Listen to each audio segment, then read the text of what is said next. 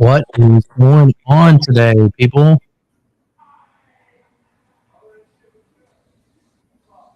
Patty, it looks like it won't let me add you to the stream because you need to connect your microphone. That's what it's telling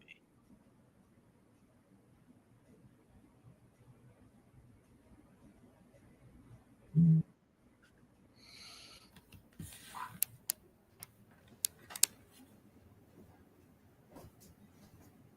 All right, everyone, we are going to talk about a lot of stuff today. We kind of look at my agenda that I have. So the first 30 minutes, can you hear me okay? First of all, Yes. okay, cool.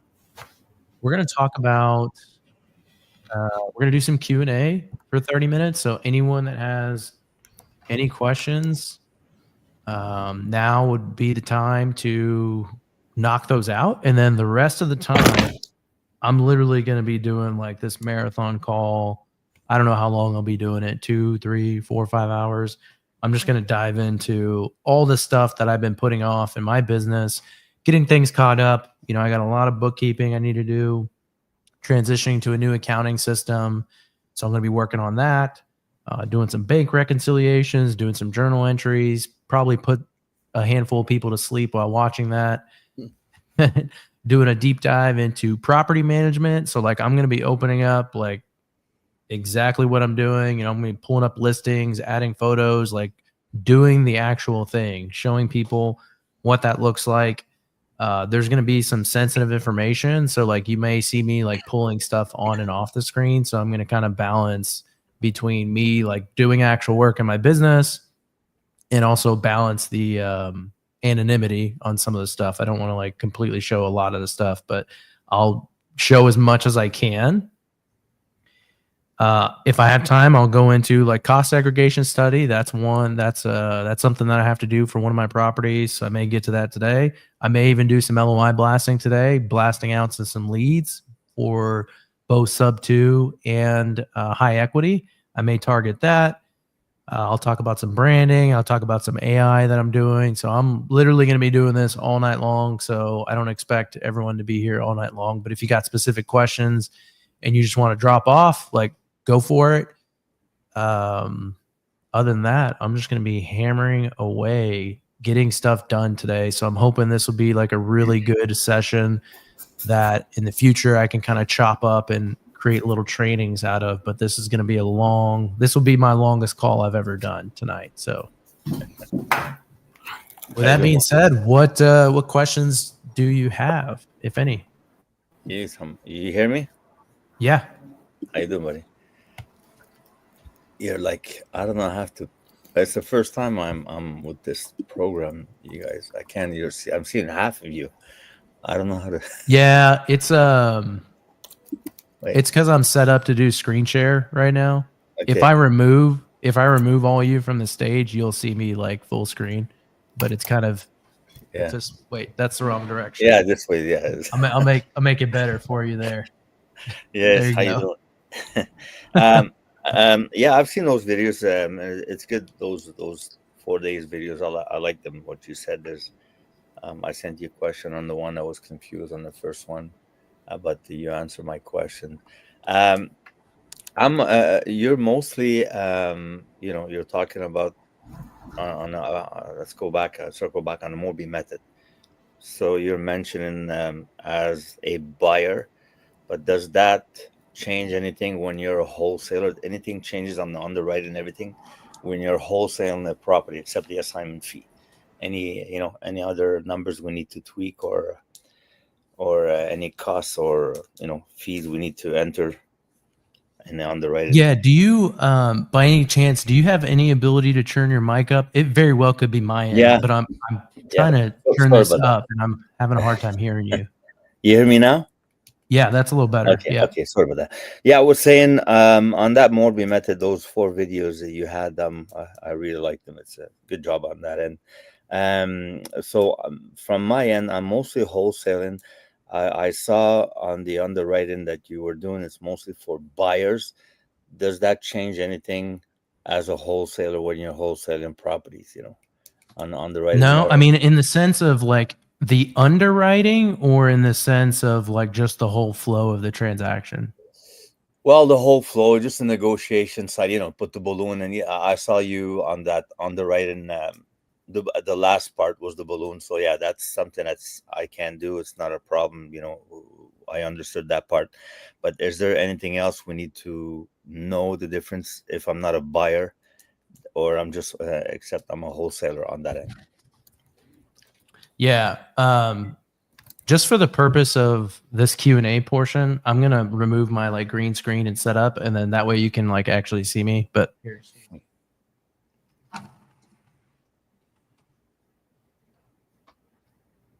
okay, cool. That's probably more traditional from what you're used to saying. And then I'll set that back up once we dive in. Yeah. So as far as if you were trying to wholesale these, right?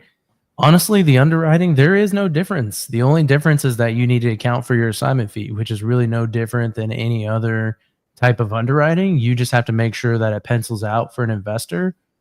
I always recommend underwriting it as if you are the buyer, right? Okay. If it can't cash flow for you, it is definitely not going to cash flow. Or I'm sorry, if you're the buyer and you're underwriting it as the buyer, right? If it can't cash flow for you as the buyer, like it's not going to cash flow you adding an assignment fee, right? Makes Just sense, put yeah. yourself in the buyer's shoes. Like, are you willing to pay $10,000, $15,000, $20,000? It just depends, right?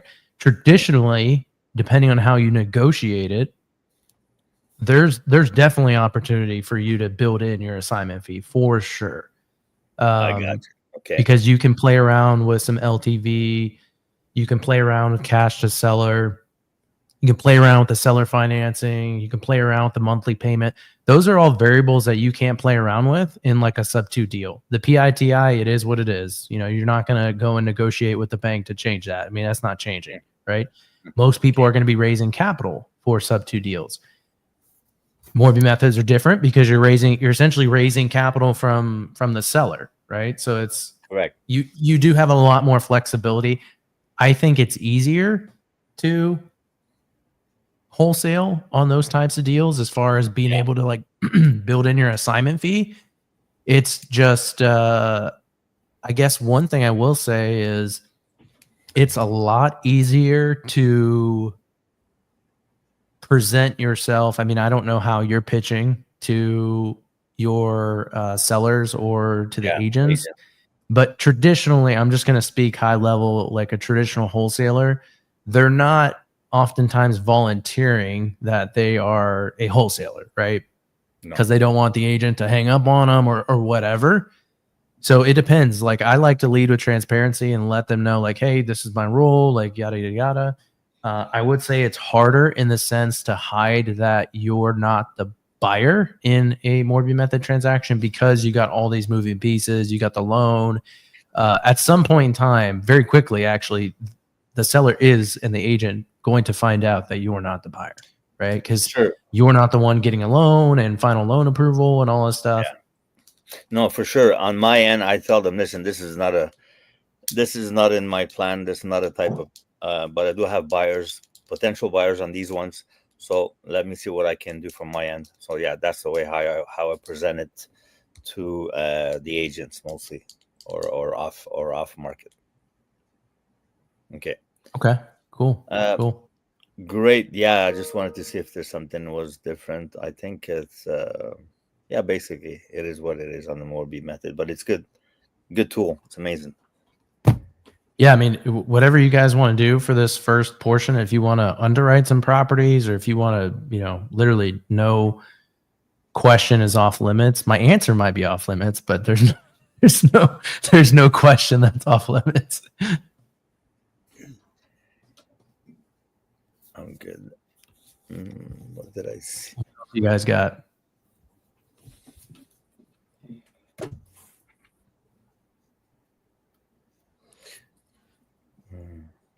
Yeah. Lenders. Yeah. Okay. With this question here. So to qualify, I know you mentioned your your ratio, your score for a lend. for Morby Yeah. method. Also, how much do they go on the appraisal and the revenues? Is that also qualification standard? Yeah. So on the appraisal, they're usually not going off of like cap rates and like what the property's generating for the value, like the sales approach, essentially. They're not really doing that in single family and like small multifamily. That's really more of a commercial thing. But that is something you need to keep in mind when you're negotiating, because you're only going to get financing based on that appraisal, right? They're going to give you 75% based on that appraisal, not 75% of the purchase price or whatever you structure the LTV. So that is something you need to consider, because in sub 2, like, you can jack up the price as high as you want, right? And sometimes that's the carrot that people dangle to get the deal to the finish line. Fantastic. You do? But that's not going to work here in a Morby method. Now he's laughing. So, Let me go ahead and mute John here. It depends. I guess it depends on the insurance, right? First, let me hear what he's talking about. Utah, Nevada, kind of. Hey, he could be giving some good value. I don't know. Yeah. We'll mute him for a second. So you were saying it's 75%, not of the purchase price. It's 75% of the appraisal. Is that correct? Correct. Yes. Yeah. You have to keep that in mind, because it needs to appraise, and I'm always getting it under contract to what I think it's going to appraise for. Because if you get it under contract for $250,000 and the appraisal comes back at $220,000, you're going to have some problems. Mm-hmm. Okay. So, and also one thing you need to consider is you're probably going to raise some concerns if you're getting a property that's listed at $220,000 and you're going to get it under contract for $240,000. They're going to look at you and be like, what kind of stupid are you? Like, what are you doing? But like in sub 2, you can do that because that's the carrot, right? You get it under contract, you tack on another $20,000. You tell them, hey, this is your interest up front, or this is the carrot I'm dangling to make this more attractive for you. Like, you can do whatever you want because it's between you and the seller, and you can negotiate whatever. You don't really have a bank involved in an official capacity. Okay. But you can't do that in a Morby method. So to get appraisal, the only way without getting a real appraisal is to go by the comps, I guess. Say that again. So I said, to get an appraisal, do you go by the comps? You get your own appraisal, or without? I mean, if I want to underwrite it, I want to know my numbers. So I would go by the comp and say it should be appraised at that price, or what way should we? This is going to sound really, really stupid simple, and Cynthia might slap me for this because I know she's into comping. I literally just use Zillow like 90% of the time. Like, I usually don't. The only time I'm diving into, she's cringing over there. The only time I'm diving into detailed comps is when I think the purchase price is overvalued. Like, if I think they listed it at top of the market and they really want that number, I will then deep dive into looking at comps and try to justify the number. Because the worst thing that can happen is that I go get under contract and it doesn't appraise to value, because that's money coming out of my pocket essentially at that point, whatever that delta is. But if it's within a reasonable band of Zestimate, I'll maybe go $5,000 to $10,000 over the Zestimate, or within that range. Usually it will come back the appraised price almost every single time. Okay. Very rarely will you get an appraisal that is below your price on the contract. They even ask for the contract when you get it under contract. The appraiser will be like, hey, send me the contract. They don't really want to be the bad guy and come back under appraised, right? Because then everyone hates them, like that kind of stuff. I do have one appraiser that I really do not like because of that reason, and I exclude him from any future purchases. I'm like, this guy cannot be in the pool. Mhm. Appraisers don't want to be on that list, right? They don't want to be on the list that gets excluded because they're taking away business. But they are trying to, within the legal parameters, they want to find the comps to justify the price of the property. So usually if they can find it, they're going to work their way to that price. Yeah, I got you. Can I make a comment about Yeah, the appraisal? absolutely. I'm a real estate agent. For Daniel, if you're doing this, ask the listing agent you're making the offer on. Ask them to pull the local comps because they can see the comps because they're in the MLS. Ask them to send you the comps of the like kind properties that have sold. They should obligate and do that for you because you're a licensed realtor. You're making an offer on their listed property, and it shows that you're dedicated, and they might send you more deals to do that. Use a licensed realtor, befriend them, and Mundo goes after listed properties, and this is you're a great way to get a foot in the door for listing agents. Beautiful. Yeah. Thanks, Steve. Yeah, I use them a lot. They send me. I ask them for CMA. So anyway, it's. I have That's good. investors ask me that here and there. I belong to a couple investment groups. They ask me to put them on the MLS, to send them sold, send them actives, and every once in a while I meet up with them. They ask me to show them the comps in the area for a house they're buying. Okay, beautiful. All right, thanks, guys. Awesome. And I'm sure, Cynthia, I don't know if there's any different opinion for you.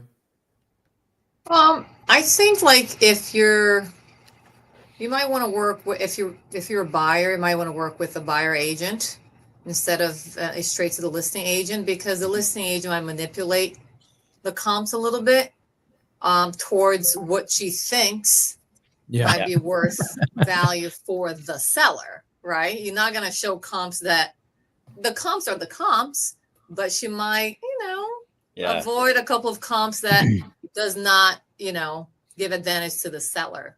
So I would ask her and then go to a buyer agent and say, I don't have an agent and I'm trying to make the best calculated, informed offer here. What do you think? And it's free, really, you know. So that's what I would do. Yeah, good idea. All right. I've had a lot of agents. More so, we get into this conversation on the rental side. Like they're trying to justify the price because of the rent that's coming in, and I'll go and run comps on the rent. That one I will absolutely do comps on the rent because that affects me for 30 years, right? I have to live with that. And they'll come out with wild numbers, and I'm like, I don't know what planet you're living on, but this is not realistic. You can say whatever the comp is, but I have to be the one to fill it, and I know I'm not going to fill it at that. So I have to underwrite it based on that. But usually I don't, I'm not looking to overbuy on those types of purchases. So like I don't get into like crazy comping, and I'm not flipping it. So like if you were flipping, that's a whole different level, right? You need to get to a very granular level because that's affecting your profit and you're exiting. I'm not exiting. I just want to buy it at a good price, good, fair price. And as long as I can accomplish that, I'm good.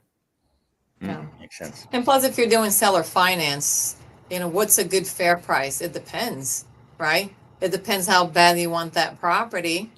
If the seller finance, if he's allowing the seller finance, you might have to pay a little bit more for the property. Yep. Yeah, but that comes back to what you're saying, Mundo. If it's overpriced, you don't want to pay on LTV when you don't want to pay too much overpriced unless it's a sub 2.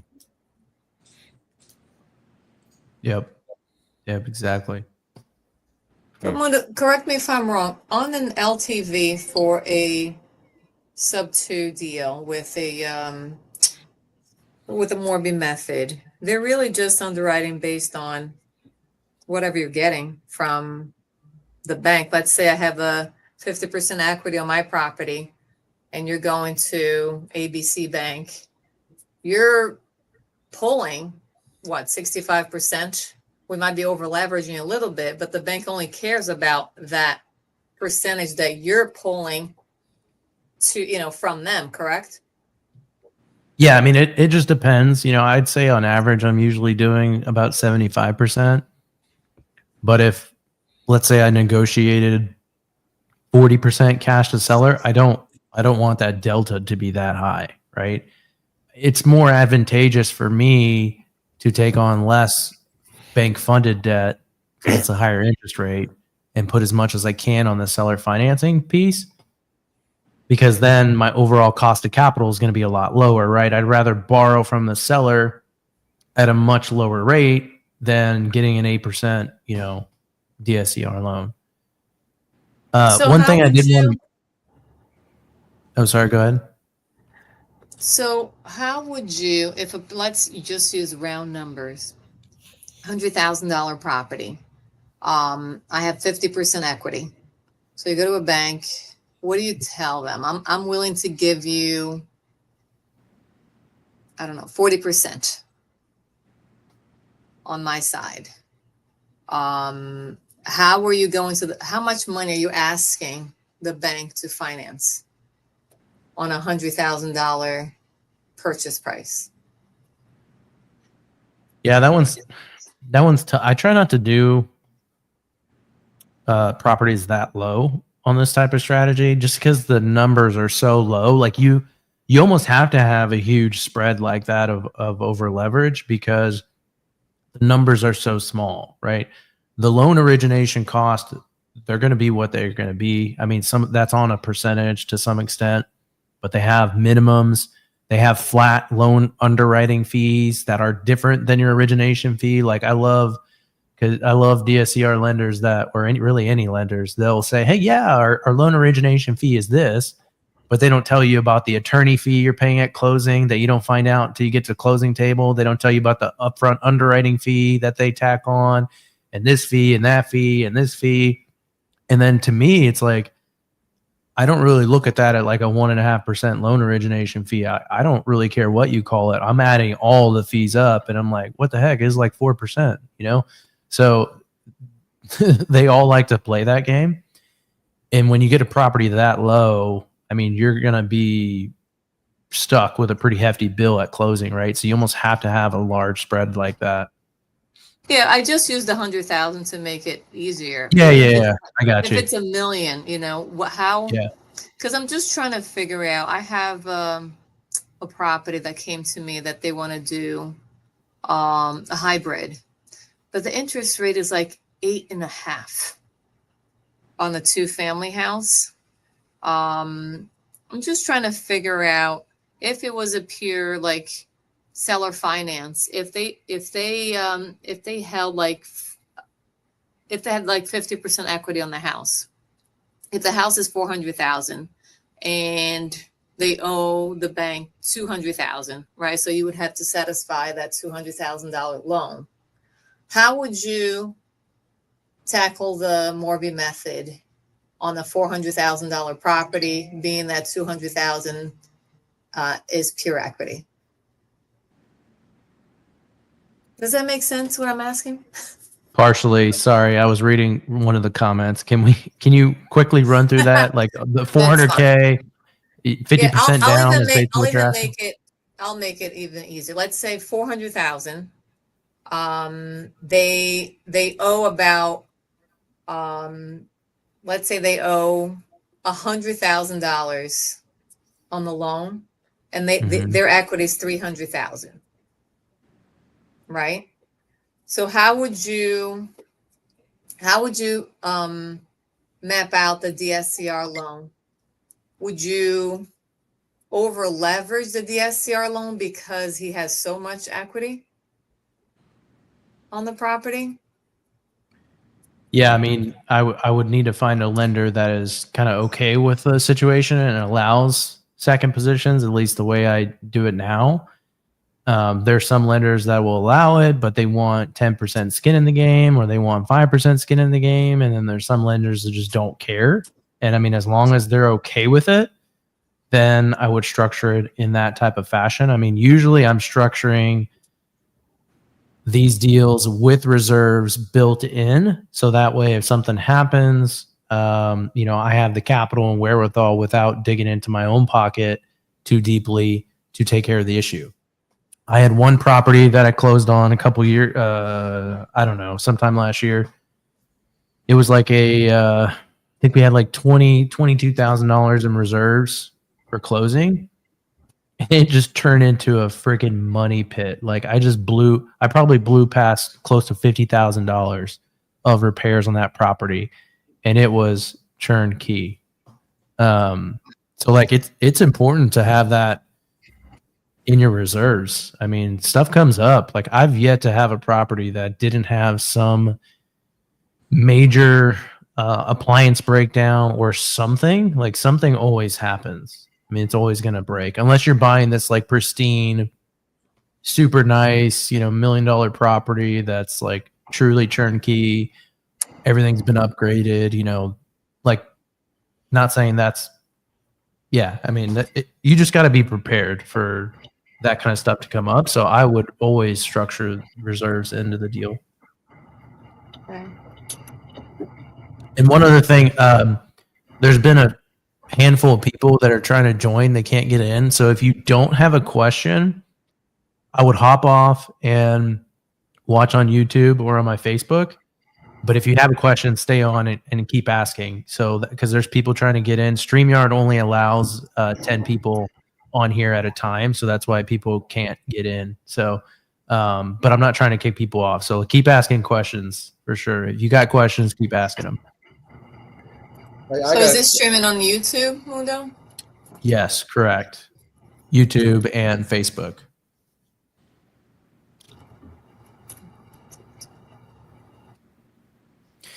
I'll just look at a question here in the side chat. We got, have you ever had any issues with lenders after the deal's closed? No, I've knock on wood, I've yet to have a single issue. That's a question I had. That technique you come up with, the equity bridge. Yes. So with lenders having problems with the second. So doing the Morby, we're told you don't tell the lender you're doing a second. You get the deal done. You wait a day or two, then they record the second. That's a question I had. Where are you seeing lenders who try to sell that note later down the road, come back and see your second and have a problem? I've never had an issue come up in any of the deals that I've done or seen. I will tell you that you won't find any title companies to record the transaction at a later period of time. If you're getting title insurance and they are putting their stamp on it, they're recording everything, whether there be a second position or not, at the time of closing. They will not hold it. They won't even hold it a day. Like they're going to do it right at the same time. I've never found anyone to ever like hold it outside of an attorney. Now, an attorney, which is kind of how I do it now, the attorney will hold it and wait till whatever period the lender requests. Because the whole, I guess how this is different from a traditional Morby method is that we're involving an attorney. We're being transparent with the lender about what's going on. And we're really structuring this based on how the lender is okay with it. Right. So if the lender comes back and says, hey, we're okay with it, but we need you to wait 3 months or we need you to wait 6 months before you record anything, that's when we would have the attorney hold that second recording until that time period. All the funds and everything would change hands. It would all get funded, but the actual recording would be delayed for whatever period of time. Okay, good. That's good to know. Yeah, but in a traditional Morby method, that is not taught that way. Okay, thank you. Yes, sir. What else you guys got? I think I scared Cynthia off. I didn't mean to scare her off.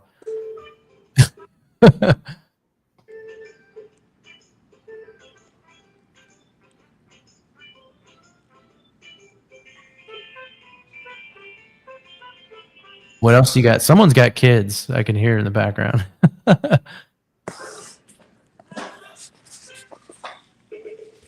My money's on Rich, maybe? You got some kiddos in the background? Yeah, I'm watching my grandchild, but I didn't realize my mic was on. It's all good. You got any questions, man? No, I don't. As a matter of fact, I wanted to get more information about the Morby method, and I'm learning some good things here, so I appreciate that. Yeah. What questions you got, man? Well, I didn't have any questions. It's just that the Morby method is not as cut and dry as subject to or just going out and doing. It's combining a traditional mortgage with the owner financing, so it's a little more to consider, take into consideration. So just wanted to see how that works. Okay. Do you got any specific questions on like the process or what? No, I think I don't have any deals that have come up like that. But if I did, I just wanted to have a better basis. So I have looked Yeah, at I got stuff online, but just thought here I might see some, and I have seen some interesting questions that have been posed that have been helpful. So so I have a free training and a newsletter. I'm not, there's nothing that I'm selling in that. okay, It's a free training. It's like 3 hours long. So it's a newsletter, and I come out with every week.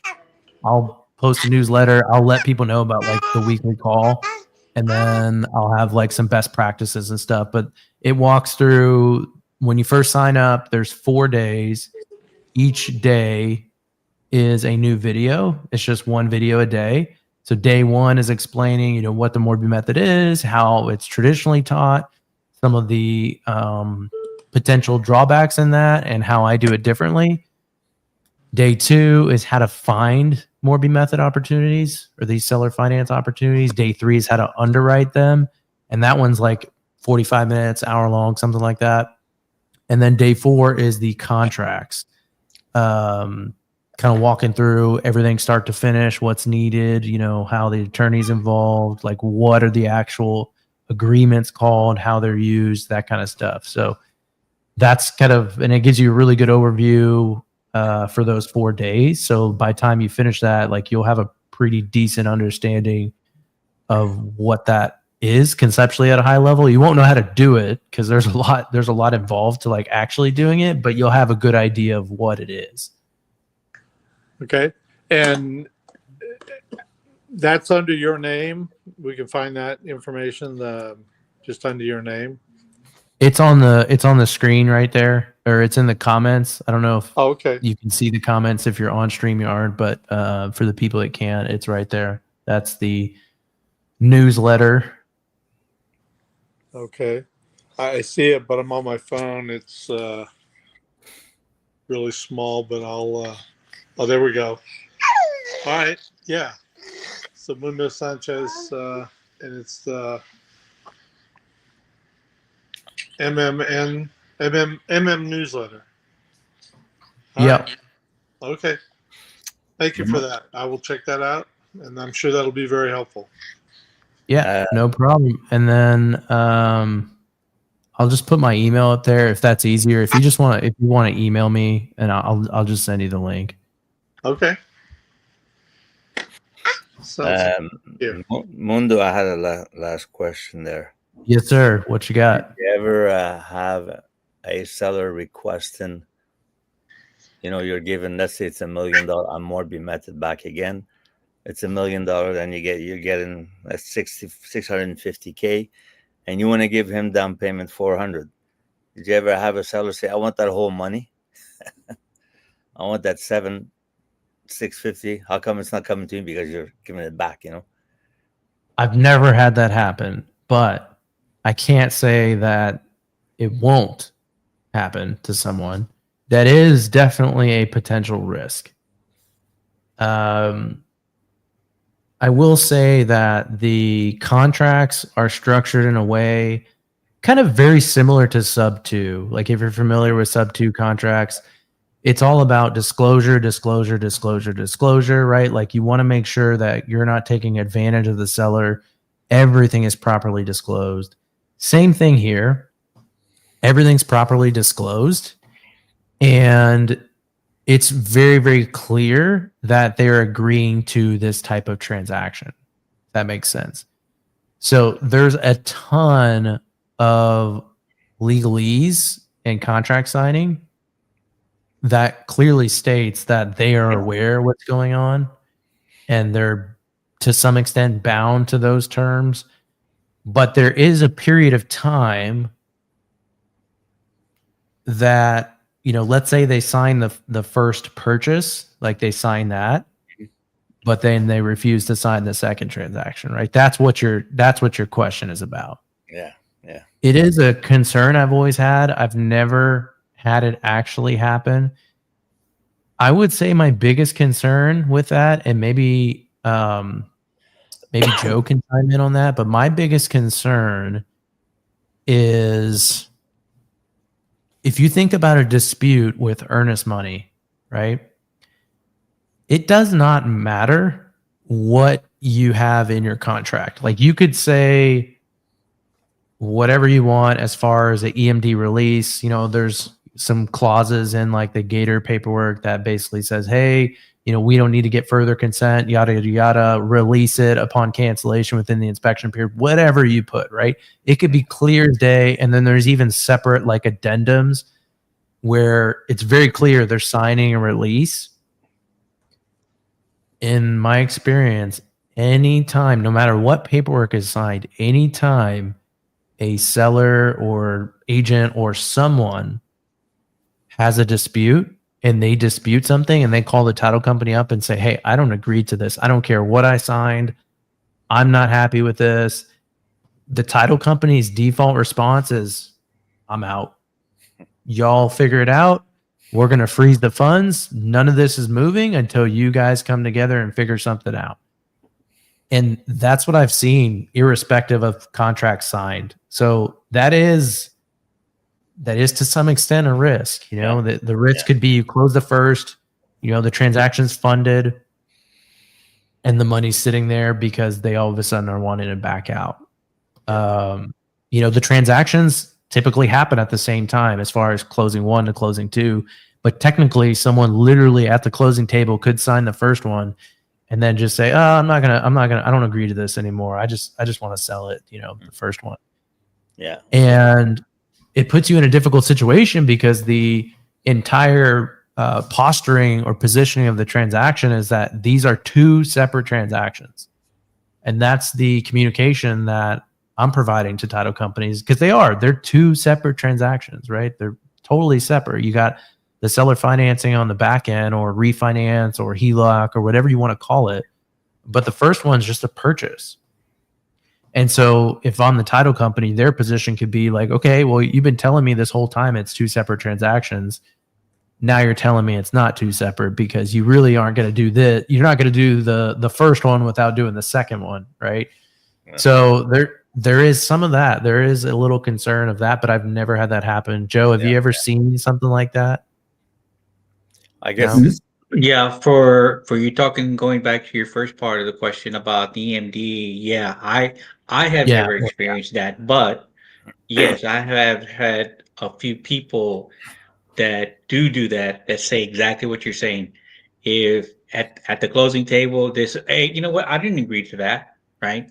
Everything pretty much stops, and then it's very difficult. You have to almost prove through like an email trail or communication or some documentation. It doesn't have to be signed, but something that you can prove to the title company. Say, yes, they did agree to it. And the title company, you have to just fight with them in order to get your money back. So it is a risk, like Mundo said, but it does not happen that often, because if they really want the deal, they'll fund the deal. Right. Yeah. But it does happen. Yeah. Transparency. This is, as much as you can be transparent. And in my LOI, I have all the mechanics of the first leg, the second leg. You do what you can do, and you'll see at closing. But okay. Thanks, guys. When you say When you say in the LOI, what do you mean the first leg and second leg? Well, in my LOI, I got here's what we're doing on the first leg. Here's what we're doing on the second leg, and how we're doing those transactions. So we're sending an offer. At the same time, we're telling them what we will be doing once we go at closing. What's the mechanics of that Morby method.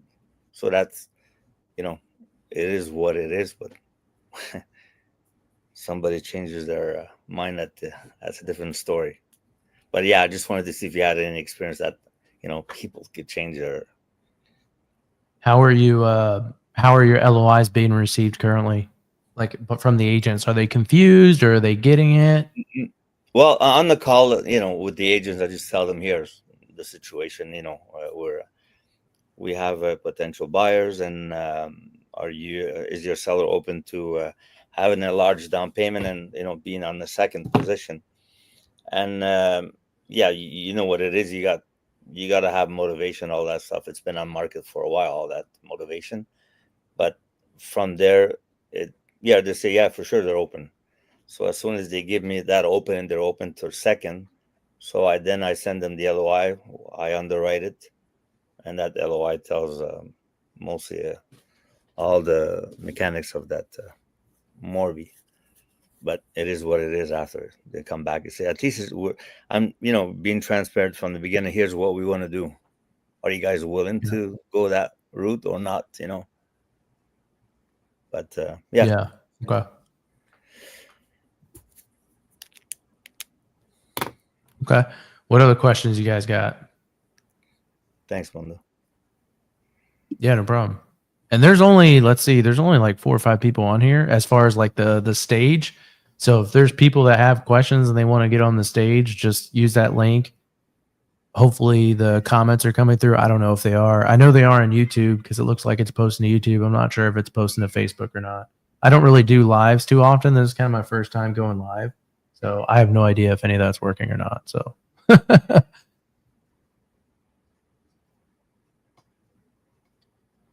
if anyone doesn't have any other questions, I'm going to dive into doing the actual work.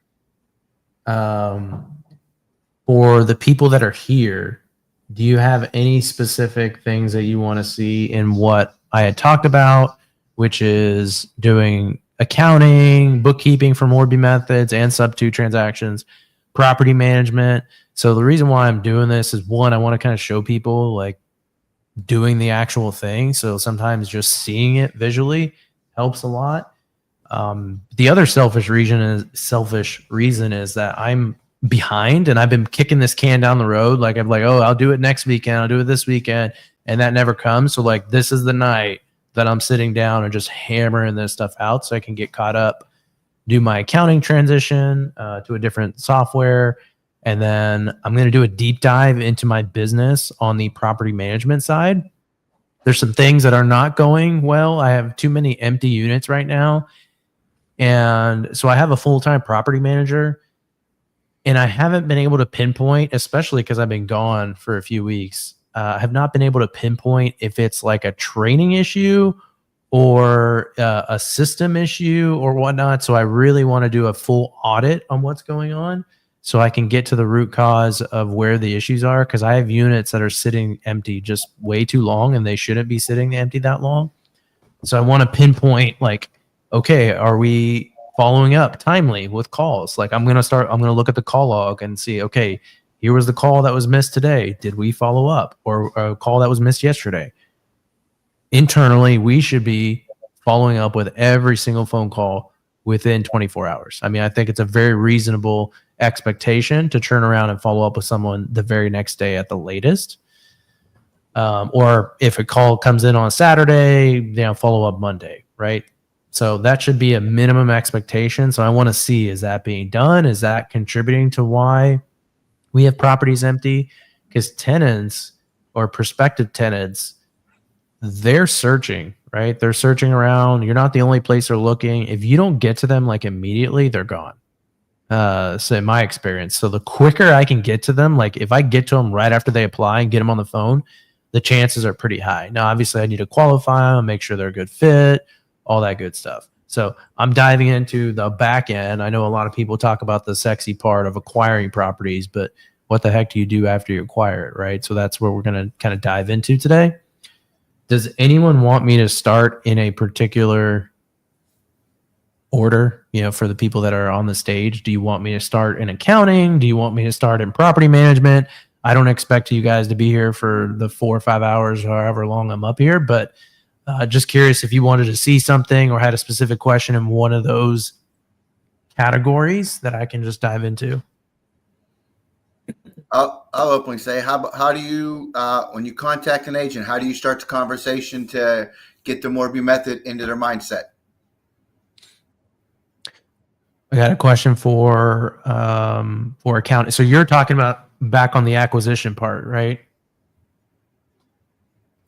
Yes, just to open a dialogue with the agent. Do you send an LOI? Do you call them? How do you contact your agent from the beginning? I'd say the majority of the time I'm sending out an LOI. I would probably venture to say 80% of them are throwing them in the trash. So they almost always require a follow-up call.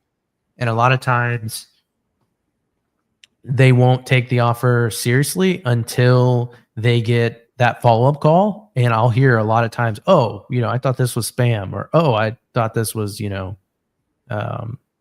scammer, right? So I just delete all these until I get a phone call. I don't even look at it. I hear that a lot. So typically I'm only calling them when I've underwritten the property. So at least how I set it up, and not saying it's the right way, but at least how I do it in my business, I will blast out LOIs and I'm trying to get inbound responses, right? I want inbound warm responses saying, yes, I'm interested. No, I'm not. I appreciate when the agents tell me to pound sand immediately. At least I know where I stand, right? I'll move on to the next one. Some of them they'll ask me probing questions like, hey, what is, you didn't put a monthly payment in here. How would you structure this? How is the seller protected? That lets me know that, okay, they might be somewhat interested. So then I'll, obviously start having a dialogue with them. Either if it's a quick response, I'll send an email, but eventually I want to get them on the phone, right? So if the agents are not responding, so I'll work through those inbound leads. I'll blast LOIs out, wait for the agents to respond. If they respond, I'll respond to them, get on a phone call. If they're not responding to the LOI, or again, some of them are telling me to pound sand. So I'm like, okay, it's dead lead, either, put it in the dead list or track it for later if you think they might be open to it or if you really want it. But then I'll start picking up the phone and calling. But before I call the agents that have not responded, I will underwrite the property. It takes me, I don't know, probably 1 to 3 minutes to underwrite a property. So it really doesn't take a lot of my time. I personally, and this is where I may be different, I personally don't want to make a phone call unless I've underwritten the property. Now, if they call me, which I do get that from time to time, like I'll blast out an LOI because I'm blindly blasting out LOIs. At the time I'm blasting out the LOIs, I have not underwritten the property. I don't know if it's a deal I even want. It's just a deal that fell in my filters and parameters that might be a good fit for me, right? Until I actually underwrite it, I won't be able to know, yes, I want to move forward. No, I don't. And so I'm blasting out these blind offers. And sometimes I'll get phone calls and I'll have to talk through what that looks like, some of the numbers. And I just don't like making outbound phone calls if it's not a deal that I want. Like, one, I'm wasting my time, right? I don't want to get on the phone unless my goal is to build a rapport with the agent. Now, there's certain times where I'll hit a particular market. I don't care if it's a good deal or not. My whole goal is to build a relationship with the agents, which is what Pace teaches in the No One Left Behind Challenge. He doesn't care about the deal. He cares about building the rapport with the agents and showing people that is your focus. For me, there's a time and place for that. So it depends on the market where I'm hitting. Sometimes I care, sometimes I don't. But I don't want to jump on a call and just ask all these questions, and then they find out that I'm like not even interested in the property because it doesn't cash flow, and then at the end I'm just like, oh, my bad, sorry, I don't want to move forward. And then you have to like ghost them, and then that looks bad on you, because if you ghost them and then let's say a week later you blast them again and you find a property that you actually want, they're going to be like, I remember that prick. That guy didn't even answer my email from 2 weeks ago. Like, I'm not even going to take this guy serious. He's just going to get on the phone and waste my time, right? So I try to be mindful of that. And that's why I don't make phone calls without underwriting. But that's just me and what I do. That makes sense. That makes perfect sense. I like that. And then I'll just keep working it, keep following up, just like everything. Agents sometimes don't answer the phone, and then you got to keep, trying to get in touch with them. And that's just part of the game, Mm-hmm. So I got quite a few comments asking for an accounting. So that seems like the great place to start, if that works for you. Unless you got any other questions on the acquisition side, and I'll just kind of dive into the bookkeeping side.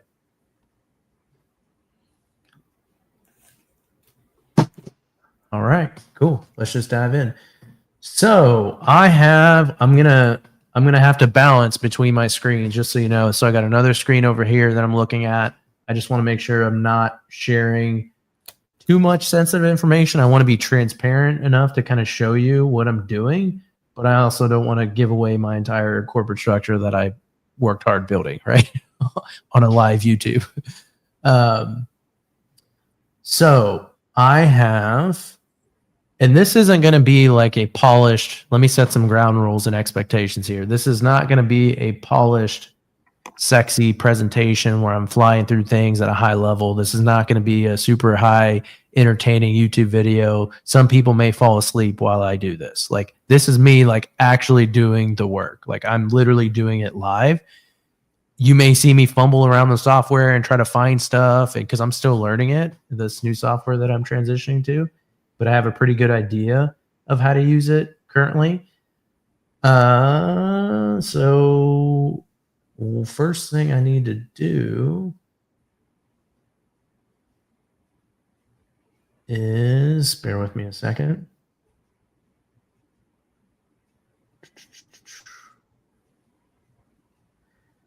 I am going to be using REI Hub. So I don't know if anyone has ever heard of REI Hub. REI Hub is owned by TurboTenant. So TurboTenant recently acquired them. And I have personally moved, or in the process of moving, all of my accounting or real estate accounting over to REI Hub. To me, it is night and day different than QuickBooks.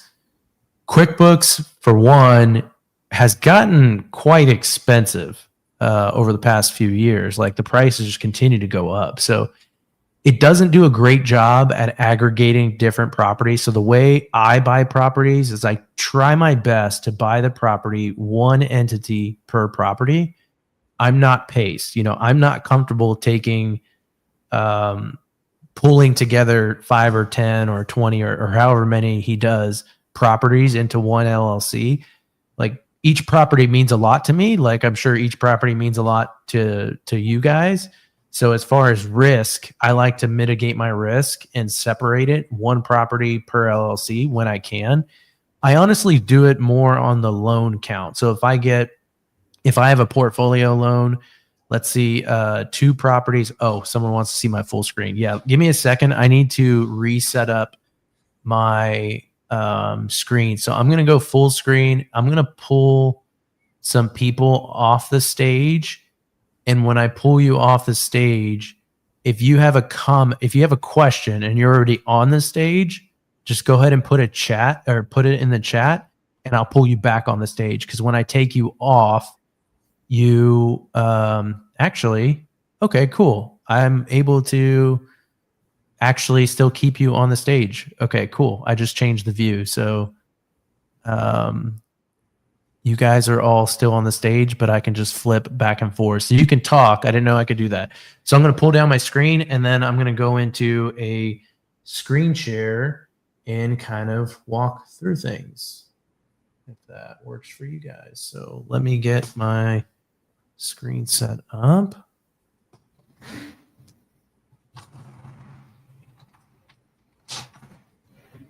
So this screen behind me is actually green, which is pretty cool. So give me a second to get this going.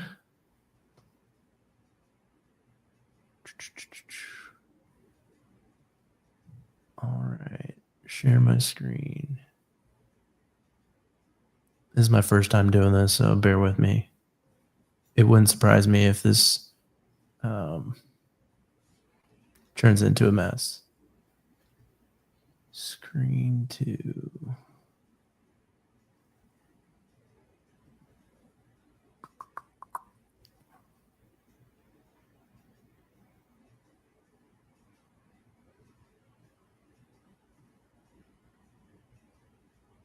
Okay. So you should be able to see me layered on the screen now, and it's on my YouTube for some reason, which I am not on my YouTube. Okay, so bear with me for a second. This is that live part I was telling you about. Okay, cool. We're ready to rock and roll. All right. So let me just make sure you guys can see everything. I'm already sharing more than I wanted to, so that's that's okay.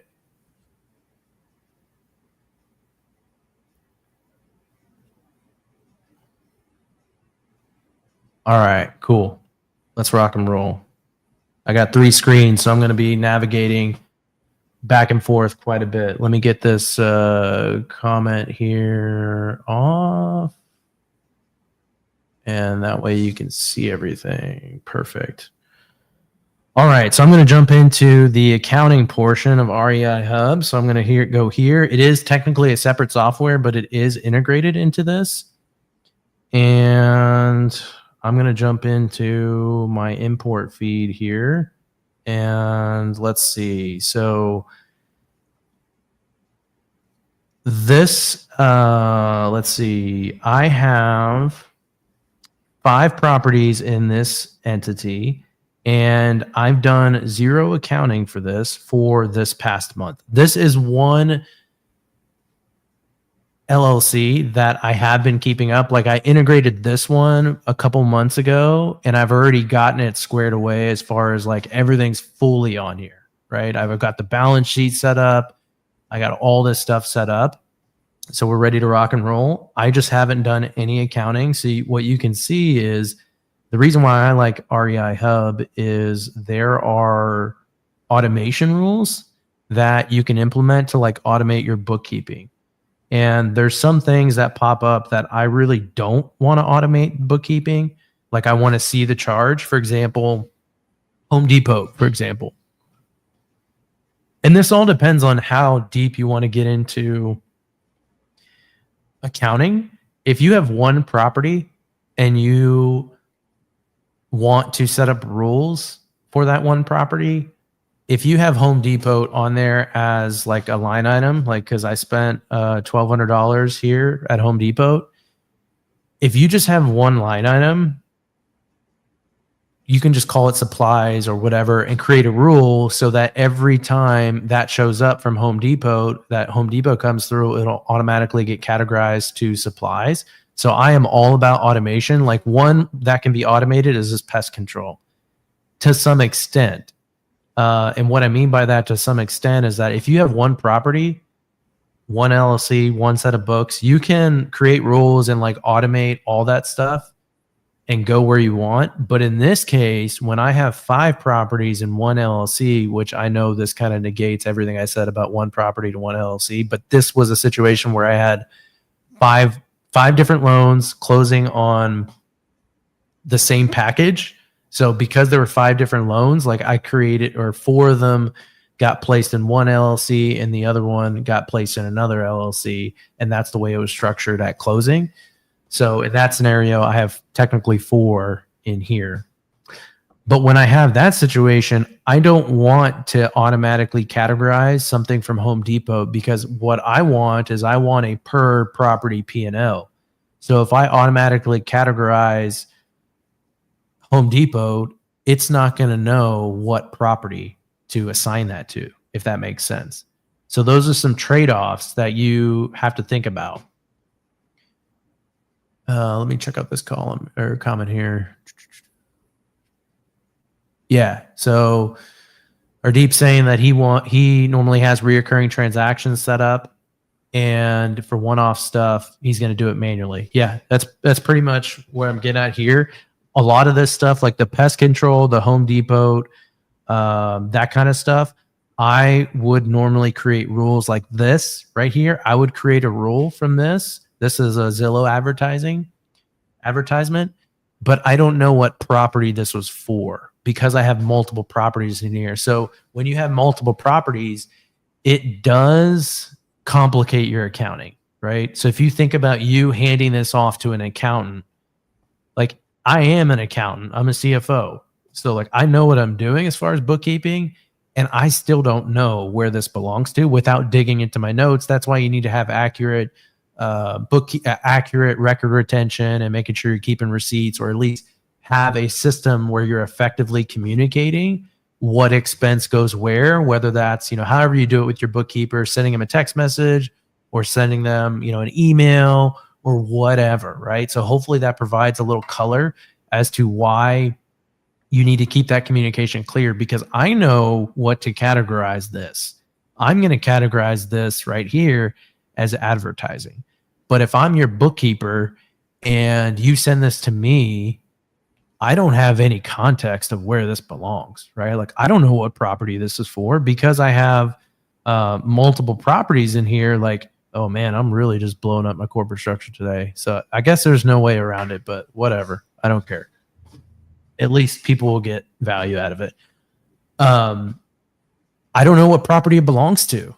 And so like, that's something that, you need to be able to communicate. So for someone to actually do the bookkeeping. So for me, I've had people come to me and say, hey, I'll do your bookkeeping to take it off your plate. It still requires a level of communication. And when I look at it, it's like, okay, I have the skill set to do it. You're still going to need me to tell you what the transaction is. I might as well just do it myself at that point. You know what I mean? Like, so if you have the skill set, that's some of the trade-offs you need to make.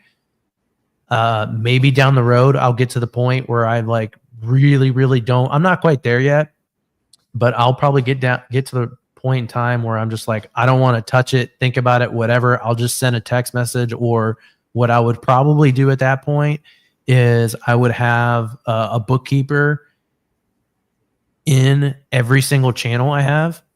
So I have a Discord with every channel, like every property has a channel, and I would probably have my accountant in all those channels.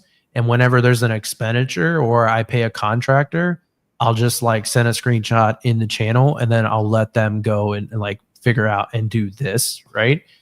But for me, it's really not that much more work doing it myself, honestly. So I'm just going to categorize this because this is something that needs to be done. And so this is where I'm going to kind of look on my other screen and figure out which property this is. I think I have an idea.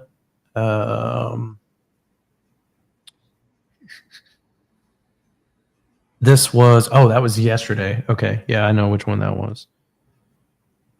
So this lets me select the property, and it also lets me select the unit, which I like that too.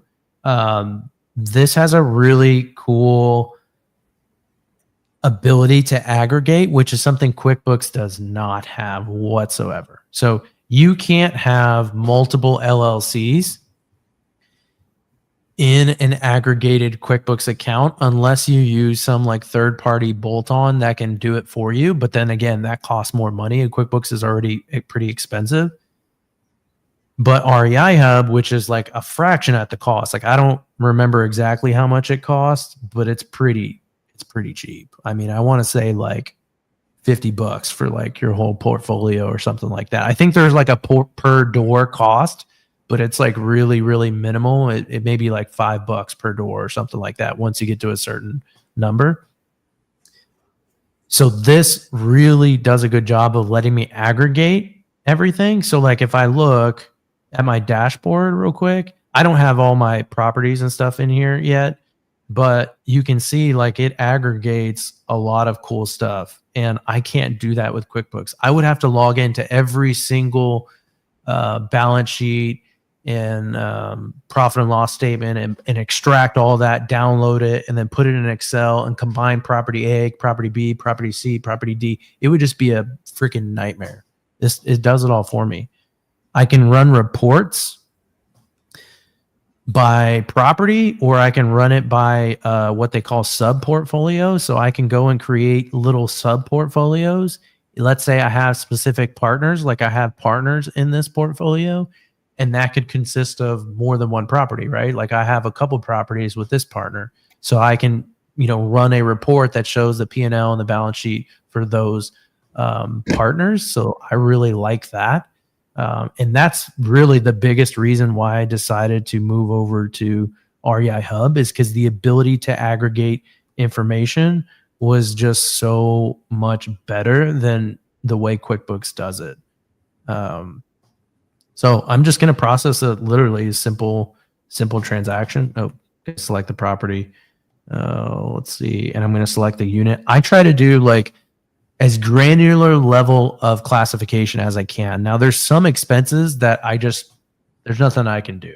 I'm not going to be able to get to that granular level, and I'll just select like all units. Like for me, when I make the property management allocation, I'm not going to split it per door. I'm just not. I mean, there gets to a point where it's just overkill on the bookkeeping. So you got to figure out what level of accounting do you really want, right? Do you want a perfectly compliant US GAAP set of books? That's going to require a lot of work. Or do you want to just have an understanding of where you are from a P&L perspective? I think every CPA would slap me for saying this, but because they're all going to want US GAAP compliant books. There's stuff that I do in my own books that I know is not US GAAP compliant, but I'm only going to, in terms of doing it every month, like depreciation, for example. I don't book depreciation every single month because to me, it just muddies the water. Like depreciation, it's not a real number. It's really a tax mechanism. There's book depreciation and there's tax depreciation. At the end of the day, all investors, all they really care about is tax depreciation. Book depreciation is just kind of like, I don't even know why we have it on there. It's just like this made up number. Most people are doing straight line depreciation. So if you take straight line depreciation, for example, you're basically taking your useful life of the asset and dividing it by, or taking the cost and dividing it by the useful life of the asset, whether that be whatever the asset is, 10 years, 30 years, 28 years, whatever that is. And that's what they call straight line. You're taking $100,000 divided by, I'm just saying 10 years if it was a other kind of asset. And whatever that number is, that's what you're putting in each year, right? So you're putting whatever that number is, 120,000 divided by 12, right? Where you're just putting $10,000 each month. That's what that number is. But for tax depreciation, it's different. Most people, or a lot of people, are doing cost segregation studies, right? So you got 40% or whatever that number ends up being loaded on year one. So when you look at, you bought a property and let's say you have 40% of the overall depreciation captured in year one through a cost segregation study. Because in a cost segregation study, and if I'm like flying over people's head, please tell me to slow down and I'll explain whatever I need to explain. But you're pulling forward your depreciation, right? Because you're expensing different portions of it. That tax depreciation is going to look drastically different than your book depreciation. Because on your books, you're just going to keep that straight line depreciation, meaning every month it's going to be the same, right? But what's actually happening, which is what you care about on your taxes, it's on a whole different schedule because you've accelerated, let's say 40%, and then the rest of it's kind of like on this tiered schedule based on whatever that cost seg study shows you. Completely different. So for me, I don't even care about my book depreciation in terms of like monthly overview. Now, what I'll do is I'll do at the end of the year, I'll go in and I'll record my book depreciation. So like in, let's say in December, I'll just slam it in there. That way it's still US GAAP compliant. It's still on my books, but I just do it at the end of the year. That way, every month I'm not looking at my P&L and seeing, okay, I got $2,000 of depreciation. Why is it, if I leave that in there, it's going to make it seem like I'm losing a lot of money when I'm really not. So I like to look at my P&L from like a cash perspective as much as I possibly can. So I don't want to see non-cash items on my P&L when I'm trying to manage it, because I don't have a lot of time. I want to very quickly look at the P&L and be able to discern, like, am I making money? Yes or no. I don't want to sit there and be like, okay, I need to back that out. I need to back that out. That's non-cash. Like, I don't have time to make that calculation in my head, right? So that's why I want to keep it clean as possible. And then I'll book those entries at the end of the year. But what I'm trying to do is record it as much as I can at the lowest level possible. So some charges where it makes sense, I'll go to a granular per unit level. Some I won't. Like, for example, I know this was on 3420 because that's the unit that's empty right now. I'm not going to create a rule because, again, I can't create a rule based on this description. Now, what I could do, if Zillow had the ability to, like if it told me in this description, if it told me the property, I could do that. But the fact that it doesn't tell me that, I can't create a rule on this because I won't be able to automate this because I could have a Zillow charge next month for a completely different property. And if I create a rule and automate this today based on unit, 3420, next month when that charge comes in, it's going to automatically post to my ledger and I won't see it and I probably won't remember it. And it's going to be posted to the wrong property and the wrong unit. So that's why I don't create rules on specific transactions whenever I have like multiple properties in one set of books. But again, if you have one property, one set of books, you can create rules for this. This would be a great example of a rule that I would create for that situation. So keep that in mind. I think this is good information. Even if you have no interest in doing accounting, but you can at least appreciate or understand a little bit better when your accountant comes back and tells you, oh, well, it's going to cost more money for me to do the bookkeeping. If you want this level of bookkeeping, it's going to be this. If you got 4 or 5 properties, it's going to be that. Like, you can understand why, because you're introducing a lot more complexity, which requires a lot more time, right? Hopefully that makes sense. Let's see. I got a question here. Let me highlight that real quick. Do you run a statement of cash flows monthly or at year end? Are you just talking about for like a management perspective, or are you talking about for like your accountants? I think you may be talking probably just from like a monthly overview. I'll look at that monthly, assuming I have my stuff in order. You're going to see, I'm going to show you very quickly, and we're running a no judgment zone Zoom today or live today. There's a lot of stuff in here that's just a mess, and it's a mess not because I don't have the skill. It's a mess because I haven't made the full transition from QuickBooks over into this software, and also I'm just behind in general. I had been buying properties faster than I could do bookkeeping on some. The ones where I have partners, I'm obviously trying to get them more timely results than ones that like I don't have partners. I'm just kind of just like, oh, I know what's going on. I don't really need to worry about it too much. But I've been kicking that can down the road for months, and I'm like, okay, today's the day I'm going to start getting this cleaned up. So far, time-wise, I'm not making great progress, but I'm going to start punching through this soon. So I'm going to go ahead and save this. Let's see. So that's it. I just saved this transaction. Well, sorry, save that transaction. Boom, that's done. So if I run a report now and I do net income per by sub portfolio, actually, no, I don't want that. I want net income by property, and I'm going to do this sub portfolio of this one because that's the one I was looking for. So I'm going to do last month. I'm going to update that. So we're going to see. Actually, I didn't even, as I was, it's on, I honestly didn't even see the account that I selected. That should have went to advertising. Let me go back and find where I put that. So let's see.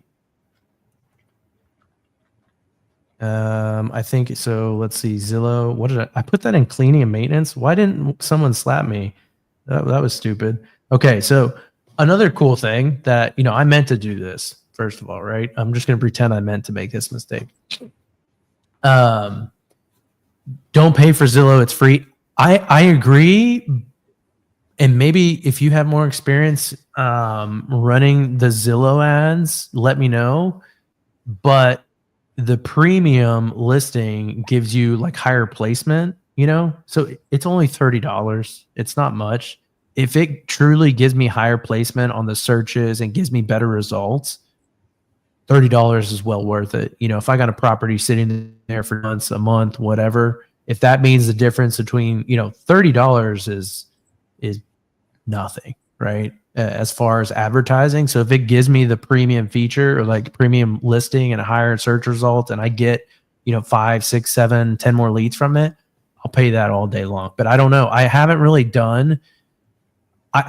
compared the results of doing the premium listing versus not doing the premium listing. So it's a good question. I really don't know. I usually just default to doing the premium every time just because I'm scared of like not doing. No, they don't give you any KPIs on it whatsoever. I wish they did. Zillow, I honestly don't know how Zillow became a monster because their software really sucks. Like just all around, it just sucks. I'm sorry. It really does. But on this one, I classified this wrong. So if you make a mistake, it's okay. It's not the end of the world. Just open it back up, right? So if I'm going into this transaction right here, I was talking to you guys. I wasn't paying attention.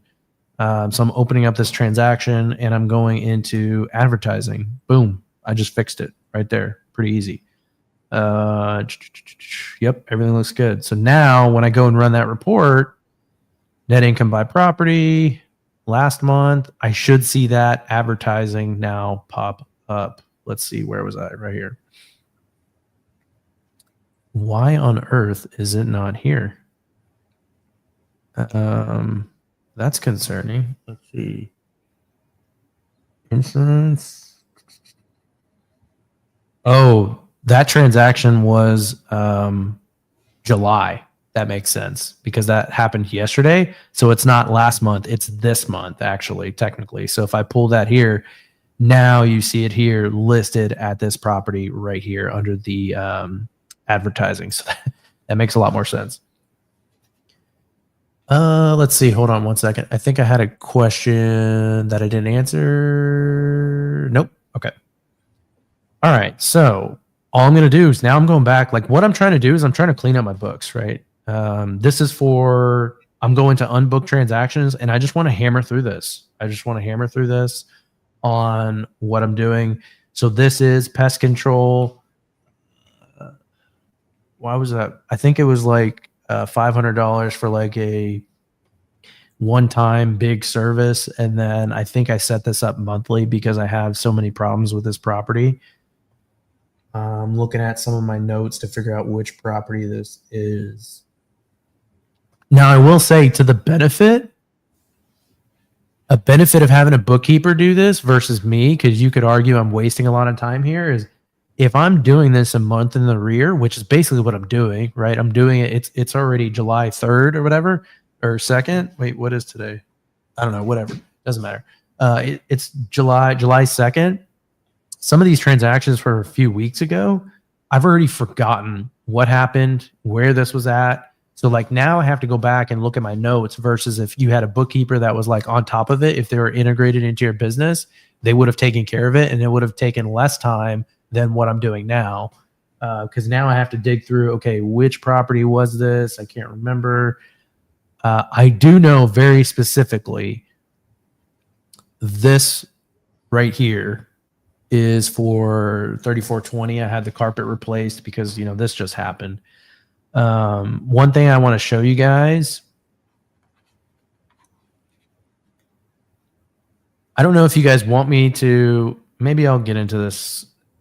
Not sure if I'm going to get into this or not. Yeah, I'm going to get into this now because I feel like I'm going to put you guys to sleep talking about accounting all day. Okay, so this is my website. And when I send out an LOI, my website's on there as far as like on the signature, right? It has my website. I also have a credibility video.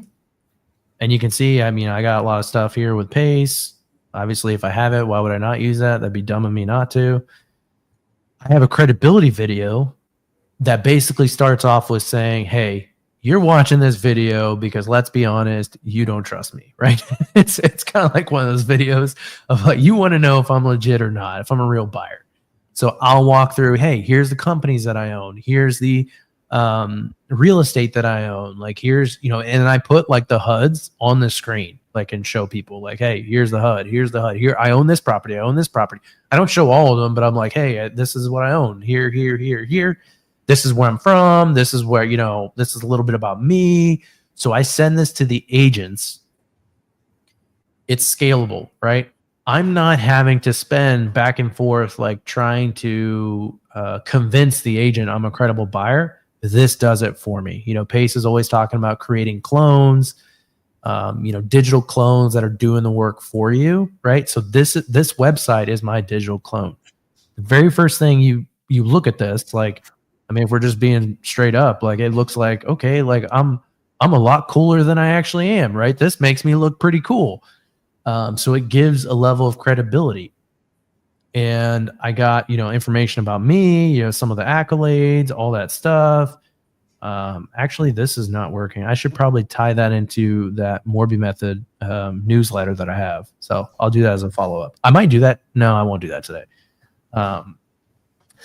But that credibility video is what I use for the agents. And Pace, in terms of branding, it's not about branding yourself in a way that, like, not everyone's trying to be famous. I'm not trying to be famous, but it's taking the time to be intentional about branding in a way that makes your life easier in terms of removing friction, whether that be friction with agents, establishing credibility, and ultimately bringing more business your way, right? The more credible you are, the more trustworthy you are, the more business you're going to get. That's why I have the 4 training videos in my newsletter. Every time someone asks me a question about mortgage methods, I direct them to my newsletter. I'm not going to pull up my Facebook, but I get probably at least 50 messages a week. People asking me about mortgage methods. They want to pick my brain and they want to hop on a call and walk through the process so they can understand it more. That's why I filmed 4 or 3 hours of training videos, so that way you can just watch it, right? It's my digital clone. It frees up my time. So I'm just sharing this with you so that way you can get an idea of, like, if you got anything in your business where you're just like constantly getting like pinged on the same thing over and over and over again, create a clone, record the video, put it on a site, do something with it. Even if you just upload it as a private YouTube link, be able to send that to people when they ask. So anytime I get repetitive questions, I'm thinking, how can I make this a clone, right?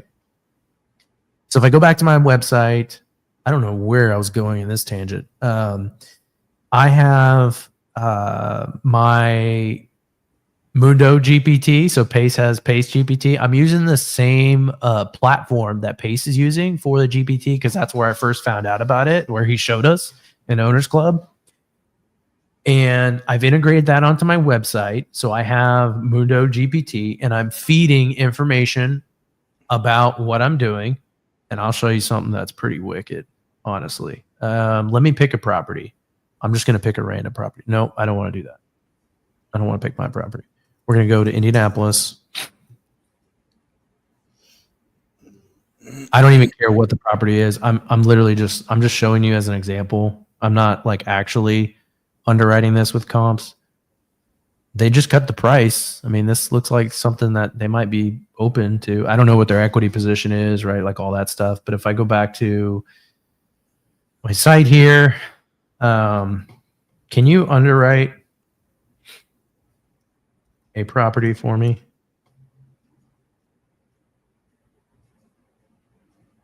It's asking me, hey, here's the information. What do you need? Property address, long-term rental, short-term rental. Is this for a Morby method or is it a sub-2 deal? So I'm just going to put in this information. Here's the address, $2,000 rent, LTR, Morby method. And I've never done it like this, so we're just going to see what happens.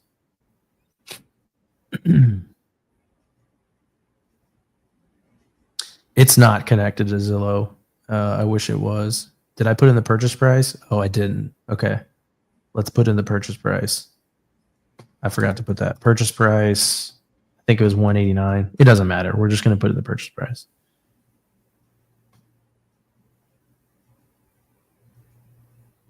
So what I've done is I've put in like all my underwriting logic in here. And this is like underwriting the property for me. Now it's saying you got to put in your email to continue because I think I have it set up that way just to like track and have the GPT like learn. So I'm gonna put in. I already have an account, so I'm gonna put in my other email.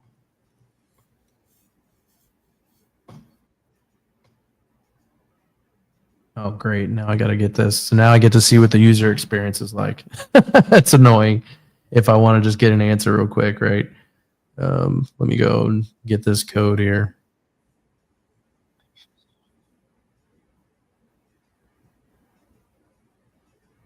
All right. 918396.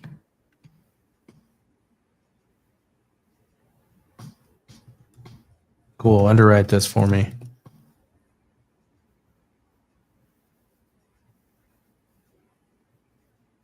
And you can see I've put in all my underwriting logic and it's like underwriting this property right now. It's not perfect. I'm still working on it, but it's got a lot of strong logic in here, right? And it gives you a lot of good information to learn from. So just wanted to share that with you. You can either see that on my website as like a preview and it's free. Or the actual URL is delphi.ai.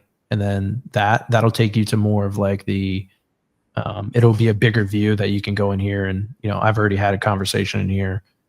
Someone actually sent me a DM. This is what I'm using this for. Someone sent me a DM and saying, hey, can you underwrite this or can you check out my underwriting? There's something wrong with this. Let me see if I can find it. If it doesn't have the address, I will pop it in here. But if it has the address, I'm not going to share it.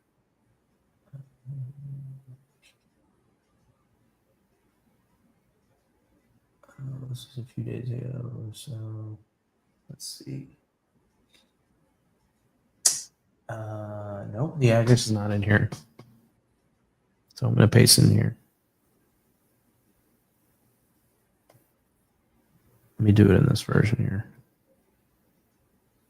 Oh, it looks like it's wanting me to upload the image. Underwriting example. This is so cool, the power of AI. Like, I'm using this in my business. So someone sent this to me. They sent me a screenshot. Help me figure out what's wrong with this.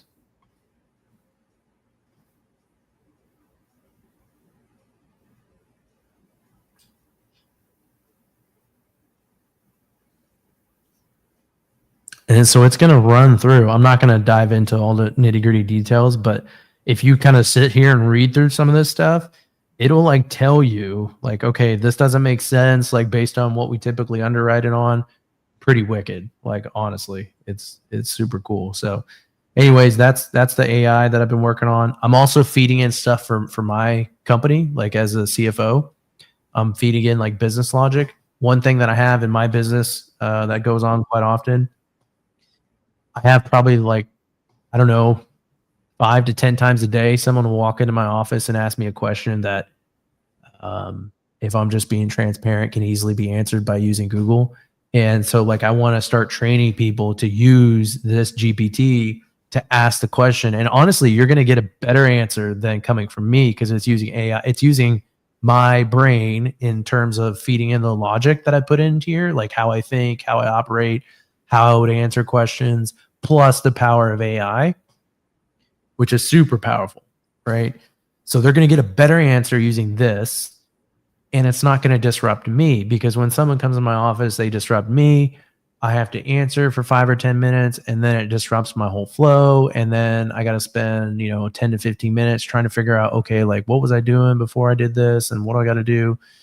So I'm really excited to kind of deploy that. So that's an AI that I've been working on, and I'm going to use this while I'm doing bookkeeping, so you can kind of see this. So this would be a cool thing to do here. Let's take this Home Depot charge, for example.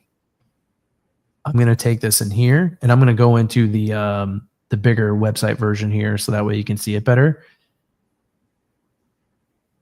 I have a Home Depot charge for carpet installation at a rental property for that. Should this be expensed? And when I say expensed, I mean, should this be like reported as an expense on my profit and loss statement? Or should this be capitalized on my balance sheet as an asset? Those are things that can get you into trouble. I don't know how much trouble. It depends on the value, the dollar amount, right? For something like $1,000, I would probably expense this, honestly. But you can defend yourself in the eyes of the IRS, because from an IRS perspective, let me break this down for a second. If you choose to expense something, if I choose to expense this $1,200, I'm just rounding, let's call it $1,200. If I choose to expense this, I'm going to recognize the full tax benefit of this carpet installation instantly, right? At the time I recognize that. What does that mean? Let's say I had $100,000 of profit at the end of the year. If I chose to expense this, I'm going to reduce my $100,000 of taxable income by this $1,200. That's what I mean by expensing it. It's on my profit and loss. I claim the expense. I claim 100% of the expense. It reduces my tax liability at the end of the year. It reduces my overall profit, right? If you think about this in the sense of a profit and loss statement, you make $10, you have $5 of expenses, your profit is $5. That's what I'm talking about. I'm expensing it. I'm recognizing it on my profit and loss statement. When we look at the decision between expensing something and putting it on the balance sheet as a capital item, that's treated differently. So from the eyes of the IRS, you're not expensing it fully. You're putting it on your balance sheet, recognizing it as an asset.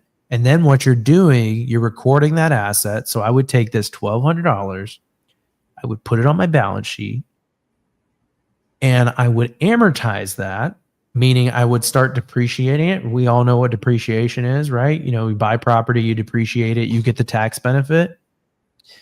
Well, in this scenario, I would put this asset, if you think about real estate as an asset, the carpet could be viewed as an asset. I'm not saying that's what we're going to do. I'm just kind of giving you an example. Let's say we call the carpet an asset. Well, when we're calling it an asset and putting it on our balance sheet, we're then going to depreciate that asset. So that's what we would be doing if we were going to capitalize the asset. Now, I'm not saying we're going to, but from the eyes of like a taxation perspective, let's see, I got someone coming to the stage here, maybe have a question. Let me just move my 27 monitors real quick. Hold on. What's up, man? If you got a question, just feel free to hop on. If not, I'll just keep on going.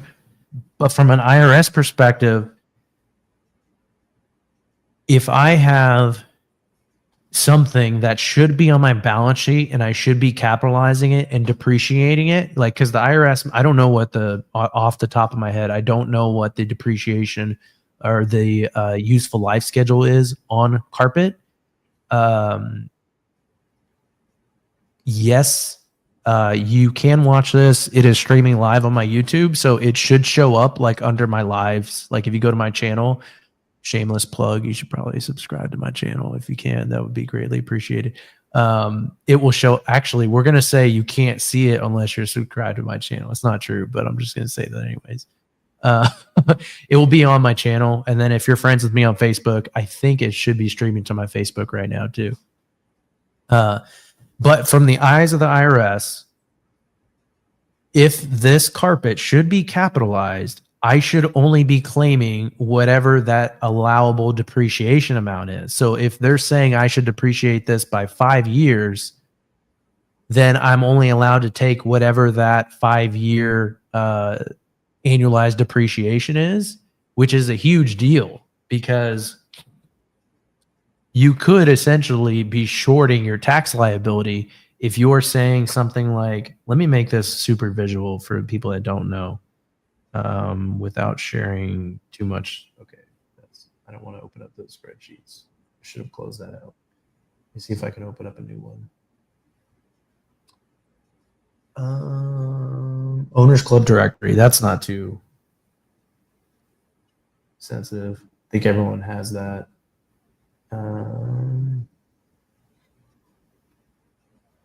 Bear with me.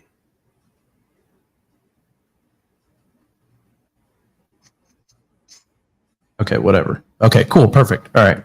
So if I have something that's $1,200, that's $12,000. Blow this up so you can see that. You cannot see that as I'm sharing. Okay, whatever. I'm going to abandon that thought process. If I'll try to walk through it and explain it. If I have something that's $1,200 and I expense it, taking the full tax liability or the tax reduction right now, the IRS doesn't like that, right? If it's not supposed to categorize that. But if I put it on my balance sheet, I'm only technically supposed to take, I don't know what the math is, I'm just going to say $50. So you can see there's a huge difference between taking a $1,200 expense reduction versus only taking $50. So there can be an ethical dilemma there. As an investor, you're like, oh, well, I really want to take that $1,200 deduction. That sounds a lot better than $50, right? So you have to understand, or someone, your bookkeeper, your accountant, CPA, and that's what they're there for to some extent, is to challenge some of the accounting or when they see it. They have to know, is this an item that should be typically expensed or should it be capitalized? Now, there are some borderline things that you're looking at it, like carpet installation, for example. You're like, well, I don't know. Is that capitalized or is that expensed? There are companies or each company, what you can do is like a corporate or just like a company policy. You can set a rule and say, hey, anything less than or anything more than $5,000 or $3,000 or whatever, you can set the threshold relative to your size of your company. Anything over, I'm just going to pick $3,000, should be capitalized. So I worked in corporate America. That's where I first started my career. I worked 3 years in corporate America. And gosh, that was like, oh man, that was like almost 9-10 years ago. I actually already forgot. I think their policy was 7,500. And this is like a multi-billion-dollar Fortune 100 company. Their policy was essentially anything over 7,500 is capitalized. If it's less than 7,500, we're just going to expense it. So you could have a policy, and as long as it's a policy and you actually honor it, you can stand by this decision to expense this item because there's a bookkeeping burden to it, right? You know, if you have an asset and that asset is $300, you're going to spend more than $300 in bookkeeping time just recording that $300 asset and then amortizing it over what are you going to amortize, like 75 cents a month? Like, that's just stupid, right? There becomes a point where it's like, it's not worth the time, and you're not going to get challenged on it if you have a policy that says, hey, this is what our policy is, and we're going to, abide by that policy. So the question I'm going to ask as AI is, should this be expensed or should it be capitalized? So I'm essentially asking myself this question.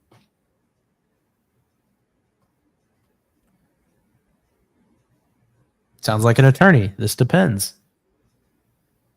Okay, so let's dive into some of, I've already explained some of this. If the carpet installation is considered a repair or maintenance, so if you're replacing a worn out carpet, it's a repair. Repairs are typically deducted, so they're talking about it being an expense. If you're capitalizing it is part of a larger improvement or renovation, like think about a fix and flip, right? I would consider that part of a larger renovation that's adding value to the property. Let's say it was ripped down to the studs and it doesn't have carpet. That would be a good situation for what they're talking about here. IRS requires capitalization for improvements, but allows expenses for repairs. So to me, this is an expense. So what I would do about this, the takeaway here, I'd expense it. Pretty straightforward, right? So cool, that's a win for me. Now, obviously, you would want to fact check this and make sure that that's actually correct, right? You don't want to just 100% trust the AI here, but I already was leaning towards expensing it, so that's what I'm going to do. Plus, again, because it goes to the dollar amount threshold, right? It's a small item. It's big in the sense of my monthly cash flow. Like this right here, this is a good example.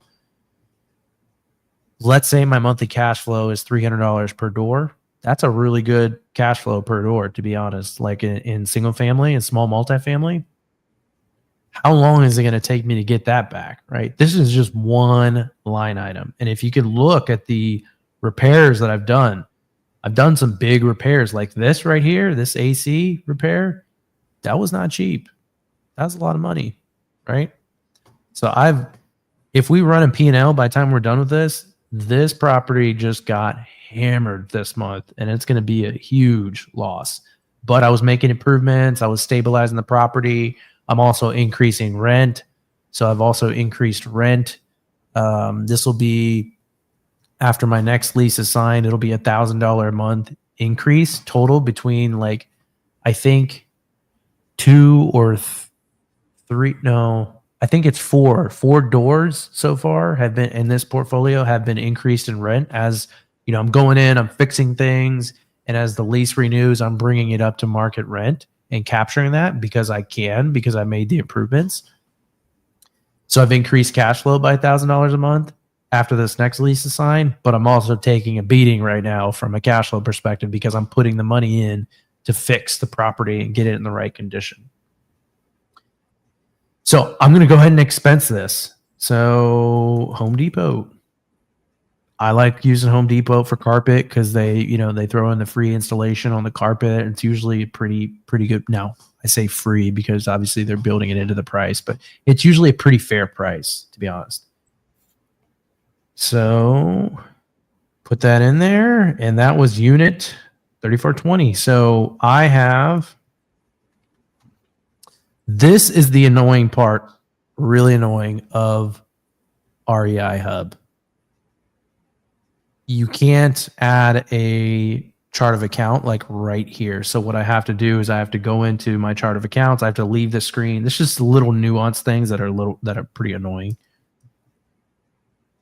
So I'm going to go ahead and create an account. I'm going to create carpet because I want to know, I want to look at the P&L.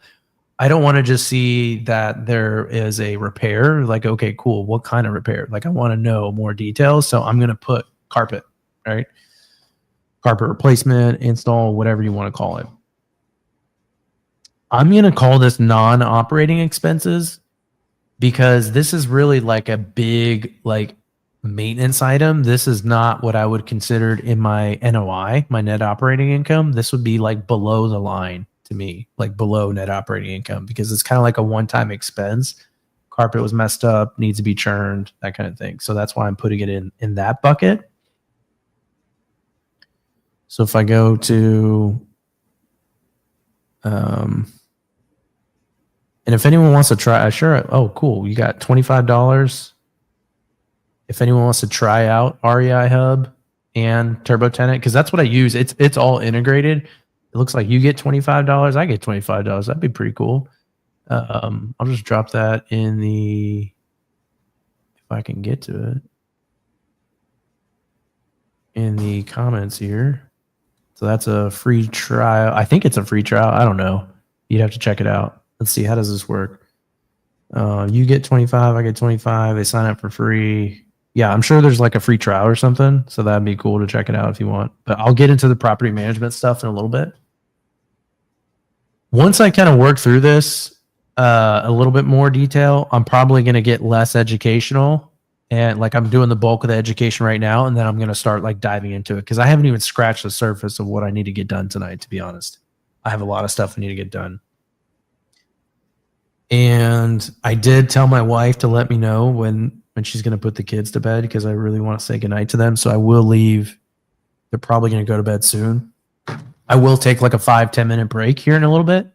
I'll put a sign up and tell you what time I'm going to come back, and then I'll just keep hammering it out. But once I get through this kind of initial like education part, I am going to just like start hammering through like bookkeeping. You're going to see me move a lot faster because I do have a lot of stuff I got to get done, and I haven't even scratched the surface yet. It's already 8:20, and I haven't even started on my property management stuff that needs to get done. I mean, this is property management, but this is really more bookkeeping, if that makes sense. So I got a question here. Let me bring that up. What's the best way to get a hold of you if I want to do a multifamily, not like the cuss word probably. That's what I assume. You can hit me up on Facebook if you want. I don't think I'm too hard to find. And I will put my email in the side chat. Where is this multifamily property at? Or you're just talking like in general? Mundo at, yeah, I'll put that on the screen here. Austin, Texas. Love that. I was in Austin a few weeks ago. So that's my email on the screen.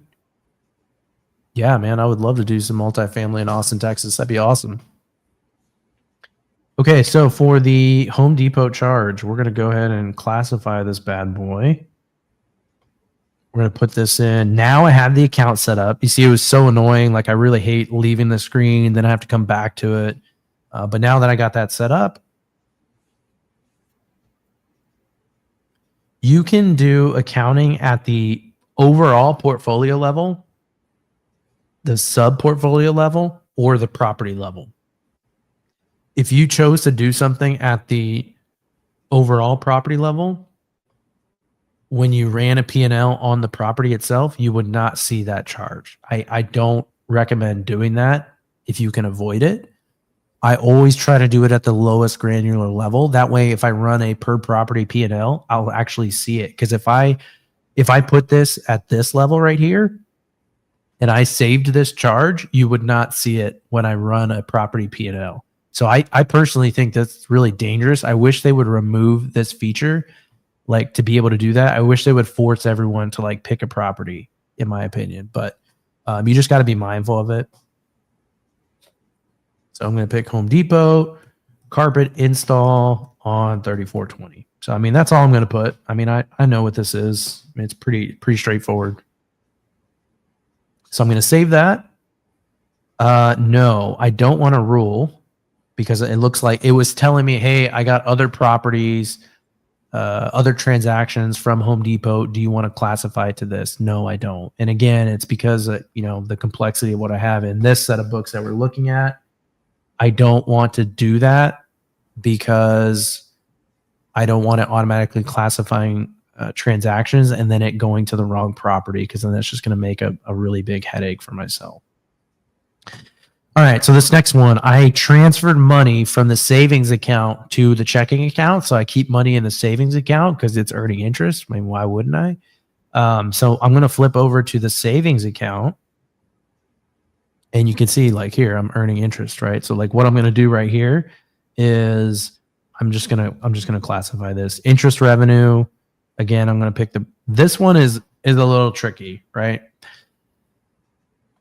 I'm probably, just for the sake of keeping it clean, I'm probably just going to pick a property within the portfolio. But technically, like if you really look at it, it's not like the interest earned here is really related to one particular property. It's related to the bank account, that whatever's in there, that's what the interest is.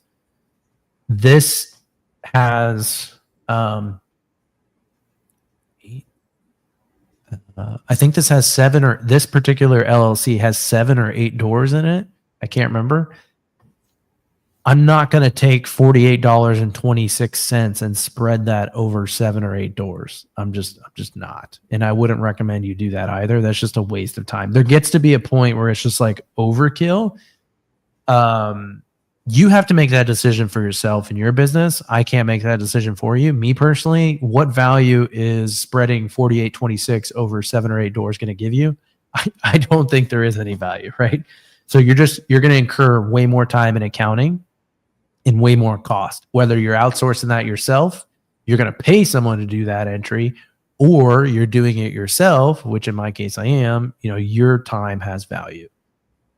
I question myself every day why I'm even doing this, right? Because my time is worth more than the cost of this, but you get the benefit of seeing what I'm doing and walking through it live. So I'm just going to pick a door in this portfolio and save it. Actually, what I should have done on that one, I'm going to go back and fix that. This should have been a rule. Every time I look at a transaction, I think about, okay, how can I automate this? How can I remove this? So I'm going to undo this transaction. Okay, cool. So this is what I'm going to do. I'm going to create a rule after saving. Every time this transaction shows up in this bank account, I'm going to create a rule to automatically post to this account so that way I never touch it again. I don't want to do this again next month. So I'm just going to say whenever this pops up as a description, relay interest, I'm not going to select the amount because the interest could be different. I want it to post to this account, this property, and this unit. So now that I've created that, I will never have to touch that transaction ever again. That's the other thing, that I'm looking at. Okay, do I outsource my accounting? Yes or no? Later down the road, if I start to expedite acquisitions and it gets to the point where like I'm just acquiring so much that I just have zero time to look at this, I should outsource it. But as I continue to do this, like every month I'm automating transactions. So like it will get to the point once I have all these properties like fully onboarded onto REI Hub that it's really not going to be a ton of management, because every month I'm looking at transactions. What can I automate? What can I automate? What can I automate? And I'm always trying to like focus on improving. But that's just how my brain's wired, to be honest. Okay, so back to this. I want to transfer this. So I want to make a transfer. I'm going to make a transfer to the checking account, and I'm just going to leave it in here. If I'm doing something like a transfer, I'm probably, honestly, normally just going to leave it at the portfolio level because I really don't care. But since I'm telling you to not do that, we'll just go ahead and do that, right? I'm transferring this $5,000 because I want to recognize this transfer over to the checking account. Actually, I don't know if I actually selected that. Hold on.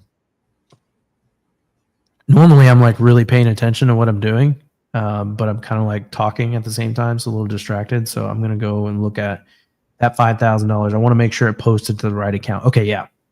I transferred it from the savings account to the checking account. So that's what I wanted to do. Let's see. Okay, so $5,000. Here was the transfer. So you could see it like it automatically recorded the transfer on the checking account side because I did it on the savings account side. So I'm going to do the same thing. I don't know if it really matters what side you do it from. Like if you look at here, I wonder if you could do it. I've never tried doing it. Let me try it right now just to see if it works. It does say transfer. I don't know. I don't really like it. I'm just going to stick to what I know. I'm going to go to the savings side and transfer it that way. It makes more sense in my head to do it that way. So I'm going to do it that way. Unbooked. Okay. So this one is one. Again, I transferred money. So I'm going to do a transfer to the checking account. Again, I'm going to pick that door just so I can allocate it to a door. Transfer, boom, save, nope. Okay, so now I'm going to go back to the check. Now you're going to start seeing me moving a little quicker. I'm going to go to all transactions. So now that is, sorry, unbooked. That $6,000 entry is gone. This is a tough one. Why the heck? What the heck would I would have spent $35? I think I bought blinds. Let's see. Again, take good notes, good records. Just let me look at my channel communication here.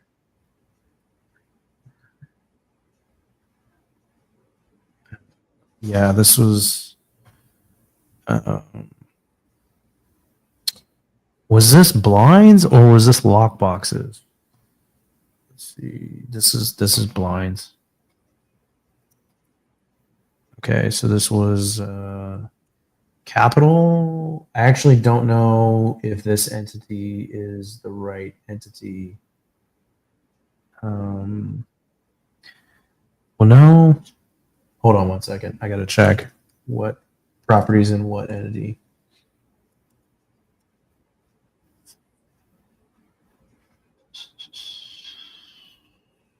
Okay, cool. Yeah, we're good. Home Depot. We got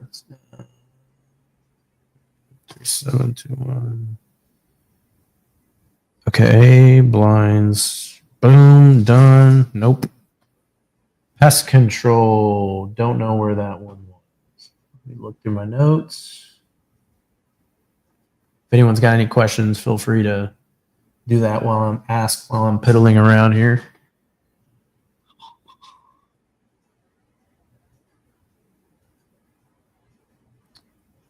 Actually, in the interest of time, while there's still people actually watching, because I'm sure in an hour or so people won't be, let me kind of flip through the reports real quick so you can kind of see that. I kind of briefly showed it earlier.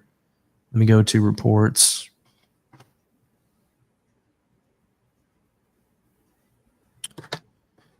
Net income by property. So again, you can see that I am...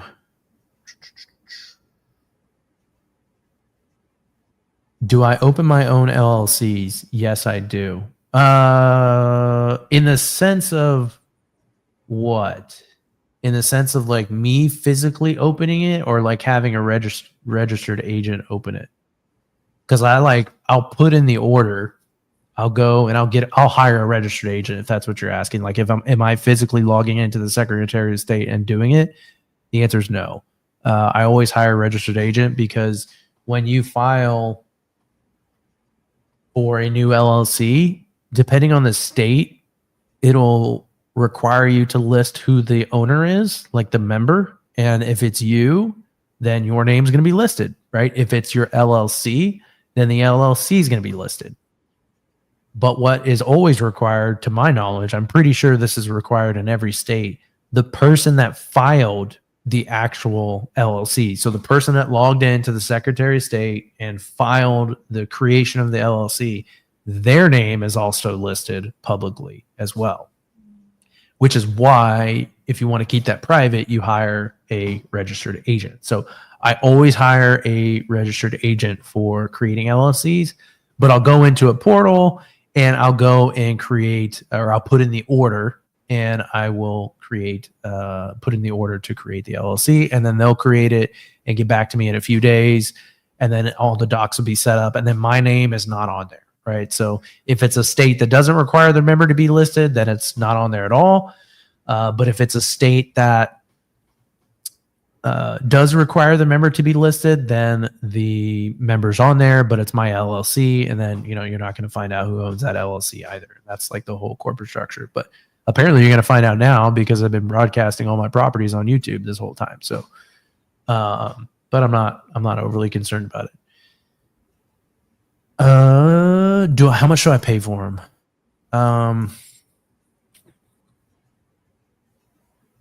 I will tell you here in a second. I think it's like $120. No, actually, that is incorrect. Are you talking about how much is the registered agent? How much does it cost to create an LLC? Is that what you're talking about, or just the registered agent part?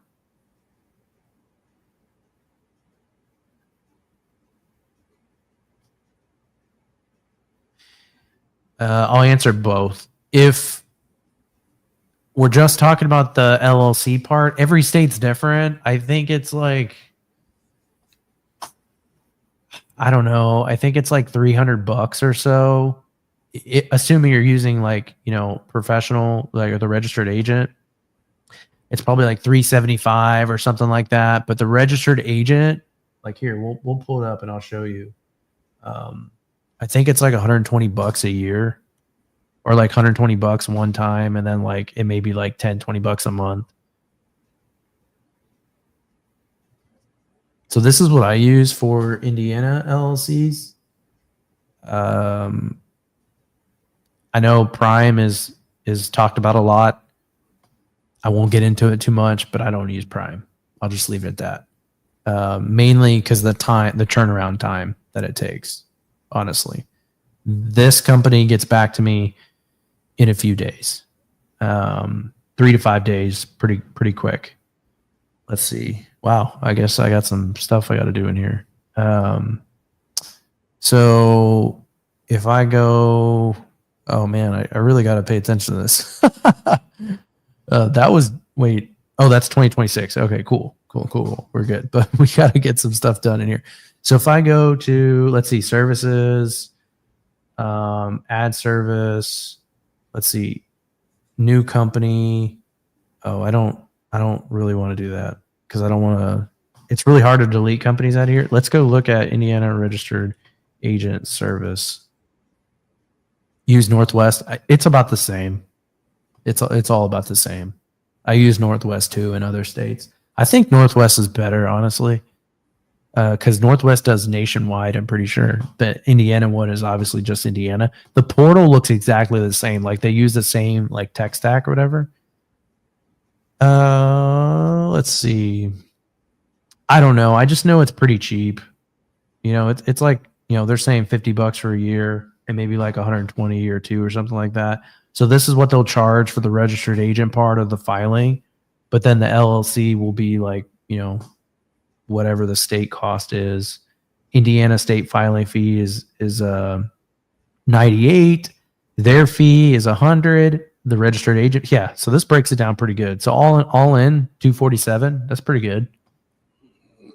So not too bad. Again, if you're buying one property per LLC, it's a pretty big cost, right? If you're just cranking these out. So that's where you start to consider, okay, maybe I don't want all this administrative burden. Maybe I just want to put more properties in one LLC, right? Those are things to consider. So if I go to the, do you guys want me to keep, because I got a lot of stuff I got to crank out. Do you want me to keep diving into the accounting and watching this, or do you want me to jump into property management? I have several hours worth of work. So it's whatever, for whoever's watching, you just tell me what you want me to do and I'll switch gears. I'll go back and forth. It doesn't matter to me. I don't have to finish a task before I jump on something. I can float around. If the mic's on, property management. Okay. You want to see property management? Anything specific?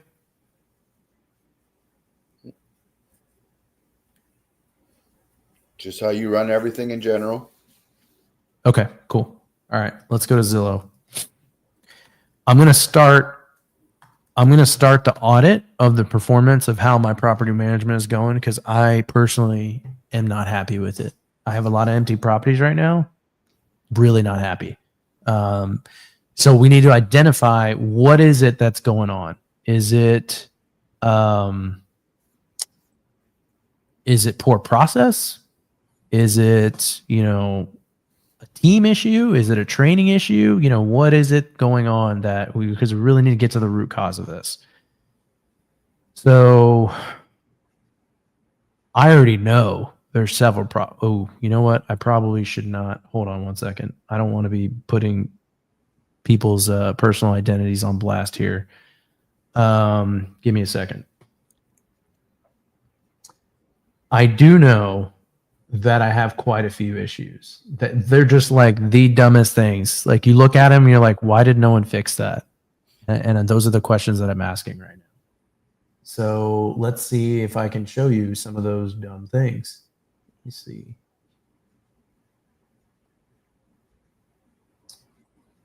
Give me 1 second. Let's see. 20 applications.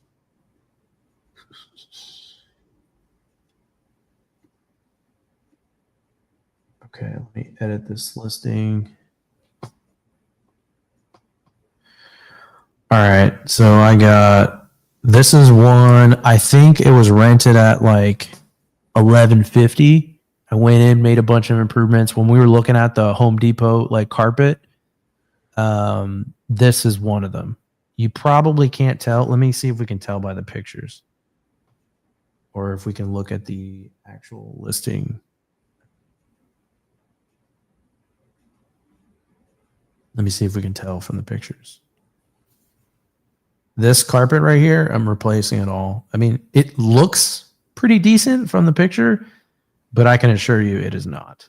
It's pretty rough. Very, very rough.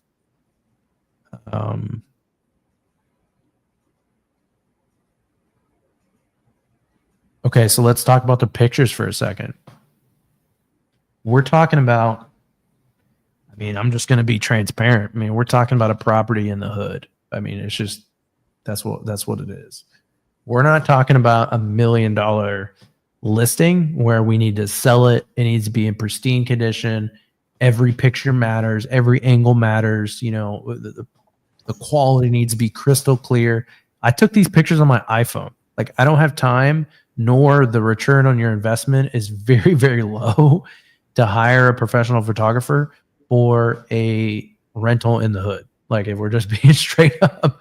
So the pictures I had before were horrendous. Like from the prior property management company, I tried to use them and I'm like, these are terrible. Like, I can't use these. And I did use them at first.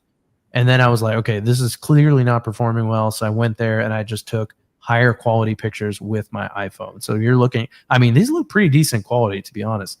Took it with my phone. Like, it's all about speed, right?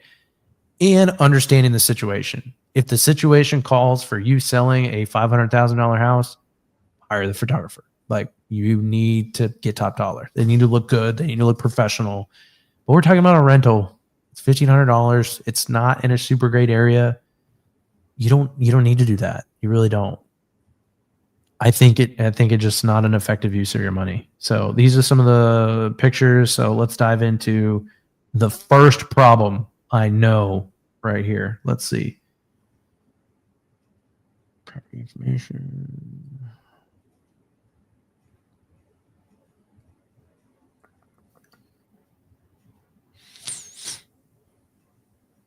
So you're looking at, just some of this criteria. Where is it? Here we go. This is not the current phone number I use. Problem number one. So I transitioned to dial pad. I used Google Voice for the longest time. Like, I don't want my cell phone on there. So I had been using Google Voice. Google Voice is trash, like so terrible. The cell reception is so bad. It always drops. And I have a paid version. Like, I used a paid version. It's just awful. Service is so bad. So I switched to dial pad. took a very long time for me to get my dial pad account set up on with the ability for text messages. That was the most annoying part. It took 2 months to get text messages set up. And so the reason why I didn't have a clean transition from Google Voice to dial pad is because of that text message. Like that's really important. Like tenants or leads, they like to text a lot. So I was doing this hybrid situation where I had like some tenants transitioned over to the new dial pad number, and then some tenants were on this legacy Google Voice number. So like these listings, they're on the Google Voice number. And I know is a problem because I'm still getting phone calls on the Google Voice number. And then the property manager that I have, she's not using the Google Voice number. So where are they going? They're going into a black hole. So we need to fix that immediately. So I need to update all the listings that are on market right now and go into, I need to figure out what my phone number is, first of all. Okay, this is my phone number. Please don't call that phone number because this is the number I need to make money on, right? These are leads calling, so don't call that number unless you're looking for a property to rent. So I'm going to change that. Step 1, okay, send me a text message. Cool. I hope I receive this text message because that's going to be a problem if I don't. This is a problem. Didn't receive the text message. Okay. I'm wondering if that's why it didn't get switched. Let me pull it up on my phone. Maybe I don't know if there's, I don't think there's like a spam. Didn't get a new code. How about this? Call me. Yeah, let's do that. Call me. Please call me. All right, let's do this. Let me see if I can take it on my We are sorry. An application error has occurred. Goodbye. Awesome. Love it. That's super helpful. I don't know if you heard that, but that clearly didn't work. Let me see if I can do it again. I'm going to answer from my cell phone this time.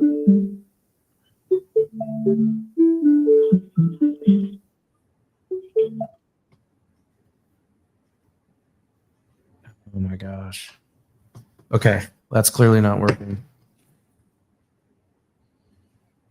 Welcome to managing properties. I am not getting this text message.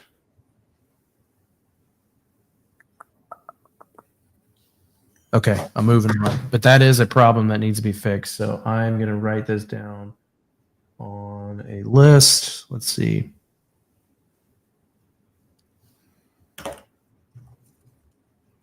Fix property management number on all active listings. So we know that's not going to get fixed today. I'm probably going to have to reach out to customer support for Zillow and see if I can get that fixed. Let me look at response rates. So in my property management software, let's see, where was that?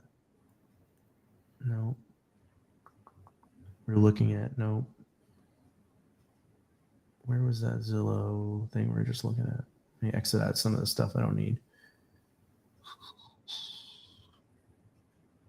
Nope. Here it is. Let me move that over here. Okay. There's 31 unread messages. Is that good? No, that is not. I want to figure out what in the world is going on. Let me see. Let me try this.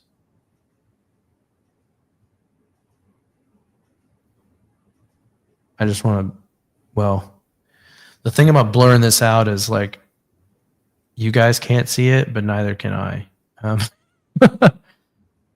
It doesn't look like it's responsive clicking, so that may not work. So let me just kind of look at, because I don't want to have people's information on blast here. Let me pull this up on my other screen.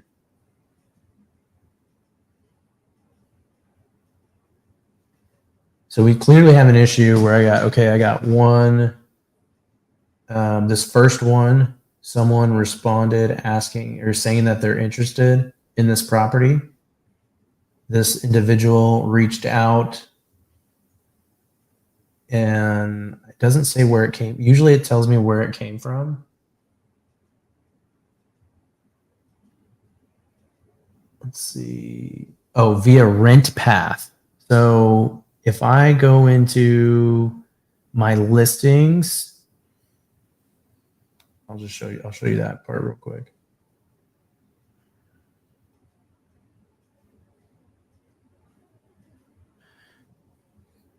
And I go to manage marketing. It's listed. Let's see. Want to know which online platforms are showcasing your listings? Okay, so it just tells me to do a Google search, and it shows this is where all the listings are at: Zillow, Apartments.com, Realtor.com, Redfin, Homes.com, and it's showing me HotPads, EXP. Not sure, that's not my listing. Realtor.com, we already said that. And so this is showing me like the Google index of like where these properties are listed at, right? So Turbo Tenant has, where was I at? Come on. It has like 25 different platforms that you can create a listing in here and then just blast it out, and it'll post it on every single one of those platforms. Like it'll post it to Zillow too, the free version, but I go in and specifically pay for the premium version so I can get that extra bump, because Zillow is like the predominantly where I get the majority of my tenants from. They usually come from Zillow, to be honest. Every now and then I'll get them from other places, but usually they're coming from Zillow. So I got messages where people are reaching out, right? So what I'm going to do, this person reached out, name's Judy, and I don't see a response, which is a problem, right? We want to respond within. So this came in today. Okay, that's not too bad. Came in today at 3:07 p.m. I'm not going to pick on that one. Well, you know, we'll be fine with that one. So I'm going to go. Okay, a message came in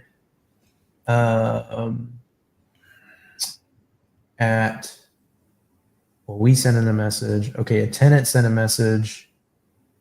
Let's see, they're good. Check in good. Check in good. So Turbo Tenant will send them a message like whenever they're getting ready to pay their rent, like, hey, how are things going? Give me a happy face or a sad face. So I'm just looking through these messages. I would like to schedule a tour. This was Thursday of last week. What time is it? 8:48. Okay, coming. My wife is putting the kids to sleep, so I'm gonna leave here in like 1 minute, but I'll finish this last thought and I'll be back. I'll be back in like 5 minutes, but I'm sure there's a couple people watching. I'm sure like 90% of you will leave because you can't wait 5 minutes, which I totally understand. I'm on here for a long time. But this person reached out on Thursday of last week and said, I would like to schedule a tour via apartments.com. I don't see that anyone reached out. And if I look at this lead on Turbo Tenant, because there's a couple things we could look at this and say, okay, well, someone could have called, they could have emailed, right? This lead came in through Turbo Tenant. I don't see a single like piece of information for me to contact this person other than replying directly to this message that came in, because it was a message that came in from apartments.com into our system in Turbo Tenant, and there's no reply. So if we have properties that are empty, we need to be replying to every single lead, right? I mean, that's just stating the obvious. So I'm going to write that down as an issue. So lead inquiry from last Thursday.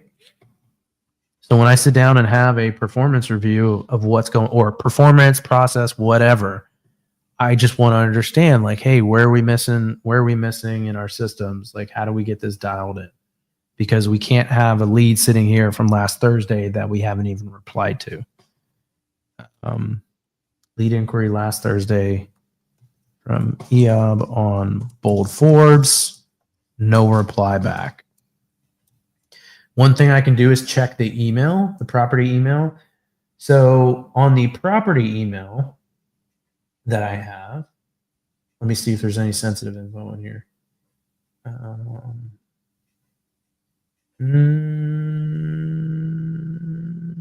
There is. Let me see if I can blur some of it out.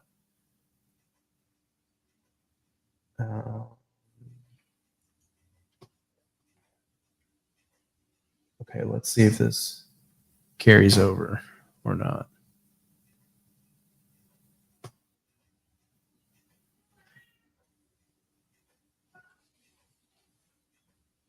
Okay.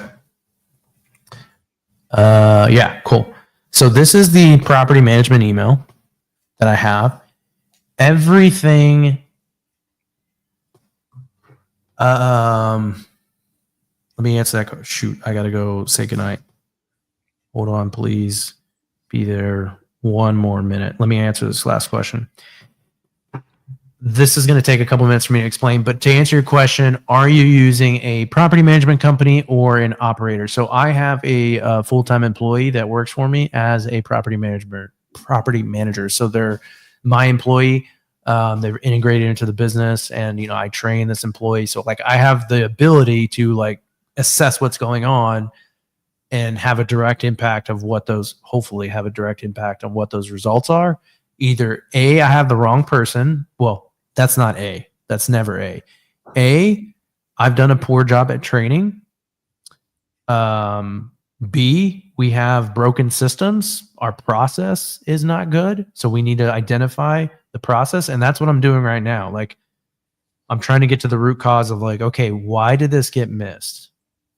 You should never assume it's the person's fault, right? You don't want to do that.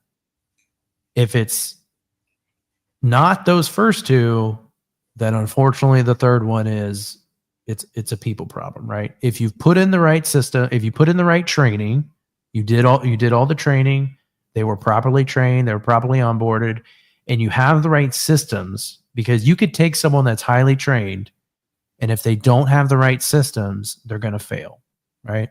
If I have no way of managing all this information, I'm going to fail. If you have all that, you've done the training, you've done the systems, and you're still not getting it, and you've had the same conversation over and over and over again, you have a people problem, right? So I'm trying to get at the root cause of what is going on. Why are these issues happening? And you're going to come to your own conclusion. I already partly know the answer, but I'm going to kind of show you. So I will be back in, let's see, I'm going to put a comment here in literally like 3 minutes. I just want to say goodnight to my kids. Be right back. Let's see, be right back in 3 minutes at 8:58. Okay, cool. I will be right back. Hopefully people are still here, but if not, I'll keep on going either way. I'll see you guys in a little bit.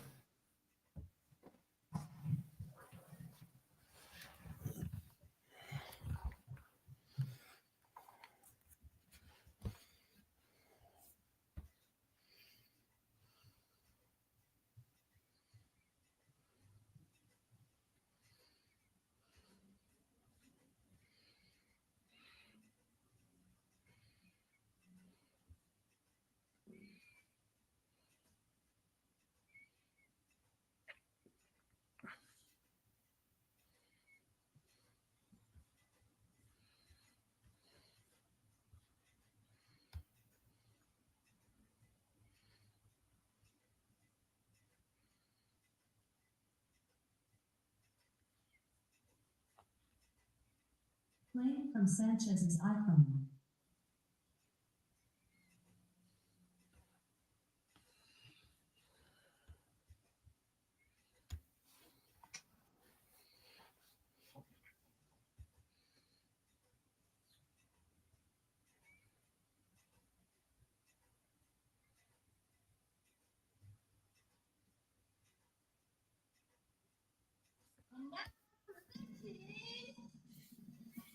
Do you want to stop playing?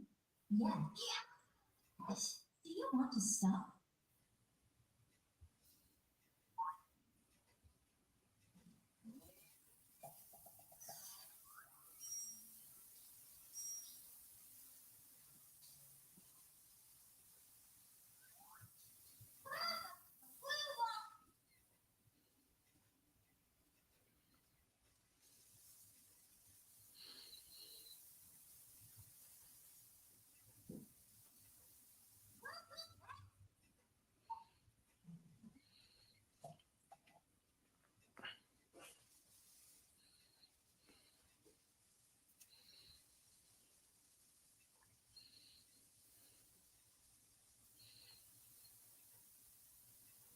Now disconnect. Playing from Sanchez's iPhone.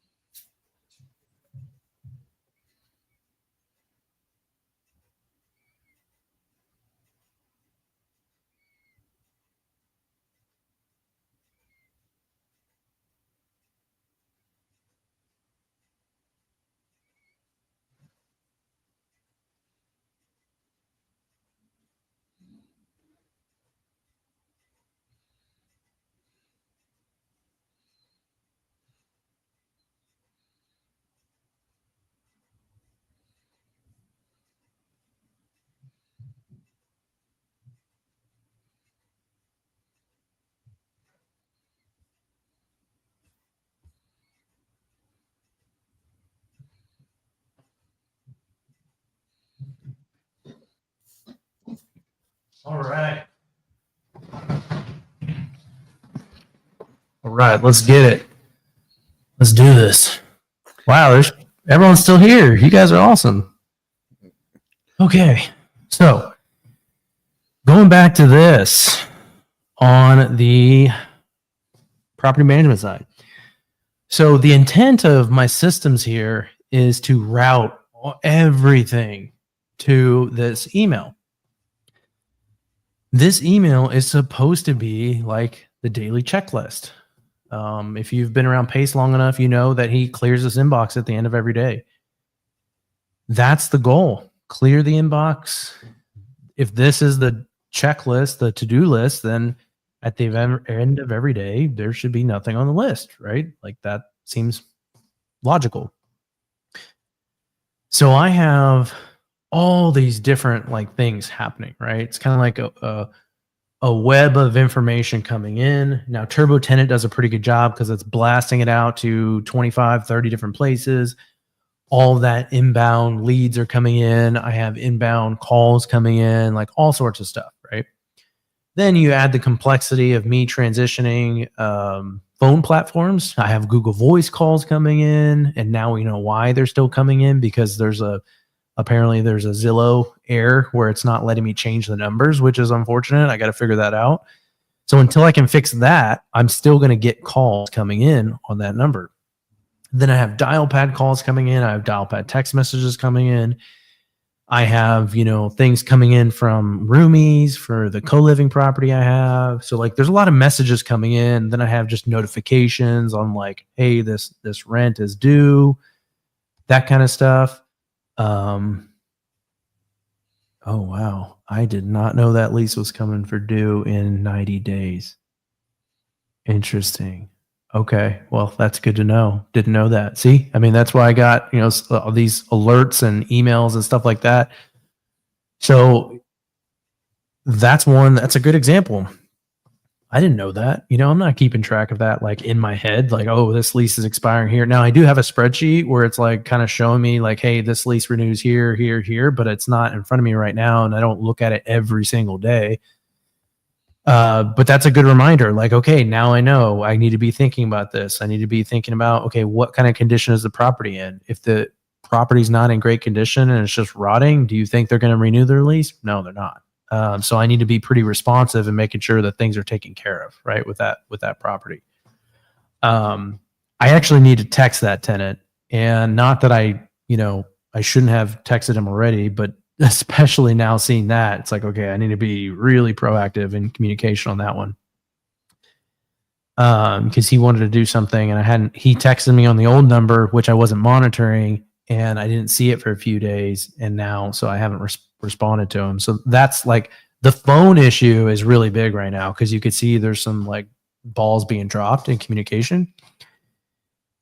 I have every possible notification as many notifications as I can generate kind of coming through here. And that was the thought, is to centralize all the activity to this email. So if something were to slip through the cracks, like this, lease renewal, the information is being filtered and funneled all through here. So this should be like a daily reminder. Okay, this lease is, going to renew soon. I need to be keeping track of that. This person sent me a message on this platform. I need to keep track of that. Because if you think like, okay, I got Turbo Tenant, I got Google Voice, I have Dialpad, I got all these different systems, softwares, all this level of communication, Roomies, you got Facebook Messenger. I want one place where all this is centralized, so that way I'm not like constantly flipping back and forth and checking all these things. Now, I have a lot of this stuff on my phone, but there's things like Roomies. Like, I don't think I'm getting phone notifications on Roomies. But, obviously I get Facebook Messenger on my phone. So there's certain things like the dial pads on my phone, the Google Voice is on my phone. This is just a good way to centralize everything. So, problem, inbox is not being cleared. This has to get done because there's some stuff in here, just like any email that's junk, right? Like, it's just like, get rid of it, delete it, spam, whatever. But then there's things that are like, okay, this got missed because this was buried in 500 emails that haven't been read. And this was important. And because it wasn't addressed, now it's a bigger issue, right? So that is a problem that needs to be fixed. Big time. That's probably if I had to trace all the problems that we're going to look into, that, in my opinion, is going to be the root cause of everything. It's just email management. Like that, it's just that simple. So I'm going to write that down on my list. Email management, inbox needs to be cleared. And I definitely have had this conversation many times, but we're gonna have it again and do whatever we need to do from a training perspective to make sure that that is a priority. So, getting into this, if I go and let's look at the listed for 51 days, and this isn't moving. So I started looking at this because I didn't list this property. I wasn't actively involved in it. Now, obviously, this property's sitting a while. I am actively involved in it because I'm asking these questions. It's like, okay, there gets to be a point where it's like 30 days. Yeah, okay. 40 days, that sucks, but okay, that's under 50 days. Okay, there's something going on. Like, what are we doing that's not right? It shouldn't be sitting for 50 days. Look how shitty this picture is. Like, so I think what we did, I think I remember this. The pictures that were like the prior property management company like had their logo on the pictures. So from what I can tell, it looks like the logos were just like photoshopped out as I look at these pictures. And the quality is just really, really poor. Like, what is this like a ghost? Like, what is a ghost floating there? These are just really, really poor. So if you look at a tenant, their first impression is this. Like, what is the property falling apart? Like, where's the window? Where's the door? Like, I can't even see that. That's my first impression. Like, that's the highlight of this property. No thanks. Not inviting whatsoever, right? So we need to fix that. I did that the other day when I noticed I was looking at that with the Clifton Street property. I noticed that, and so I showed him to the property. It had been sitting for a little while, and then I start taking pictures, re-upload them. Boom! All of a sudden, we're getting apps, right? So like, this is the same thing. We need this to churn in a different direction. So I'm going to go in and change this. So this is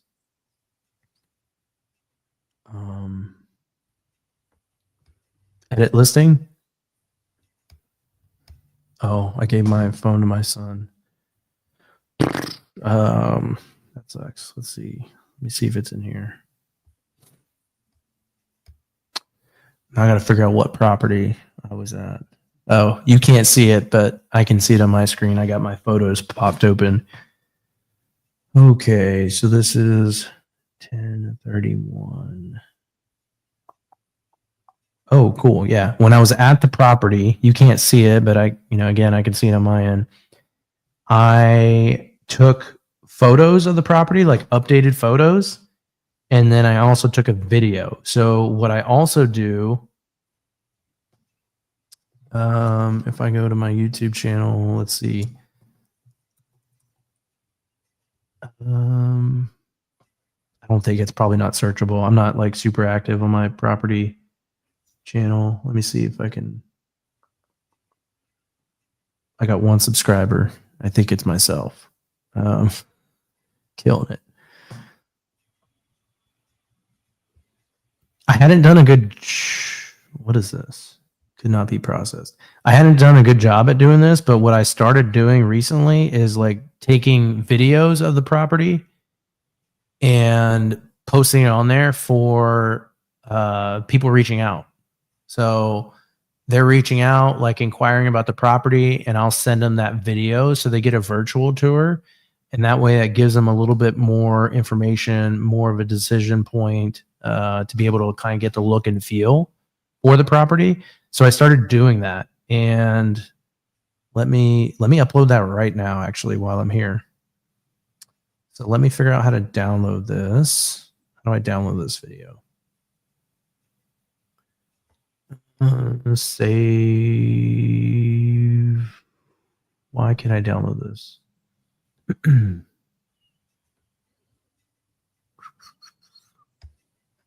This is a video, right? Yeah.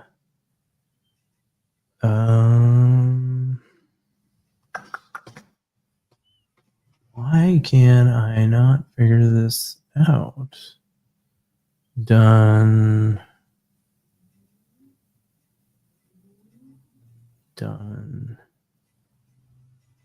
Copy? Nope. I'm in my iCloud stuff. I'm trying to figure out how do I export this out.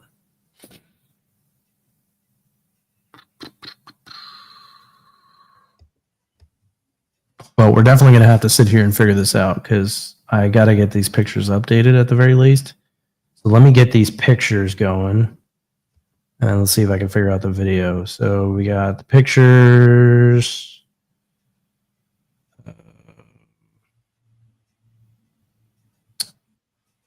That's going to be a problem.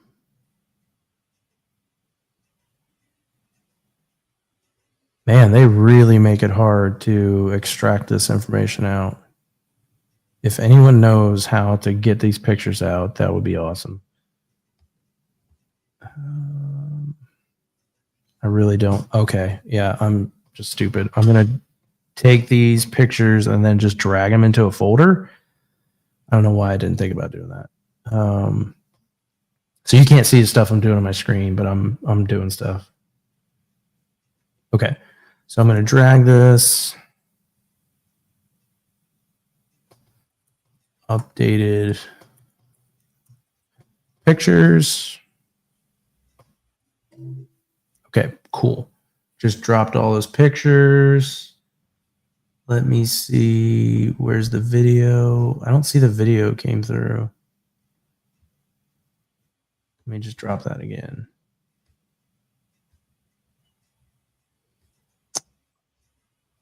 Looks like the video is not liking me. Oh, wait, there we go. Okay. 1031 walkthrough. Virtual tour. Cool. All right, now we're in business. So let's, I'm just going to upload this to my YouTube channel, the property. So I have a property management YouTube channel. If I had time, honestly, I would love to do some branding, marketing around it. I just, most of my time I spend is pumped into my actual YouTube channel. But it would be a benefit if I were to do that on my YouTube channel, on like this YouTube channel. So if I was going to put time into this YouTube channel, like I would be posting, like I have a Facebook page too. And I think my Facebook page is getting, let me see if it'll, I'm going to pull that open and see if it'll tell me. Let's see, pages, lean 6, properties.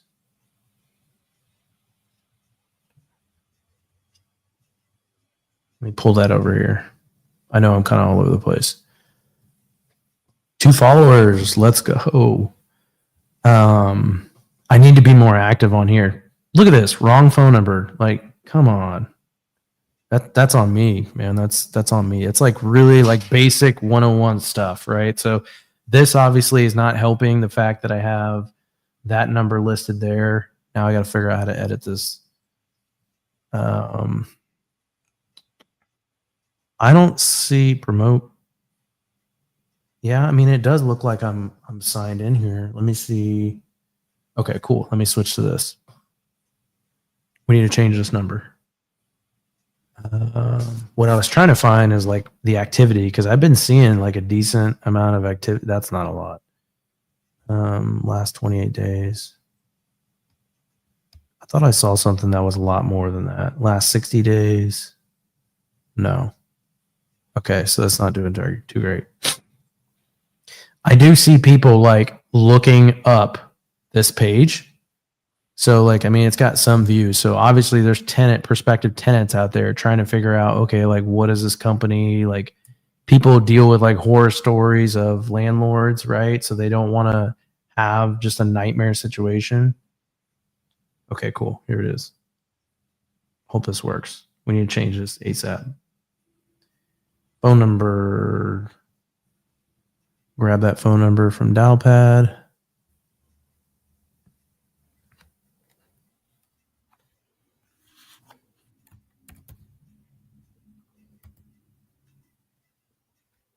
Where did my... Okay, cool. All right. Saving that phone number. At least we fixed one thing there. Now we're updated. So if I was going to brand this and do a better job, I'd be making posts about like, you know, happy tenants, any testimonials, property walkthrough, like virtual tours. Hey, check out this new property that just got listed, like that kind of stuff. Like if I had the time, that would do pretty well. So I'm going to update this. I don't put too much effort into like descriptions on this. 1031 West 33rd.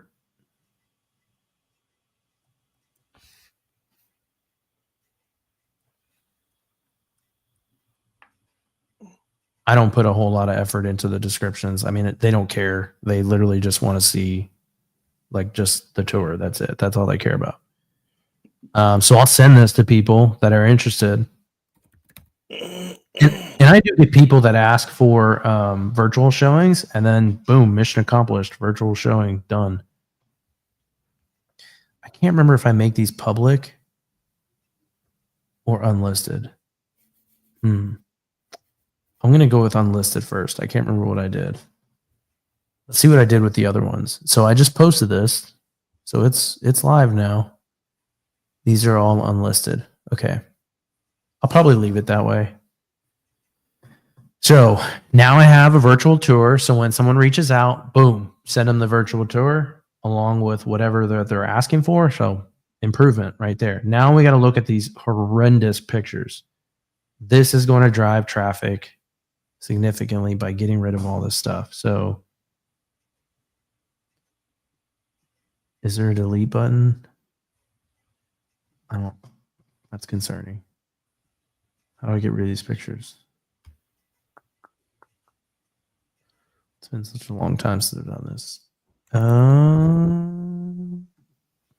Okay. Updated pictures. We're going to drop all these in there. This is odd. Why can't I get rid of these pictures? Can I like... What the heck? Okay, let me just save this and let's...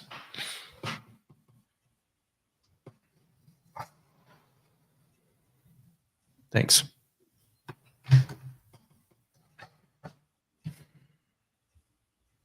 That's a problem.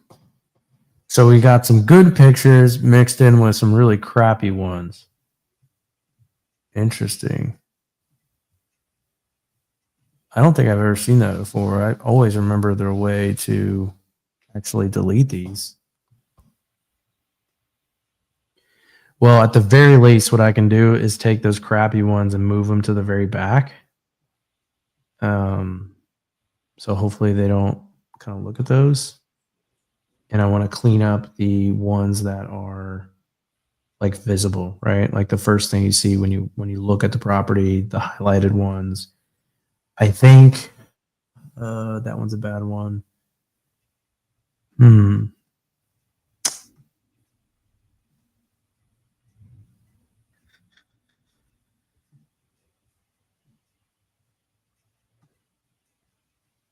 Giving a nice view of the living space.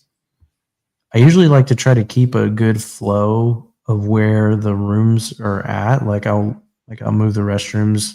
Usually people don't normally want to see restrooms first, or at least I don't. So I just kind of put them last. I think this is the good one that I took. Most people care about the interior. Like they don't really care about the exterior. So I usually put, again, this isn't the end all be all, but I usually put like the outside of the picture, the outside of the property, because it's a duplex, right? They don't really care. If you're a homeowner, like you obviously care. You want to know that the outside looks pretty.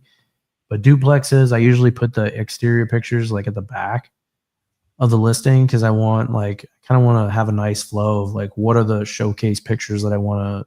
Oh, there you go. Okay, cool. All right, cool. So you got to click on it and then we can delete them. So let's get rid of all. No, that was a good one. Let's get rid of this garbage. Delete. I was like, I knew there was a way to delete this. That's actually a decent picture. So anything that looks like really weird, we're just going to delete. Like it was like edited because obviously those were. We're going to delete them. Some of those pictures weren't too bad. That's an old picture because that fridge isn't there anymore. And I don't want to confuse people, right? Because they had different appliances, and then you look at a different kitchen picture, it's like, wait, why is there a different fridge? Then someone's just going to get fixated on like why there's a different fridge. Because I think I replaced the fridge and the stove because both of them. Well, actually, the tenant stole the fridge, so that was a nice surprise. That stove was junk, so I'm going to get rid of that one because that is what it looks like now. So I don't want conflicting pictures, right? Because that's really going to sketch a tenant out.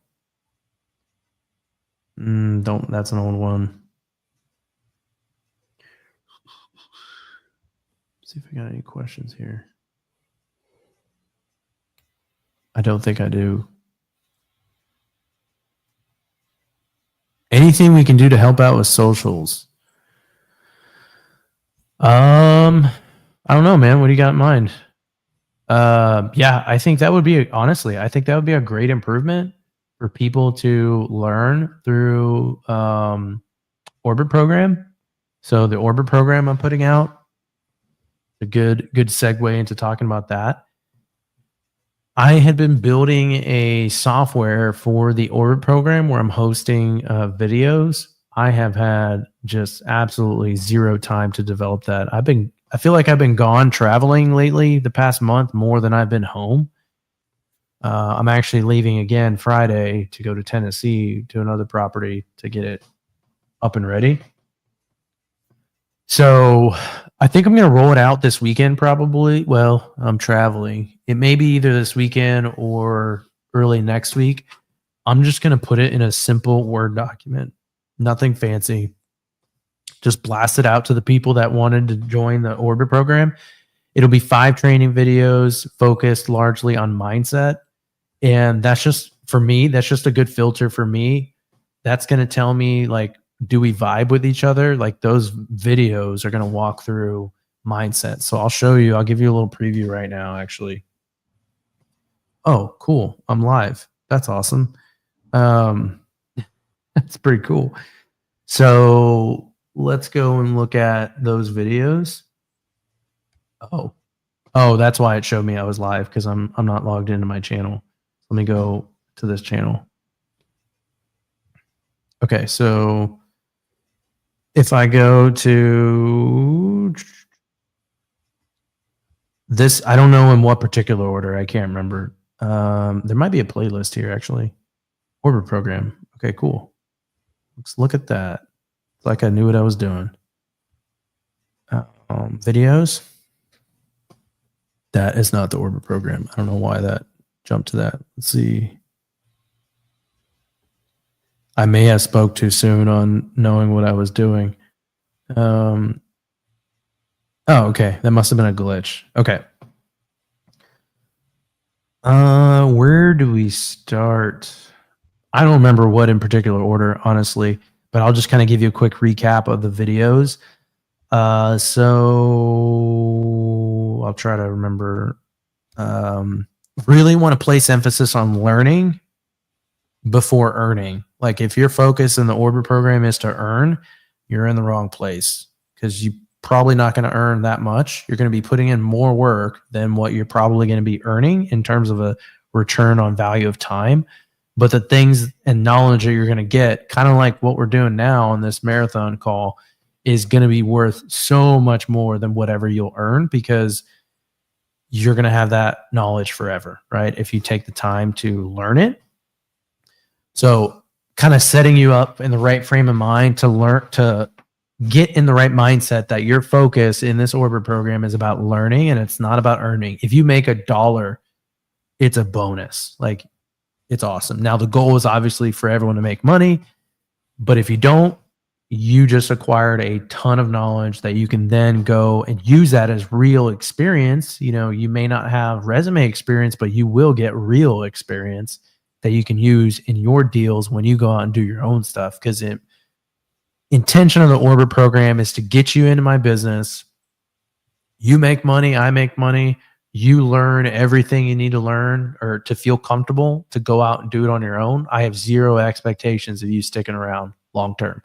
The goal is truly for you to learn the process, be able to get in the business, learn, roll up your sleeves, figure everything out without taking the risk of doing something, you know, on your own, right? Because you have the benefit of just like, you know, dabbling in a little bit of everything that I'm doing. So that's the intention. So focus on learning, not earning. But again, the goal is to learn. Talk about in this video, talk about overcoming real estate obstacles and knowing that like you're gonna fail, and at every level you're gonna fail. New level, new devil. Every time you go up, your problems get bigger and bigger and bigger, right? So it's knowing that your problems are not going to go away. Just again, we're talking about mindset. Then prioritizing people over money. I don't want someone stabbing my back for 35 cents or $1, right? I want to work with people that value relationships over money. I don't want to be constantly worried about me sharing an address with you and you turn around and, you know, do something like if we're, you know, looking at acquiring a property, you turn around, pick up the phone and go call the agent and negotiate a better deal. Like that's not, you know, will you win in that scenario on that transaction? Absolutely. Will I ever do a deal with you ever again? Absolutely. I will never do a deal with you ever again. So it's about valuing people over money. So really important video. Again, if you look at these videos, like 5 minutes, 7 minutes, you know, this real estate is 7 minutes. I think this is actually the first video talking about mindset. Then talking about in this video, talking about branding, like how confident, like building or just being confident about like posting on social media. I think it's really important. In this video, I think it was such great timing because I had a huge, massive, like if you look at this, massive zit in my forehead that was like, it literally had its own zip code. The zit was so large. And so like I focused this video specifically talking about my zit and how I just don't care, right? Don't care about the opinions of others. Social media, getting your name out there, branding, posting about what you're doing in the community. It's not about getting famous. It's not about what your mom thinks. Pace brought this up the other day. I thought it was an excellent point. He said, whoever is the person in your life that you immediately think of that, oh, I'm worried about what this person's going to think when I post this, block them immediately. Whoever's blocking you, literally blocking you from putting yourself out there and being more active and sharing your journey, if you're worried about what they're going to think, they're probably not, it's probably not a good relationship you want to have. Now, obviously you can't get rid of your mother if it's your mother, but block them and remove that barrier immediately. Get it out of the way. Post whatever you want, right? Post about your journey, post about what you're learning. If you have someone that doesn't support you in your life, they need to go away. But obviously, again, you can't get rid of family a lot of times. So just block them and just do your thing. Get it out there. So I thought that was such a good point, because I've had times in my life where I'm like, oh, I don't know. This person's going to think about it. Just freaking get rid of it. Block them. You don't have to worry about it. Problem gone. So I talk about just building more confidence in posting on social media. It's about, building a brand and building, just leads, right? And just getting more deal flow and helping people. Like earlier, someone, I don't know, he's probably not on here, but someone, let me pull up. Let's see where we at. It was a couple hours. Mike, he was like, hey, how do I partner with you in multifamily deals? Do you think that opportunity would have came my way if I wasn't on this call right now, or like putting myself out there and like providing like actual value to people, right? No, it wouldn't. So that's what it's about. It's like leading with value when you're posting content. One of the most impactful things I got from, I won't say the top, but it pretty high up there, from Owners Club, like this past week in California at the retreat, when Pace talked about, he broke down his whole methodology and his whole like funnel of how he does marketing and branding and advertising and content. And one little nugget that he mentioned on, I just saw, by the way, I just saw the view just dropped by 1. Like, I know, it just dropped by 2. I know people are tired, but man, those 2 people are really going to miss out on what I'm about to say. Pace said, your post, every single post, I got one of them back. They came back. Okay, I'll stop commenting on the views. Your post should be focused on 2 things. It should either be an aha or a haha. Like, he does such a great job of like having these simple little catchphrase. I got the second one back. We're back up. All right, we're back on the board. He does such a great job at like having these simple little sayings that really stick in my head. I thought that was amazing. Your content should be an aha or a haha.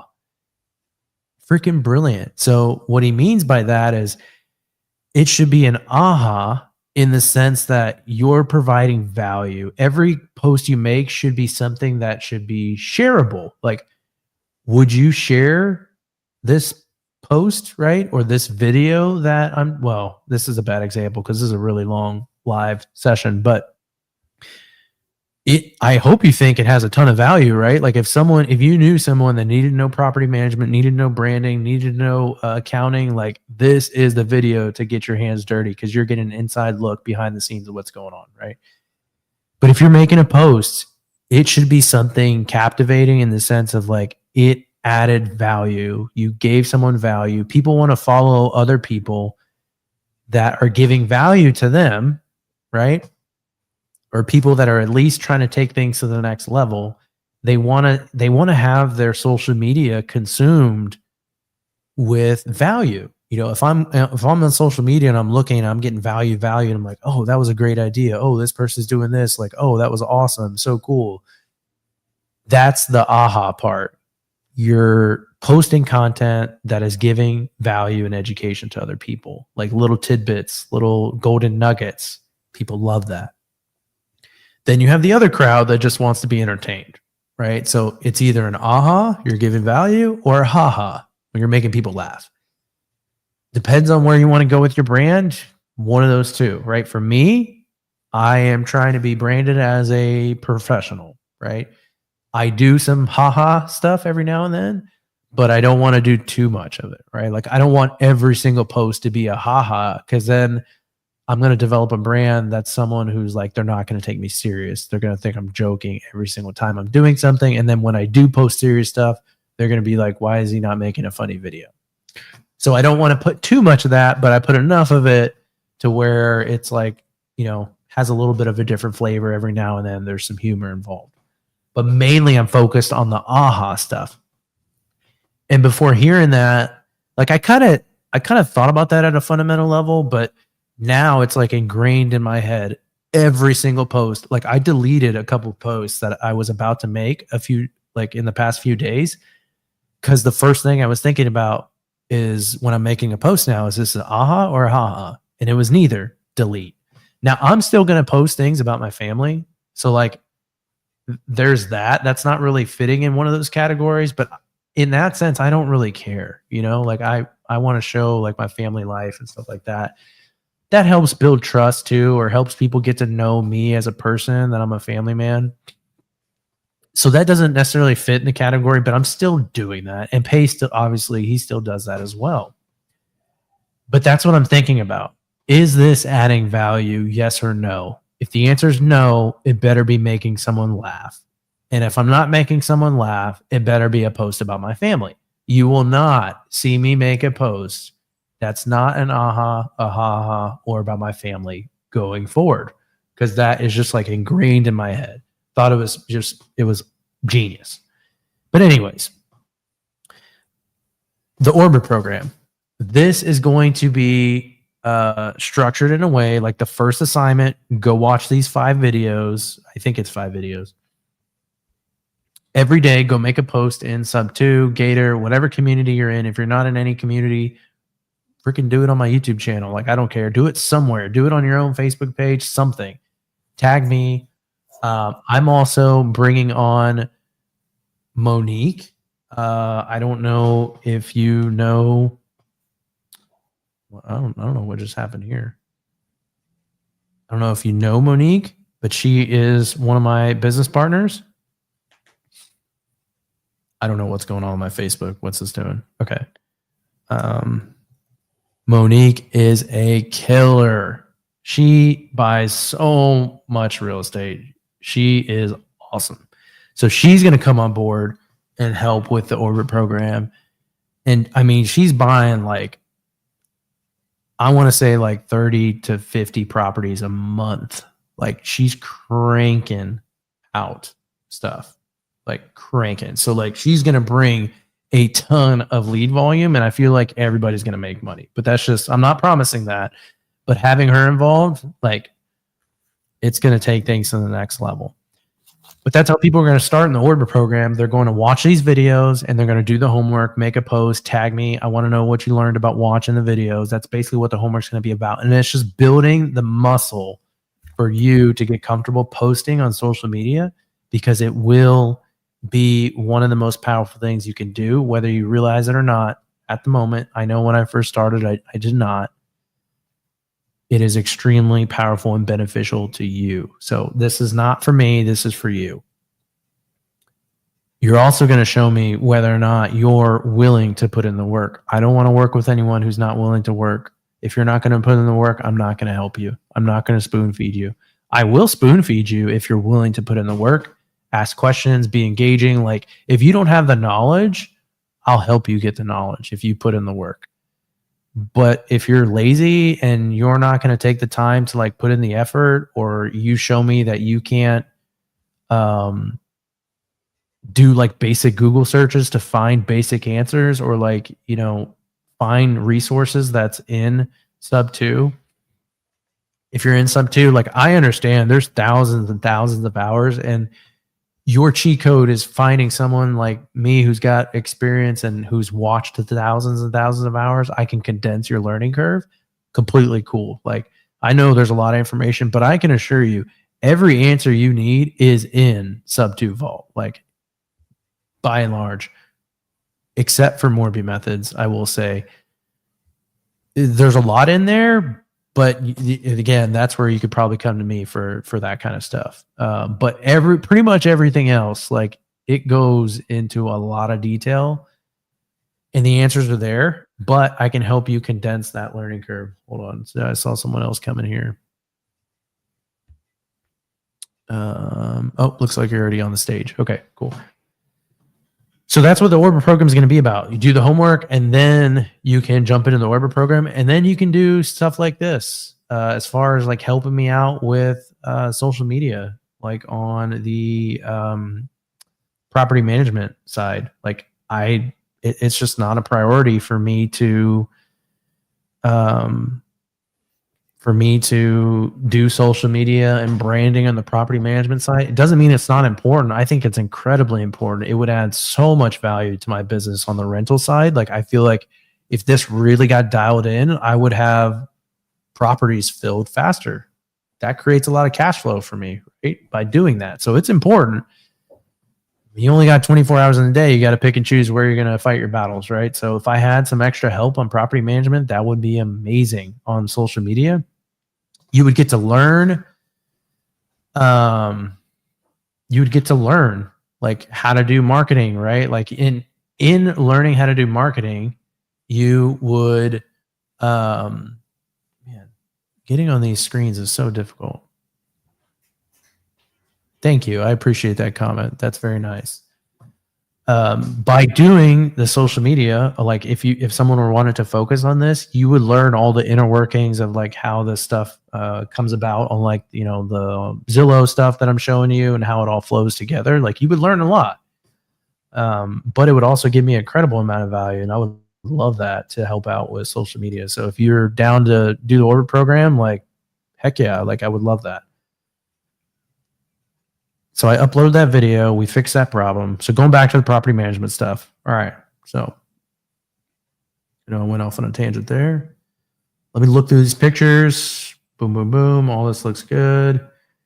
I'm going to kind of fly through this, honestly. Like what I'll probably end up doing is like another day tomorrow or something. I'll look deeper into these photos and just see, you know, just kind of clean this up. But right now, like for me, speed. I want to get this moving. I want to see, do I have pictures of the house? Because I don't like the flow of this right now. So I want to change that. But for the time being, let me see, just in the interest of time, it is annoying me. So I kind of want to do this now. Okay, I'll leave that there. Cool. Pictures done. Ready to rock and roll. Someone reached out at 8:57. I probably shouldn't be putting that, but let's see. Let me pull up. You can't see it on your end. I'm going to pull up Dialpad. I want to see did we have calls? Like what kind of calls happened today? You can't see it on your screen. So let me pull it up on the website. You'll be able to see this probably. Yeah. Close out of that.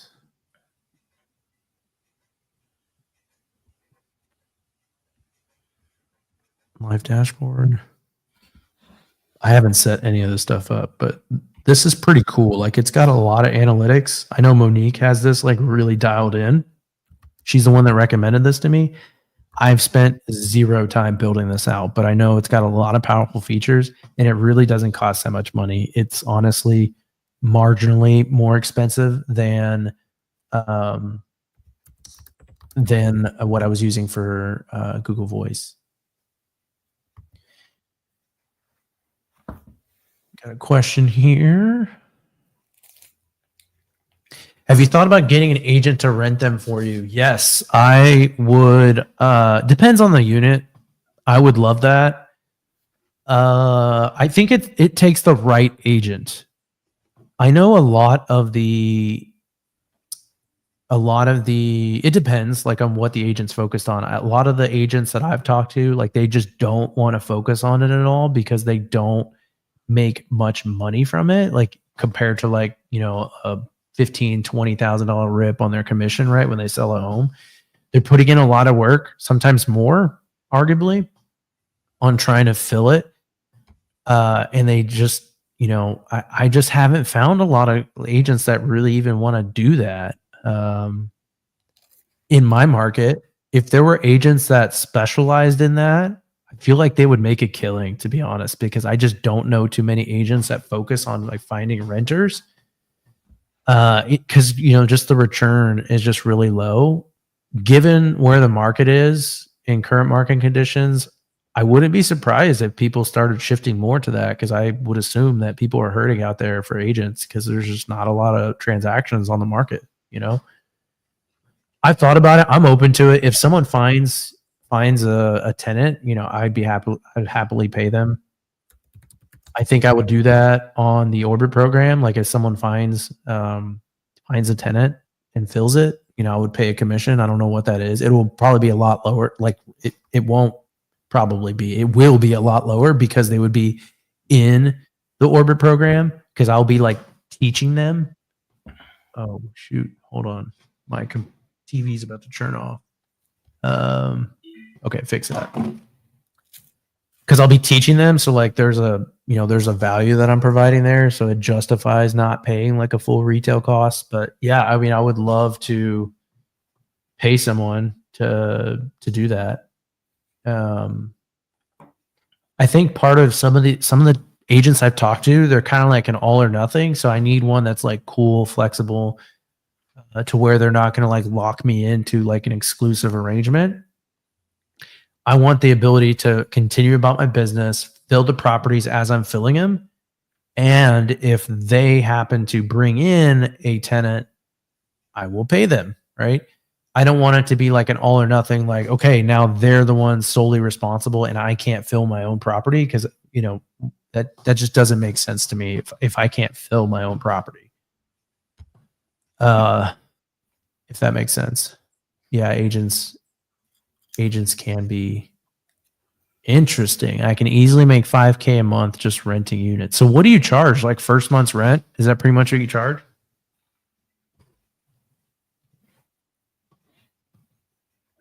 Really curious.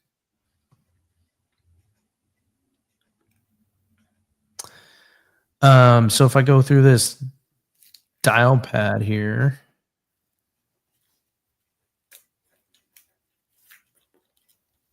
yep, one month's rent. Makes sense. If I could find the call list. Okay, conversation history. What happened today? So those are the two calls that I tried to get Zillow on. Let's see.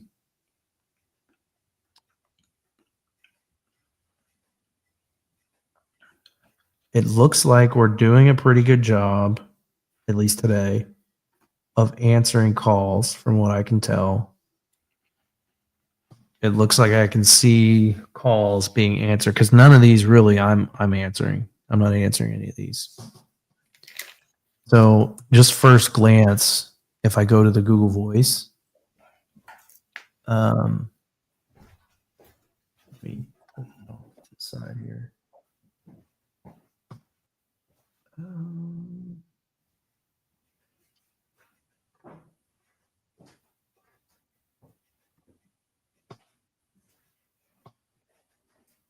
13 voicemails unanswered. That makes me want to vomit. 14 missed calls.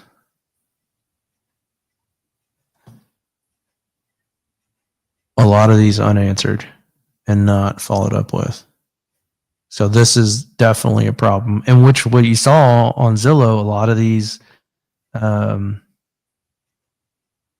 yeah, I don't even want to look at that. I already answered that. A lot of these calls from the listings are coming in because we can't change the phone number. Yeah, well, let's see, hold on. Yeah, I think the problem is that I know the employee that I have, like that is absolutely part of the role. Like that should be managed. So that's one thing we'll be talking about. Like I wouldn't hire that out because I've already hired that out technically. Like that is their role, right? So I don't want to just start throwing people at the problem when it's really more of a performance management expectation, if that makes sense.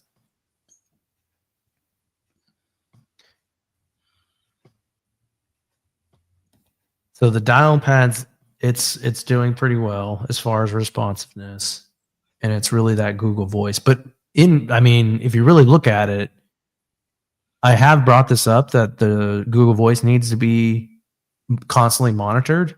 It doesn't look like it's being monitored very effectively.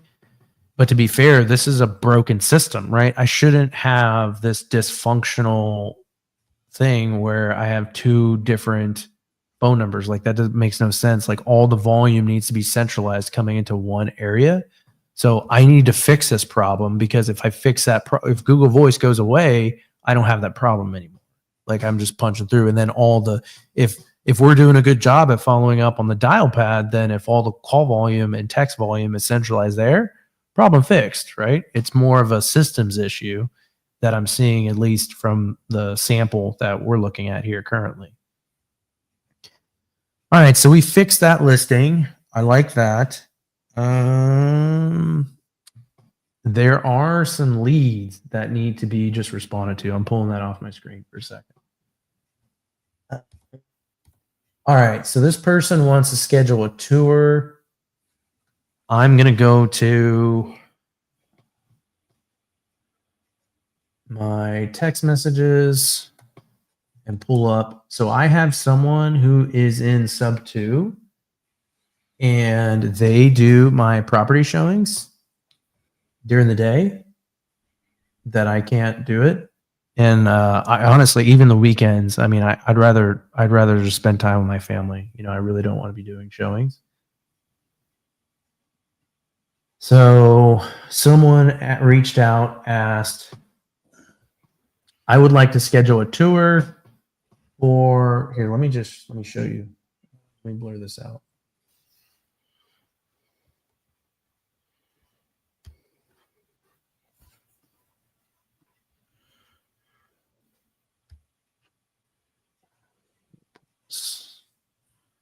Got this cool little software that blurs stuff out. They want to schedule a tour for Tuesday, 7/8/73. So I don't want to just blindly give tours out to people without learning a little more information. Don't know whether or not I'm going to be able to get this guy on the phone. Probably, obviously not right now at this time of the night. We really need a default professional message to reply to something like this, because everything I do, like, again, employees, they're just not going to think like I'm going to think. They're just not. You know, I'm the owner, right? I own this process. An employee's not going to own that process. Now, if you have an employee that is thinking like an owner, they're not going to be an employee for very long, right? They're going to leave. They're going to go do something else unless you give them ownership, that kind of stuff. So this is on me to improve my business, right? You can't expect an employee to care or think about an employee. That's not saying that an employee's not going to care. I mean, I'm sure a lot of them do, but they're not going to care to the level that I care. No one ever will for my business. Just like, you know, everyone watching, like, you're going to care more about your business than I'm going to care about yours because it's yours, right? Makes sense. So it's on me to create the systems and the process. I want to create a message. I didn't train my clone to have this kind of conversation, so I'm not going to ask it. I'm just going to go to ChatGPT for this, because I feel like ChatGPT is like really good at making a broad AI stuff. My AI that I'm building is very, very good at what I've trained it to be good at. So if I go and look at, where was that message? Did I get rid of that? Get rid of that. Okay, here it is. You can see how I use ChatGPT here. I got this message from a tenant. From a tenant lead who is looking to rent.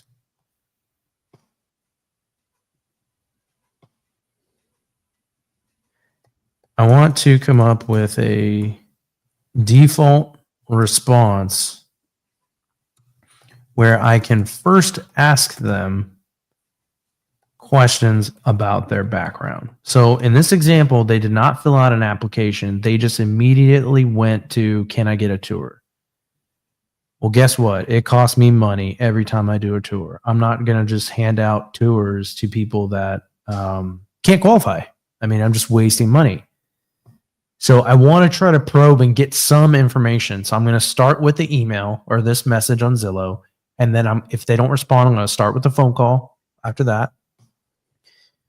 And then before I schedule a tour, I really want them to answer this question to give me a surface level like indication. Ideally a phone call, because their words, their, you know, how they communicate, it's going to give me a lot more than what a text or an email is going to give me, right? Their cadence, how they communicate, are they stuttering? Did they pause? If they paused, probably a good indication that they're about to tell me a lie because they're thinking about a lie and what to tell me, or they're thinking about making up an excuse as to why they have an eviction or whatever, right? So phone calls are better usually. So I'm going to ask them where I can ask them questions about their background. To me as a landlord, actually, I pay a showing agent every time, so I don't want to waste money. I want to qualify the tenant without making them fully apply. So there's a lot of tenants that don't want to apply. Like they have a dead set in their mind. I will not apply until I see the property. You're fighting a losing battle if you're going to make that mandatory. I know a lot of landlords that make that mandatory. Like you will not see the property unless you've applied and you're approved. You can do that. That's perfectly okay. But you are going to be limiting your pool of applicants significantly. So it's not right or wrong. It's just, you know, how tight you want to be with your restrictions. Me personally, I don't want to create friction and barriers, but I do want some sort of qualification. So I pay an agent every time I do a showing, so I don't want to waste money. I want to qualify the tenant without making them fully apply. I want to communicate to them in my response to their question that our standards for tenants are no history of evictions, no criminal records, why am I drawing a blank? No history of bankruptcies or collections. We can tell them we are not super strict because I don't want them to think I'm just like a definitive no on everything to make it where it's like, oh, I'm not even going to qualify. We're not super strict on credit score. We just want to see a demonstrated history of an ability to honor, an ability to make payment obligations. Okay. Let's see. I don't know if I like this part because it seems a little rude just to save us both time. No, is there?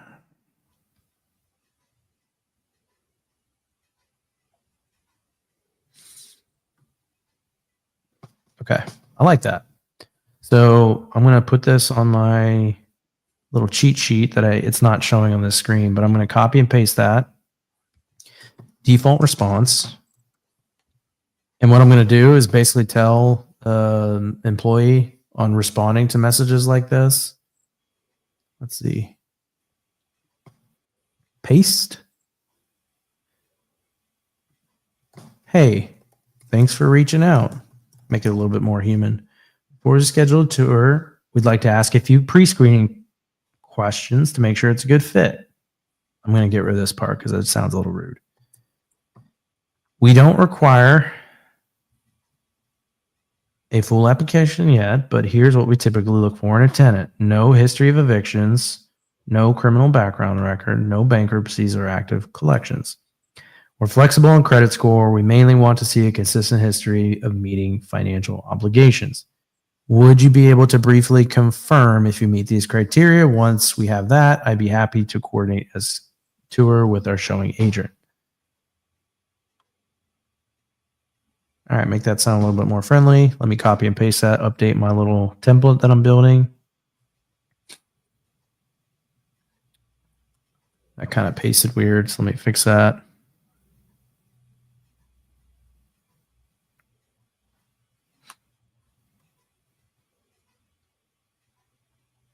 Okay. Send. So I'm just trying to put just a tiny little barrier in place there, just so I can get a little bit more indication and, you know, save me some money in the process. So going back to my text messages. I had this individual who does my showings. He's in sub 2. Well, you clearly know his name now, or it's right there. I had him create, because he was doing a lot of showings for me, and he's also doing showings for Monique too, because she has a lot of property in Indianapolis. I had him create a calendar. So Calendly, very simple, like just a process, right? Because what I noticed is I saw him going back and forth. Well, first he was going back and forth with me. So I was going, property manager was interacting with the tenant, the leads. She was telling me, I was then texting Jerome and coordinating with him. And I'm like, okay, this has got to stop. Like, first, I need to get out of this. Like, I shouldn't be involved in this conversation. So then I had him directly interacting with her. And then I was looking at the communication going back and forth. And I'm like, we're wasting way too much time doing this. Like, this needs to change. And so I had Jerome put together a calendar link. And so, because what also was happening is we were getting responses like that, whether it be phone call or text message, and they were saying, hey, are you available for a tour on this date, this date, this date? We would then have to reach out to Jerome, and he would then respond, text message. Like, I mean, he was very responsive, but like, you know, sometimes people are busy, right? Like sometimes it'd be a few hours, or it could be like the next day. Then we go back to the tenant. Like, we didn't want to wait that long. We're creating opportunities for them to go find something else. So then we moved to this, had him create this. That way, when we're on the phone call or we're about to type a message to the tenant, we're looking at his availability in real time because it's connected to his calendar. And the expectation is if we book a time, you're available, because we had him put in all of his availability. So if it says he's available, the expectation is he's available and he's going to show up to the showing. And he's done great. He's done a great job. So we don't even reach out to him now. We just use this calendar. Oh, that's my calendar. I was like, why am I seeing this stuff? So then we just book a time on here, and it's perfect. So in this scenario, if I go back to, let me close out of that. If I go back to this, do you have a tour available for 7/8? Why did he put 7/8/7/3 afterwards? I'm very confused by that. Okay, wait. Yeah, he really threw me off. Okay, 7/3, which is, that's tomorrow. I don't like doing no notice showings, and plus he doesn't even have availability. It does not look like he has availability on 7/8, so, or 7/3. So it looks like he's got Tuesday, Wednesday, Thursdays blocked off. In that case, we would probably reach out, or we would reach out to someone else to do the showing, or worst case scenario, I have to show up, which is the last resort. So I don't know. We're just going to wait for that guy to respond. I'm not even going to suggest the time. I want to know that he even qualifies before we even move the ball forward on that one. So that's the gist of that one. Glad I got to explain kind of the flow of that from the calendar perspective. Let me now check out some other messages.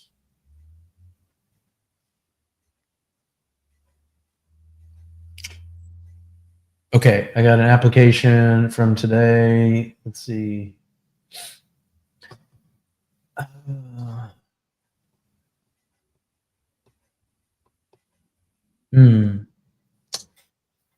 This guy put his phone number. 91s. Okay. Well, I know no one's using this, so I know a phone call didn't happen there.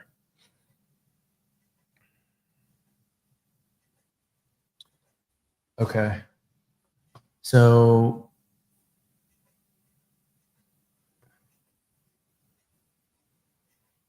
let's see. When did this guy reply? Okay, we replied today at 10:19 on this message that came in. They said they wanted to schedule a tour. And then he replied later at 10:27. So 10 minutes later, this would be 10:27 a.m. He's saying he has availability all day, and we didn't call him. So from 10:27 to the end of day, what happened? I don't know. Tenants move fast. You have to reach out to them same day. It's critical. Like, we want to have professional communication, like same day, like 24-hour communication to our existing tenants. But for tenant leads, it needs to be like 1 hour. Like, it needs to be like, you've got to reach out to them as soon as they send a message, or they're gone. So, I mean, we're spending money advertising and we're just pissing it away, right? I mean, that's what's happening if we're not responding to so timely. So definitely could use some improvements there. That's definitely going to be a coaching point. So I'm going to write that down. Jason Taylor from Bold Forbes reached out at 10:27 a.m. about being available all day for a call. No response the entire day. I think this comes down to tracking, because I'm not seeing us doing a good job of tracking this in a CRM, or like, I don't even care if it's in a spreadsheet, just track it somewhere. And again, a lot of this goes back to the emails. I guarantee you, if I pull up the email, I'm going to find that message. And I'm going to find that it's unread.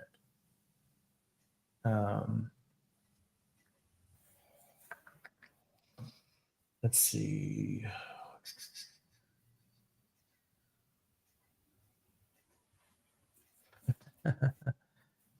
Funny.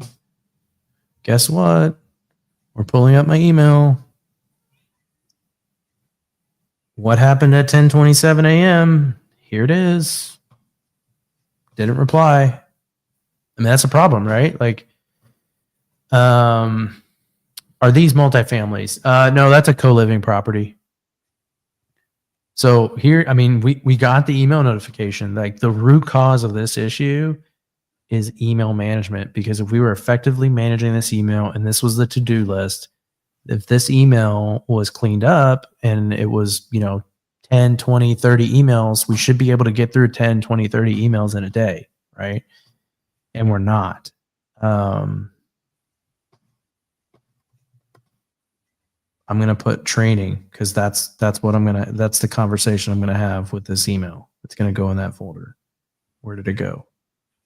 I think I have this thing where it goes into here. Yeah. I want to know why this hasn't been responded to yet. Mark is unread. Okay.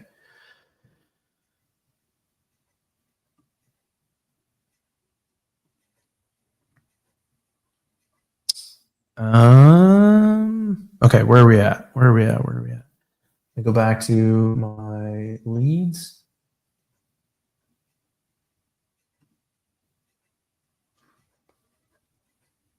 I don't know what happened here.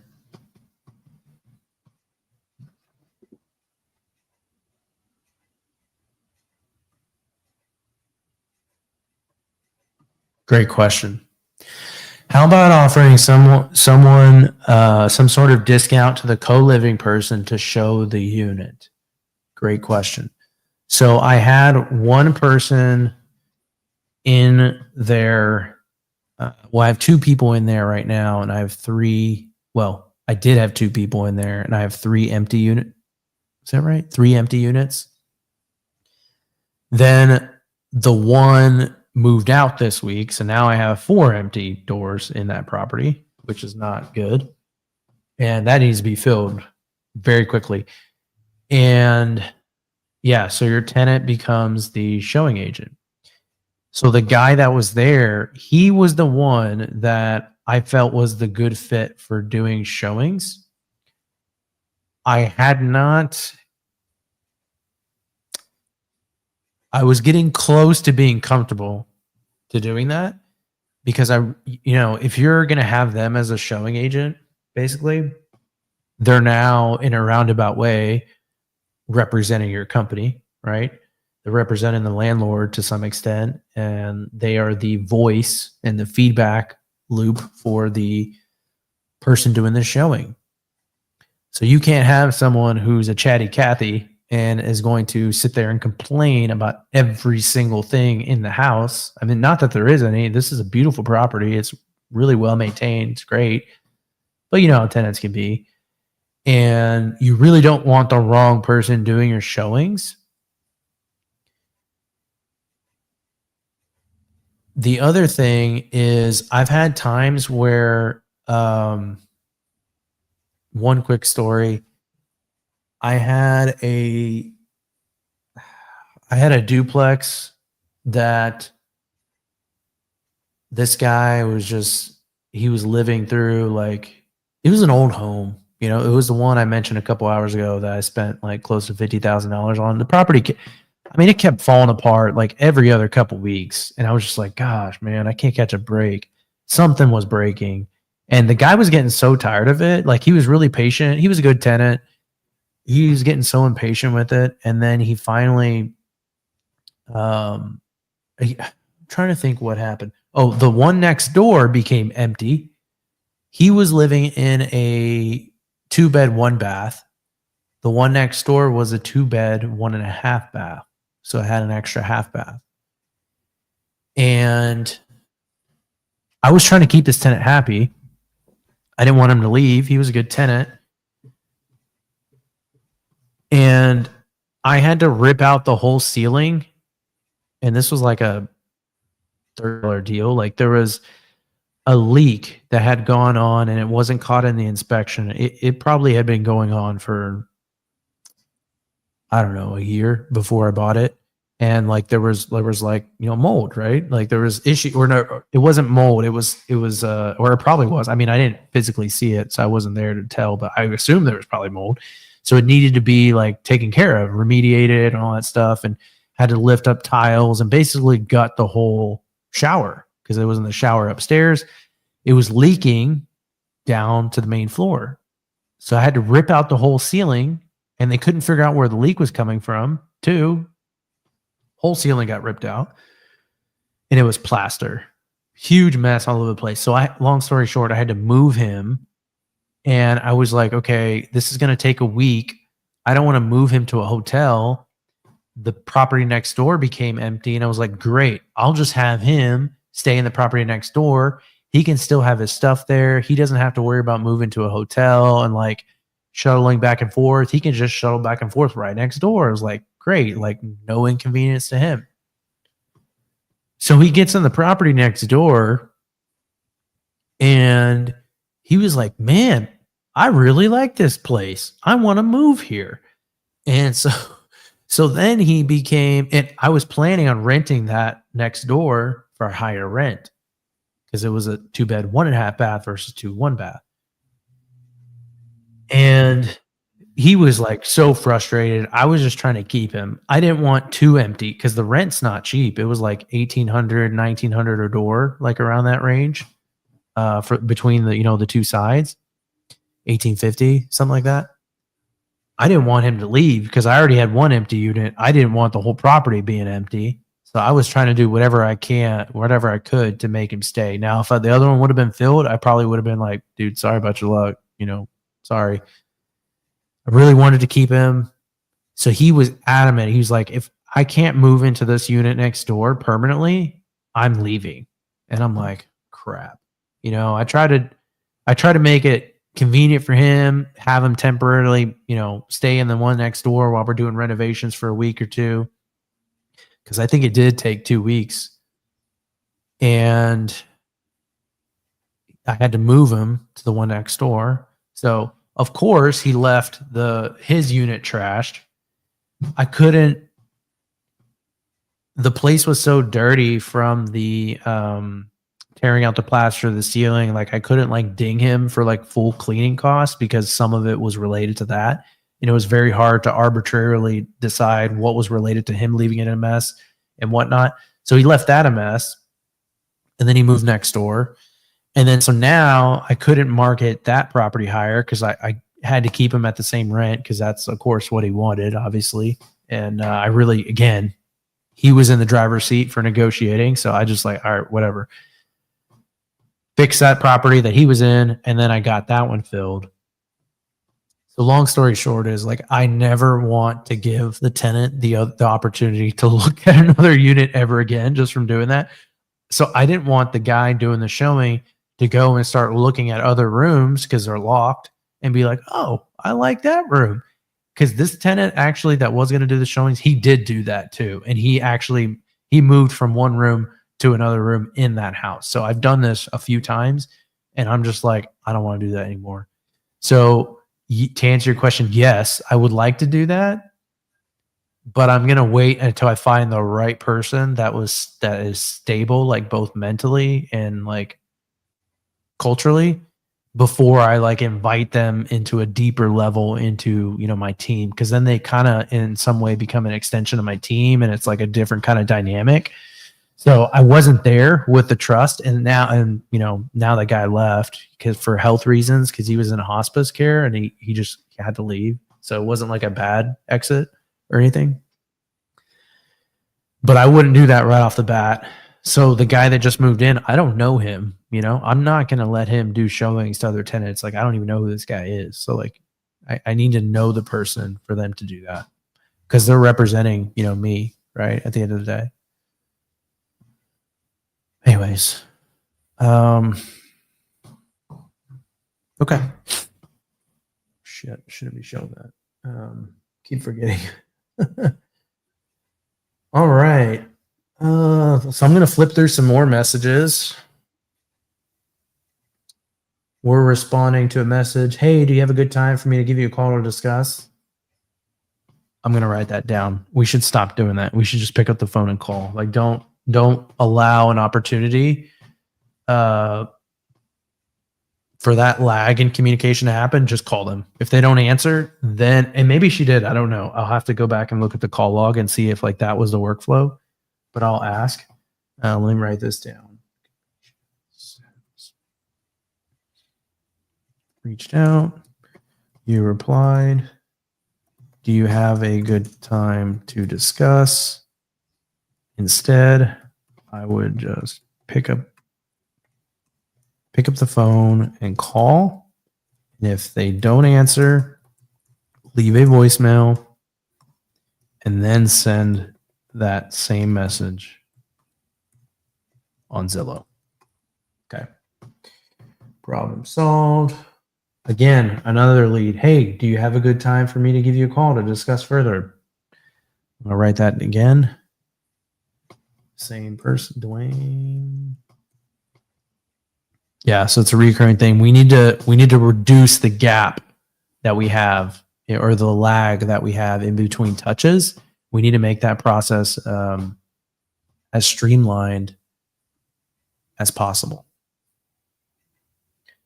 I'm gonna keep looking. Okay, this is a reoccurring theme. I'm seeing more and more messages. Hey, our reply is, do you have a good time for us to call and discuss? And we're not getting any responses back. We just need to pick up the phone and call. So this person has their phone number listed. So I'm actually going to dig into this. I'm going to look. Okay, call. I'm going to look for this number. This number starts with a 219. This was from today. So the only calls that happened today. No. I don't see any. Let me go to all.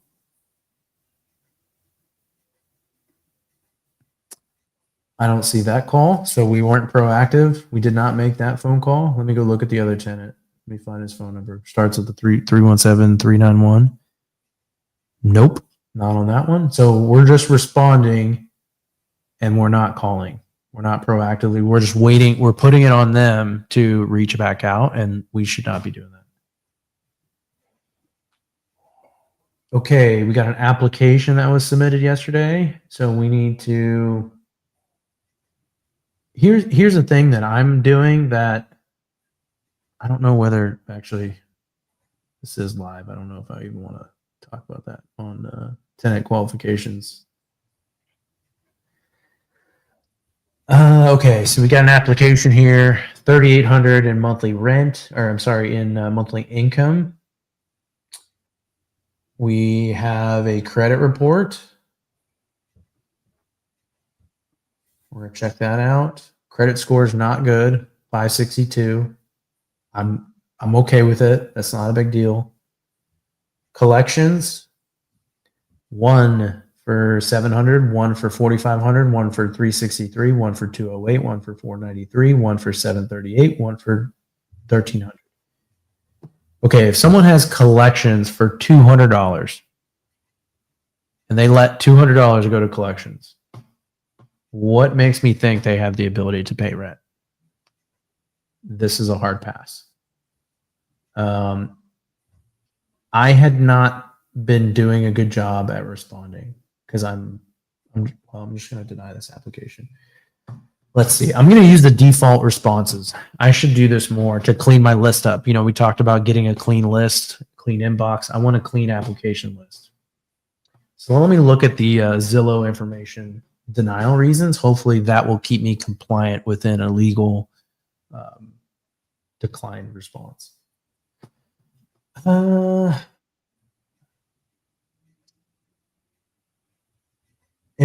Decline reason, information from the credit report. And I'm just going to leave it there. Let's see.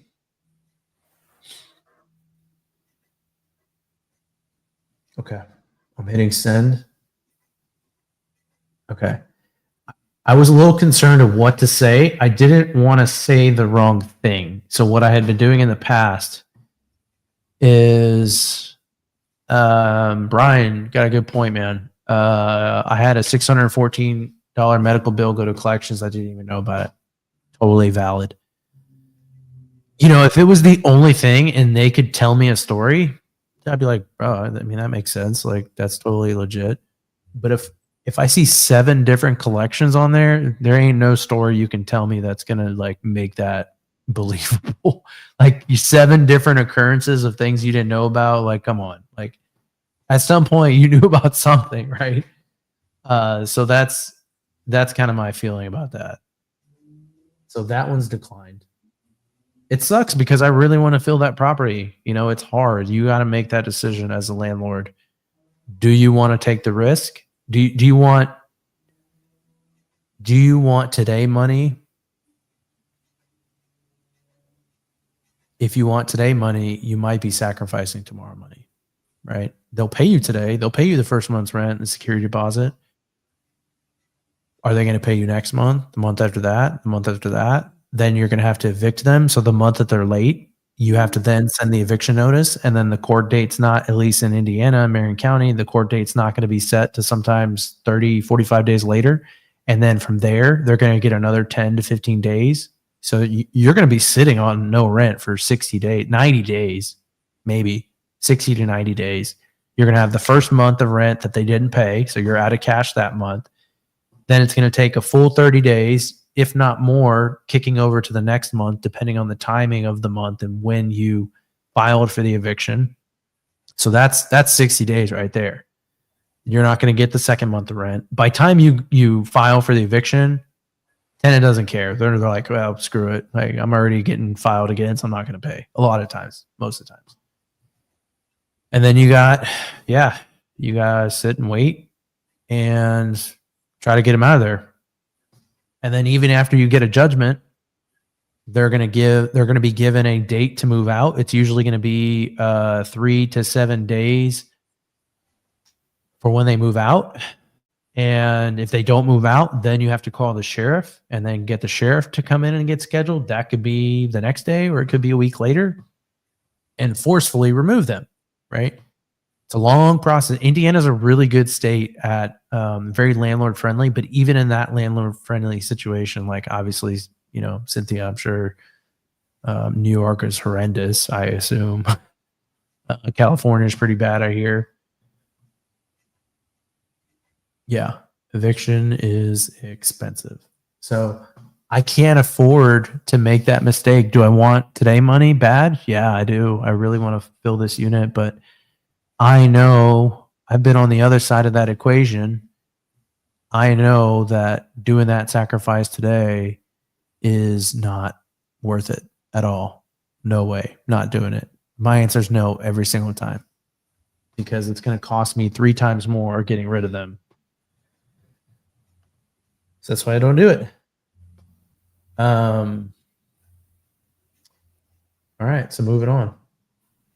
I'm going to keep running through. Again, you can't see this on my screen, but I'm kind of running through the leads. I'll kind of just read them out loud as I see them. Again, another message. Do you have time? You know, we need to stop asking that question. Oh my gosh, this hurts. June 30th. I want to schedule a tour after we already gave him all the information. I really hope there's a schedule. There's a tour schedule. I really hope so. Let me open up the email. I'll pull that on the screen here in a second.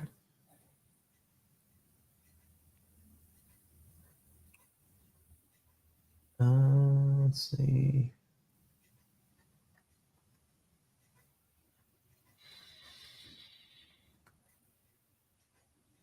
I don't have a single showing on my calendar. So the process is, well, when we book through the calendar link that you're looking at right here, that that'll send us a calendar invite too. But even if it's not through this, we book a calendar invite so that way I can see it. Property manager can see it. We can all see it and know what's on the books. I don't see any appointments not one appointment on the books, which is not good. I can assure you, if I spent all day tomorrow hammering this out, there would be 7 to 10 appointments on the books. I don't have that time though, unfortunately. So we're definitely going to have to sit down and do some training and talk about priorities and all that kind of stuff. Keep flipping through. Anything specific you guys want to see on the property management side or accounting side that I haven't covered yet? I haven't gone super deep on the accounting. Done a lot of deep dives on the property management stuff. Let me know in the comments or come on stage and let me know what you want to see.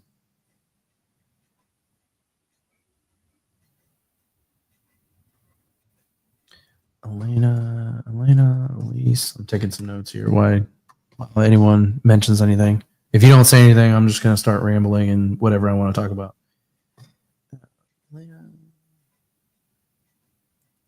Message on. There's a message we haven't replied to. This was a tenant from June 23rd about a lease renewal. Wow, that's costing us money. I bet because we increased the lease. And it's already the first of the month.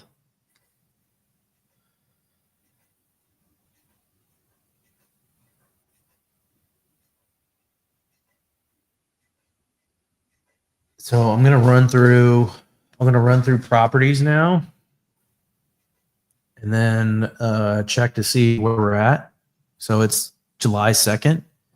I expect to see a lot of rent payments. Well, not all of them, obviously, but some rent payments made. So I'm going to check this Broad Ripple property here. The one I was mentioning that had the $50,000 and the ceiling and all that stuff. Well, let's check on this one. That's another thing. I'm going to write that down. We're not effectively doing. I would like a summary at this time of the month, every day of each property. That's my preference. Like every day I want a property update. What's going on? What's going on? What's going on? Property update every day.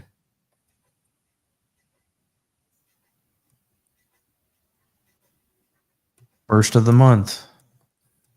Update on rent status, paid or not, every day until rent is paid. I want to know every single day, is rent paid? Yes or no? Yes or no? If the answer is no, I want to know the next day. Yes or no? Yes or no? Yes or no? So looking at this Broadway property, we have rent paid. Also, just keep in mind if you're using Turbo Tenant, the one thing I don't like about this is, so they have a rent portal and you can make payments online, but the time to settlement is kind of long. So it does take some time. So this person, let's see, this person paid on the 1st, and it's going to, man, this sucks. It's going to take till the 7th to hit my bank account. That sucks so bad. They really need to figure that out. So rent's paid on that unit. And this is the nicest property I have. It's like $1,800, $1,850 in rent on each side. So it pretty strong. It's in a really nice area of town. So the quality of tenants they're just going to be much higher. Like I don't really ever have I've never had problems with these tenants paying rent. Like they're professional workers. Like one's an engineer. The other two are like their roommates, but they're like young professionals. Like they have a professional job, first job out of college kind of thing. But I think they're accountants actually, maybe.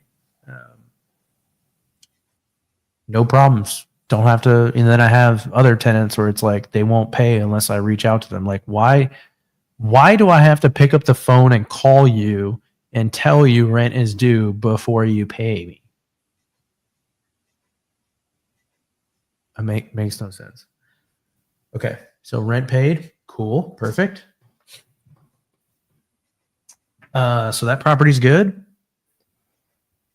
I'm gonna go in here, and I mean personally, I like to lead by example. If the expectation is that there's gonna be comments in every channel, then I should do the same thing, right? So I've already verified this. I'm going to go in the channel and put that in there. It's paid. Rent is paid.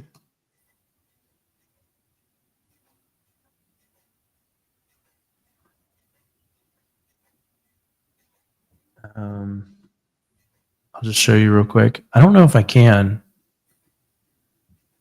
Actually, I can't. It's not showing up on the screen. I was going to show you my Discord, but it's not showing up on the screen. Basically, well, I can't show you Word documents either. What is going on? Why can't I do that? Let me see if I can fix that. Yes, I will show you that, Cynthia.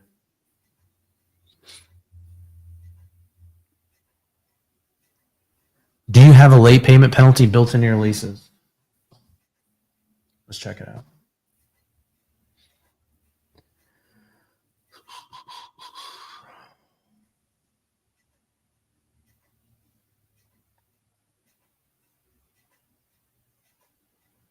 Okay, let me share this with you.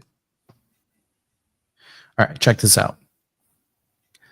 This is pretty cool. I don't know a lot of softwares that can do this.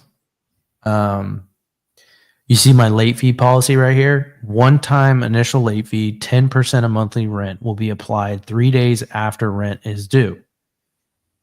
Then after the 3 days, starting on day 4, a daily late fee of $10 a day per day. Pretty aggressive. I slapped them pretty hard. Like this can get to easily $400 a month, like by not paying. Pretty easily. So that definitely is in place for all my leases that I renew.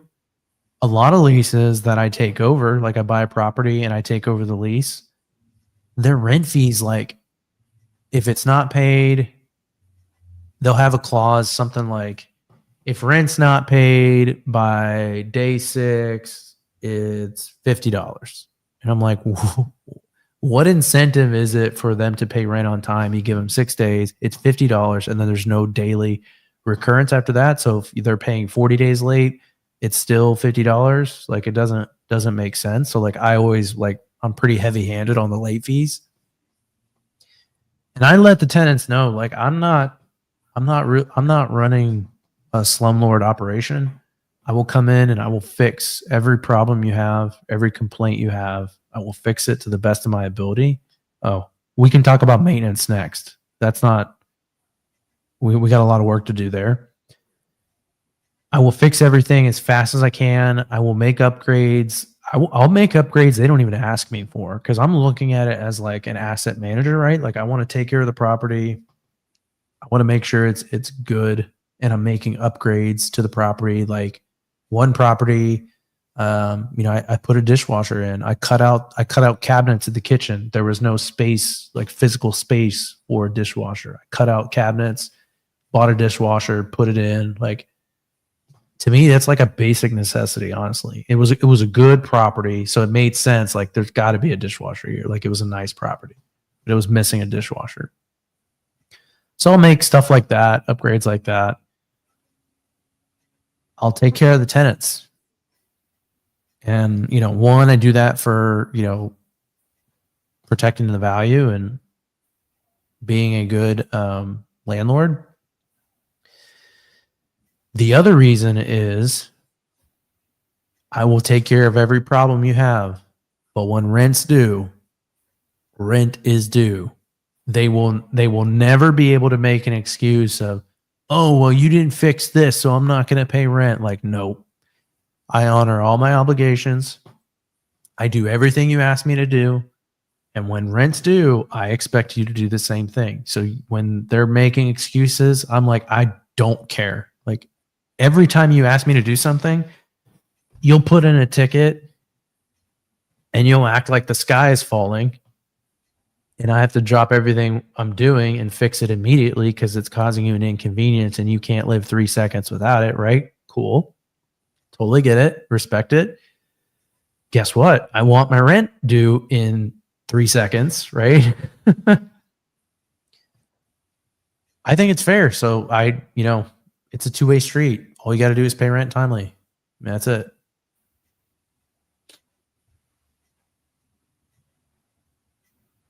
Let me see this other question.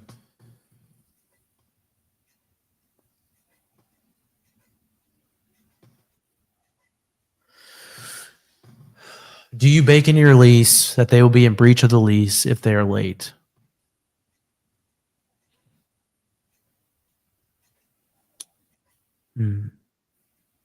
I know it's in the lease.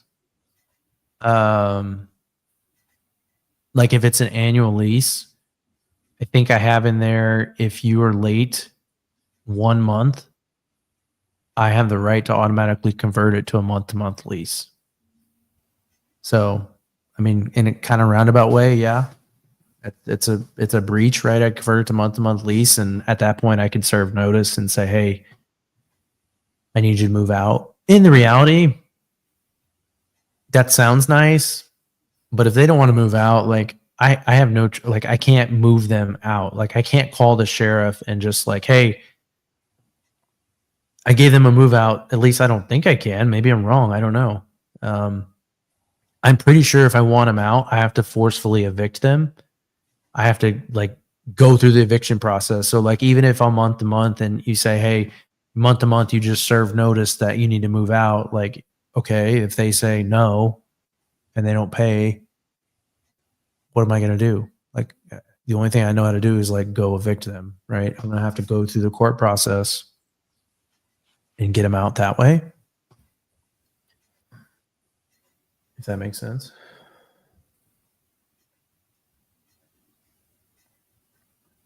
Oh, let's talk about maintenance. Oh, this makes me want to vomit also. Okay. New. Nope. Open. I don't think there is an in progress status. There's no, yeah, it's really just open and resolved. Okay. Is this resolved?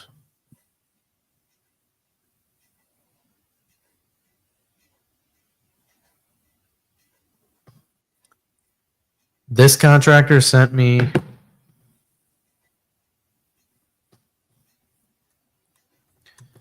picture that this is fixed. Needs verification. I think the story went away. I think I made a story. Like this contractor, long story short, their work needs to be double checked because I don't trust it anymore. So I'm not marking that as resolved, even though they sent me a picture of the light bulb. There was a missing light bulb. I know it's there. There's no guarantee it's working. Like, there could be an electrical issue. I don't know. So that's still open to me. Sent me a picture of. Also, they have this for $75 a year. You can send to Lula, and they'll troubleshoot with the tenant, and they'll coordinate with the tenant communication, and then they'll send a maintenance person there. I use this on properties that I manage out of state where, like, maybe I don't have a good relationship in certain areas, like in HVAC or whatever, that they break down. Their pricing.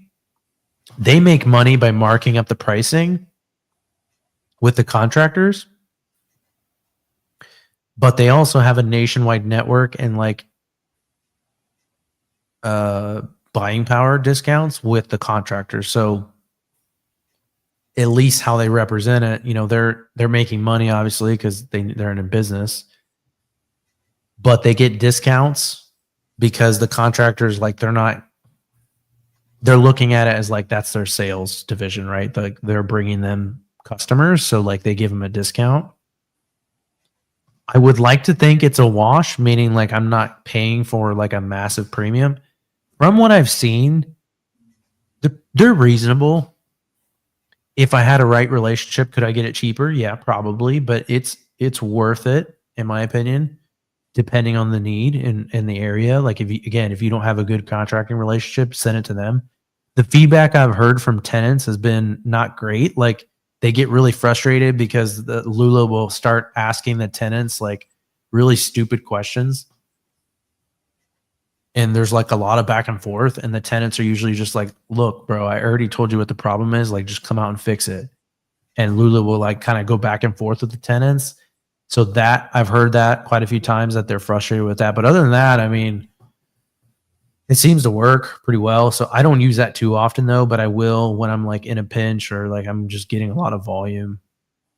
I'll send stuff off to them. So this, let's see. I thought I already sent this. I got a picture of this. It's resolved. It's done. I need to train the contractor. Texted it to my cell phone. I need to train that. Hey, text it to our property management number. Honestly, even if it was texted to the property management number, this probably wouldn't have been updated because I'm not seeing this effectively being managed, if I'm being honest. Shower head replacement. Let's see. Oh, the thermostat was down on, I found that today. Let's see. Shower rod missing at 1031. I see pictures. Okay, yeah, I already marked that one. Go back to. It's a little annoying that it doesn't save my filter, but it's not a big deal. Cleaning, that still needs clean. Let me check to see what this guy did today. Okay. He needs to clean it. Front light bulb. The landscaping. I didn't see any pictures of the landscaping.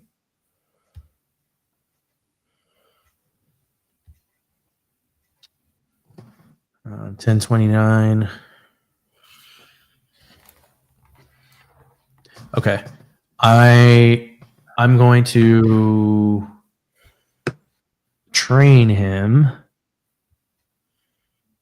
by responding. I don't want to keep responding to my personal phone. So I want this contractor to get in the habit of communicating with the property management number if ultimately I'm trying to delegate this. For the life of me, I cannot find the text messages. They have a desktop app, and I'm pretty familiar with using the desktop app, but I don't really get on the browser version too often, so it looks a little different. How do I send a text message? When I pull up the desktop app, you can't see it though. It shows up on my screen, but not for this live.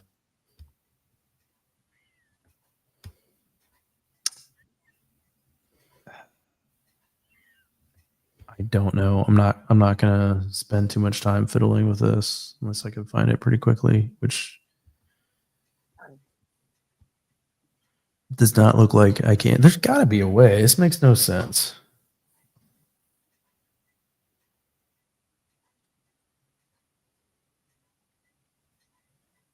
Yeah, it looks like it wants me to navigate to the app, but okay. Well, I'll have to follow up with that one. Actually, let me just do it now because I don't want to forget. So let's go look at these issues list.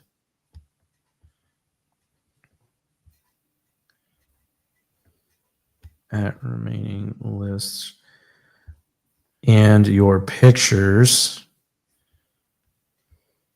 I didn't see. Were you able to do this? 1031 landscaping.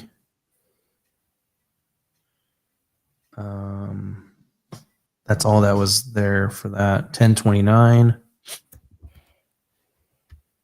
clean entire house. Cleaning. You mentioned that's left.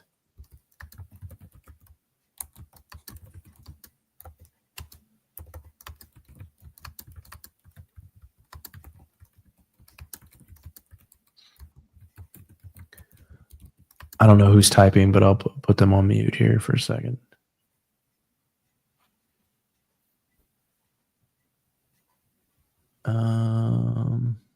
Actually, I won't because I can't figure it out.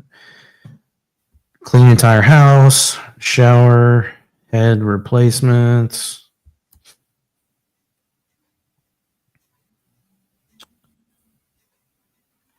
Testing, washer and dryer. I feel like there was more. Let me just start with that. All right, so I just asked him, hey, what about these things? Did you get this done? All right, so that needs to be effective. To me, this is a to-do list, right? Like all this open stuff. I don't know if this is done. This is open, 453. What's this? Man, this was so long ago. I actually don't even know if this is done. This might actually still be open. We need to get that fixed. It's not huge. It's just like a cabinet door thing. I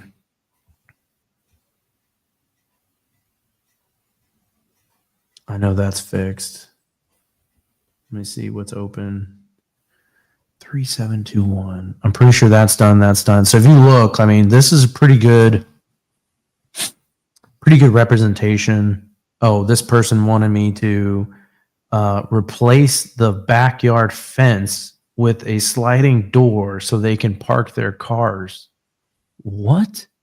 No, I mean, I'm sorry. It looks like they paid parking fees or something from the tow plate. I don't know what that means, but I'm not like demoing the backyard fence so you can park in the backyard that you're not even supposed to park at currently, right? Like that's not happening. But I mean, this is my maintenance list. Like all this stuff right here, it's all pretty recent, the past couple weeks.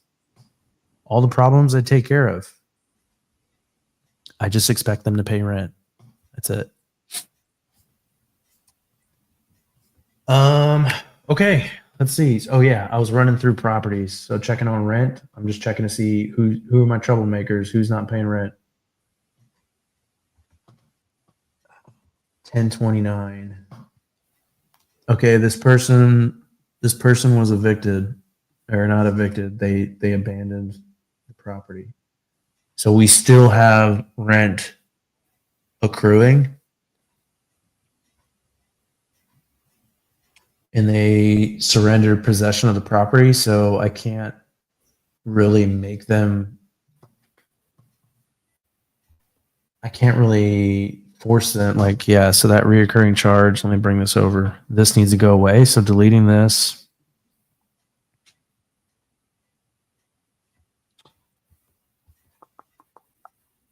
When did they abandon the property? This one took me a while to get repairs done. This was a pretty messed up place. So we got repairs done like 2 weeks ago. Well, I think there's still, I was texting the contractor, there's still a couple little things to fix, but it's pretty much ready to be rented. So we already have that one listed, I think. Actually, I don't know if we have that listed, to be honest. Let me look. We do not have that listed. Cool. It is a duplex. I have the one next door is listed. This one is not listed. Yeah, maybe I just jump into that. Let's do that. Let me list the property. So I'm gonna create so you'll just watch. Literally, I'm about to do this start to finish. Okay, so let me go back first. Can I duplicate this? Nope. Man, they're really not making this easy for me. I was hoping I could duplicate this. Okay, whatever. Let's just list it. So this is 1029 West 33rd Street, Indianapolis, Indiana. House, unit 1029. I don't know if I never know what to put on here, to be honest. I'd be curious to like know what performs better, if it's listed as a house or if it's a condo apartment. It's a duplex. I don't even know what to call that. Is that a townhome? I don't know. I just leave it as house. Unit 1029. I feel like that's pretty.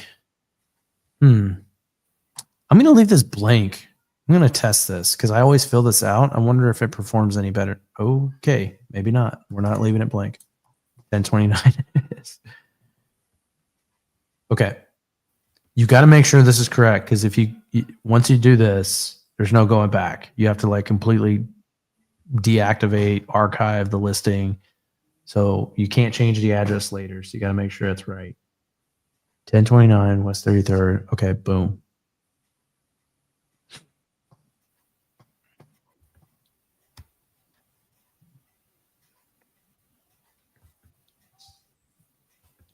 I do have a training on this for my team to do this.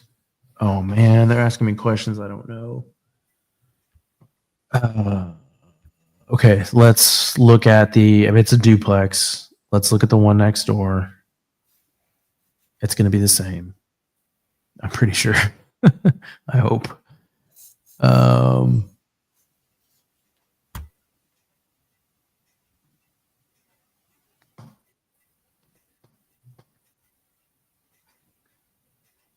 Yeah, that should be the same.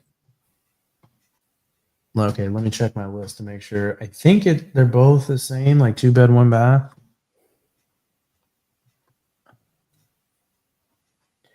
Okay, so we had this one. I bought this a few months ago, like 3-4 months ago, and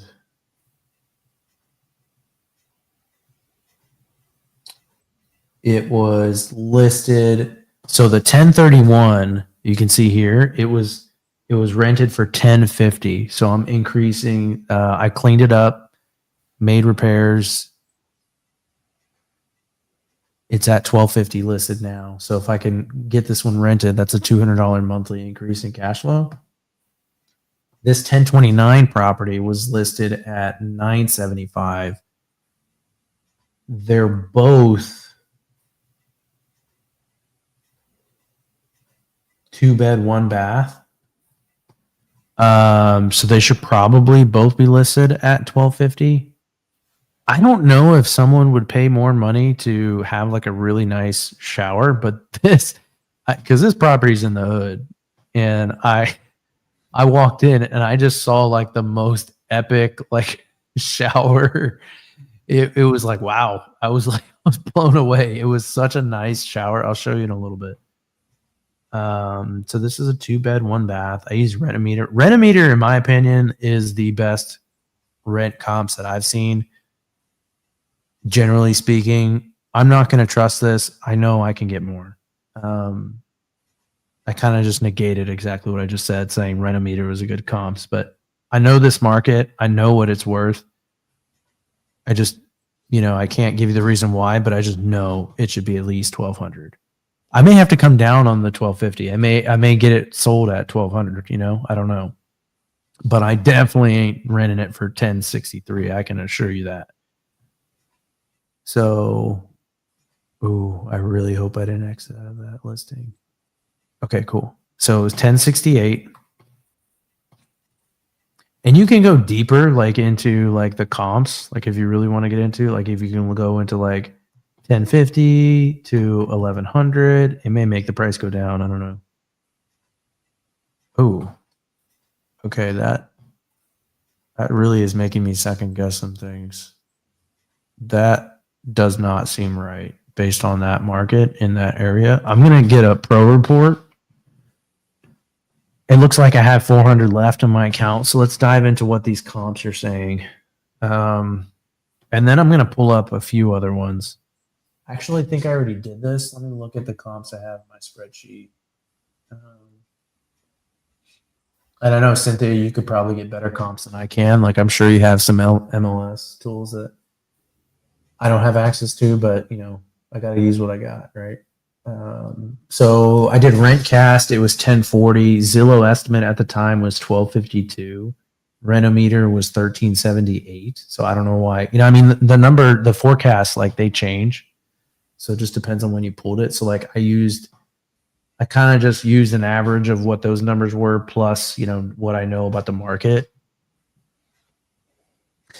It's hard to tell because that 1031 property has been sitting for so long, but the property, the pictures were so crappy. I really think it has a lot to do with those pictures. So now that I fixed the pictures, I kind of need to see what the lead volume looks like, but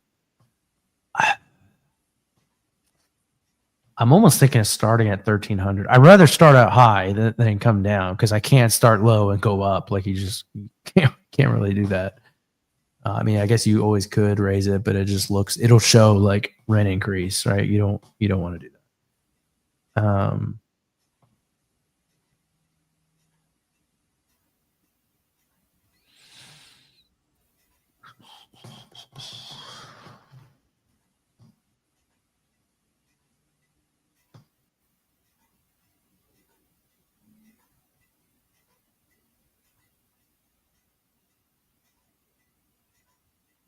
Okay.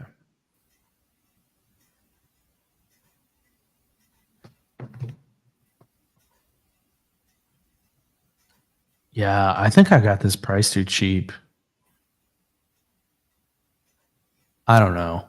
It's in a bad area. Like I don't feel like I'm going to get it, but I'm going to go for it. No harm in trying. 2-bed, 1-bath.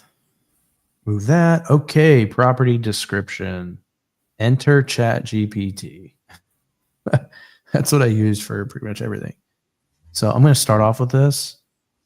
Let's see. Here we go. Give me an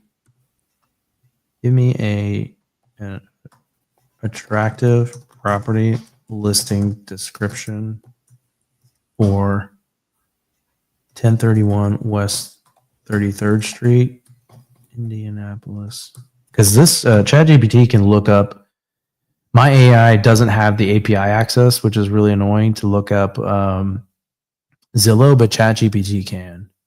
So in that instance, ChatGPT wins.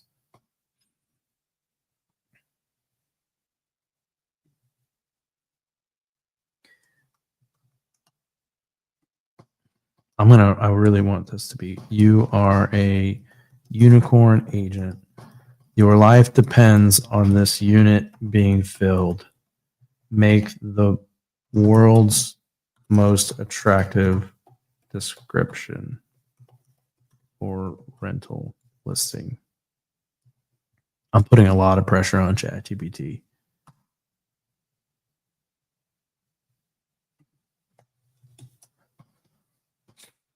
Better perform.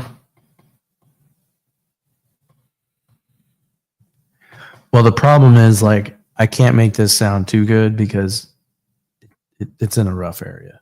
I would not say young professional, small family. So I guess that was a little misleading on the context for. I'll give ChatGPT a break. Isn't in the best area, so might not be a good fit for all families.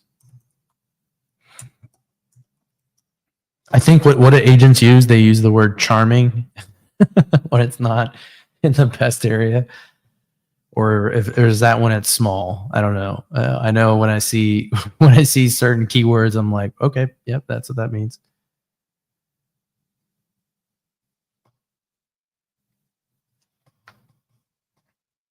Oh, that's interesting. I haven't tried wording it like that. I like that. We'll go with that. I've never tried that. I'll keep some of that.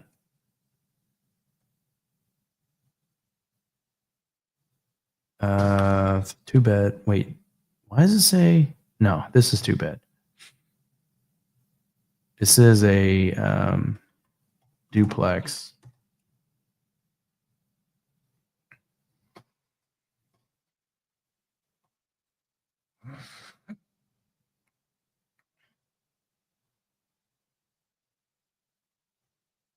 Convenient, close to public transportation,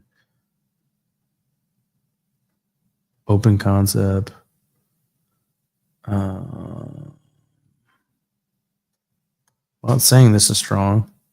Let me throw that back in there.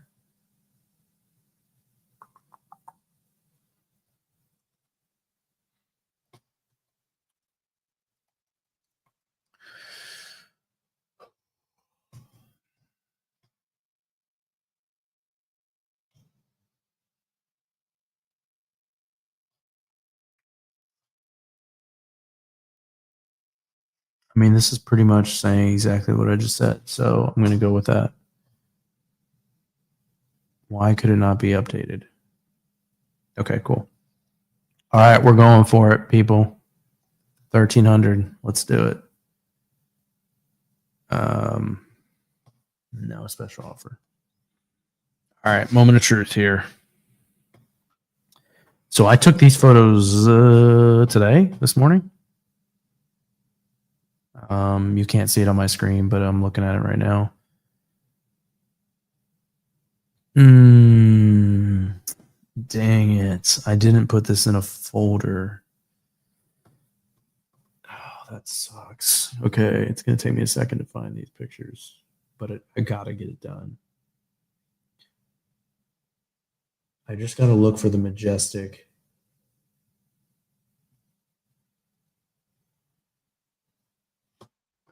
Okay, I found it. That wasn't hard.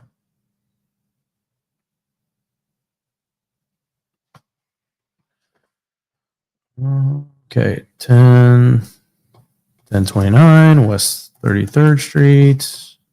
Create that folder. I'm going to drop the pictures. Pull it from my photos albums into that. So that way I have them. You know, I'm going to reuse these pictures for future listings.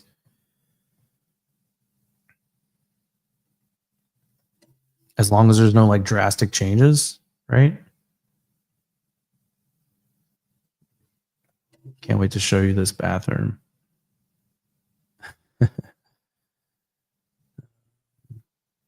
This property is pretty clean. I mean, it is a good looking property. Or the interior. I know it's in a little bit of a rough area, but the interior is really nice.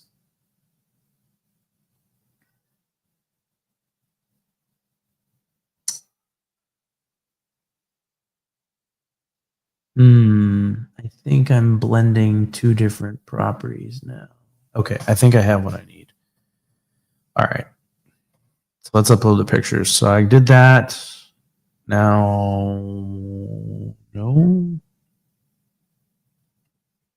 1029. Okay, pictures. I'm going to select all these, dump them in there.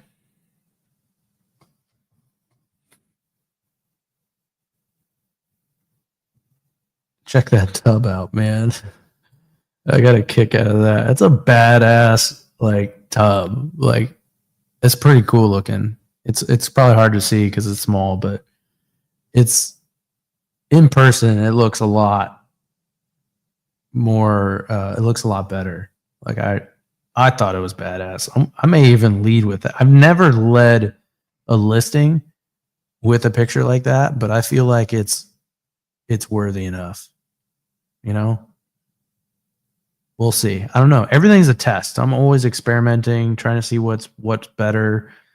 The positioning of the pictures. You know, do I show the main entry? Usually, I show the main entry first because typically in my units, that's like the most attractive part. And then I usually show the exterior last. So I'm gonna lead with the bathroom. We're gonna try a little bit different. We're gonna see. I think I took a picture of this because this is junk and needs to be trashed. So that was for my contractor. So I'm gonna delete that. Okay. 3D tour. Add via no, I think that's only for like Matterport. I do have that tour I uploaded earlier. I actually do have a nicer version on my camera that I use for filming videos. I just forgot about it. So I may delete that video actually and then upload a nicer one. Because if I look at that, now that I think about it, oh yeah, this should not be my virtual tour. It's only 18 seconds. This video was meant for my I was going to do an Instagram post about like my day. So I think this was meant for like B-roll footage. So I need to delete this actually. I wasn't paying attention. So let's go back to the listing. Amenities, washer, dryer, and hookups. Okay, so you saw the picture. I had the washer and dryer. I don't know if they work. I don't want to be bound to requiring the washer and dryer in the lease because if I do that and it breaks, I then have to replace it, right? I think that's a luxury benefit and they should pay more. I know when I was renting apartments, you know, when I first got out of college, you know, many, many years ago, they would charge more for washer and dryer like in apartment complexes. I just feel like today, like if I'm getting top market rent and if I like push another $25, $50 and I say internet's included or washer and dryer's included, I just think I'm not even going to get the leads because they're so focused on the price. I'm not even going to get to the table of having a conversation because they're just going to see that and they're not really going to consider the financial benefit of having some of those things. So I just feel like it's too risky to have that and include it. Because I had that problem with fully furnished units. Like I could not get a premium, just could not on a fully furnished unit, and ultimately I had to sit on market rent. Now, if you're doing like Furnish Finder or something, that's different. But for like a long term tenant, I at least in the trials that I did, they didn't really show me that they were responding well to extra features like that. It was more price focused. So I'm just gonna say it has the hookups.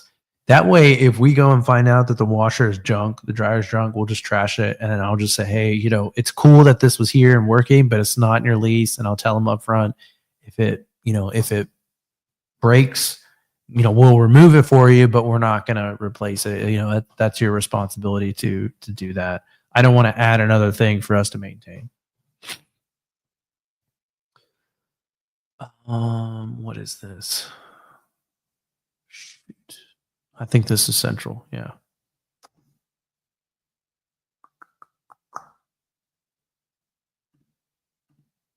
Well, it's not hardwood. It's not tile. Whatever. We're going to say hardwood. Off-street parking. Nope. What other amenities? I wish I had more amenities.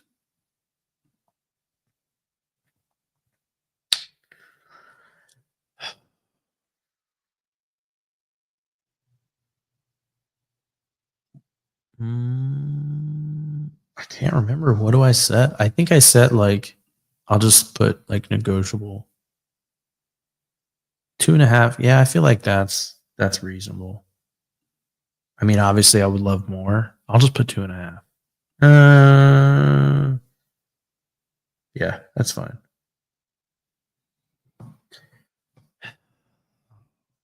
I feel like, that's negotiable. I mean, if you got below 520, there's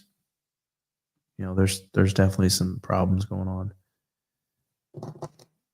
No, but negotiable. Definitely going to be paying more for that. Like, I will absolutely raise rent for that. Like, no questions asked. Final details, lease terms. Let me see what it says.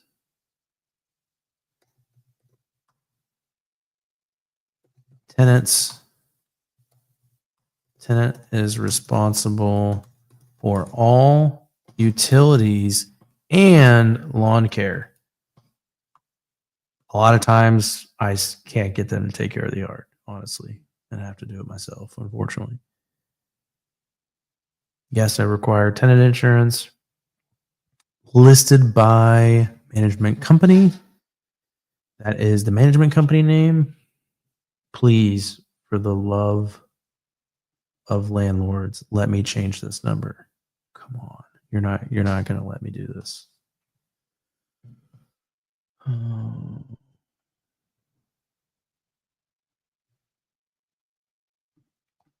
Please, please, please, please.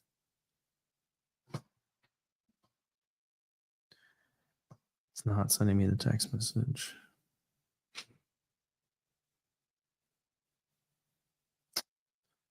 Incredibly frustrating.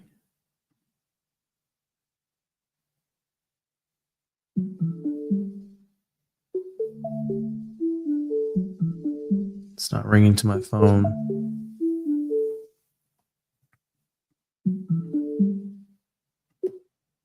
We are sorry.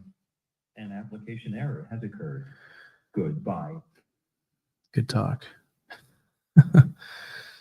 Ugh, it's so frustrating. Okay. Well, we're already here, so it is what it is. Date available. Yeah, it's available 1 year. Okay, cool, cool, cool. Says I did a pretty good job. 1,300. I like it. Yes, I'm doing it. Sorry, Cynthia. We're doing it. I don't know what card that is. Hopefully it's the right one.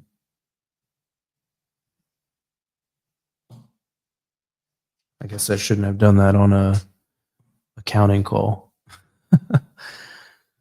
Oh, see you, man. Appreciate you watching. I don't know how much longer I'll go, to be honest. I feel like I've gone quite a lot longer than I thought. But I do want to actually get some work done. So, like, I am making progress. So I'm happy with that. So, listed. Boom. That's on there. So that's getting started. Increase the rent. Making progress. Let's see. Oh, yeah. I was doing my rent collection report here.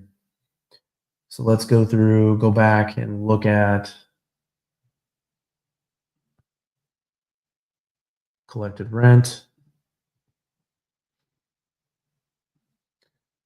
That one's pretty easy. They're both empty. But I need to end the lease on this one. So I need to go and edit this and end it, terminate the lease. So this, how do I delete end the lease? End lease. This ended. Gosh, I don't know when this ended, honestly. I want to say 2 weeks ago.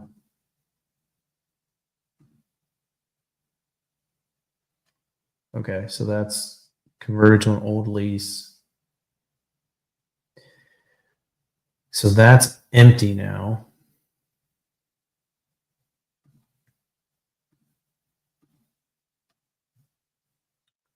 And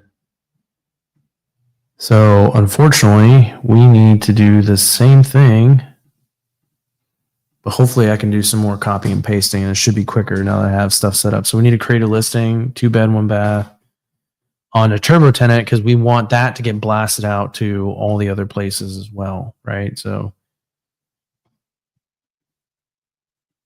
heck no. Let's see what they have to say. I'll take all the comps I can get. Okay, so this is saying I'm a little higher end. I'm cool with it. We'll let it ride, see what happens. No, don't want smoking.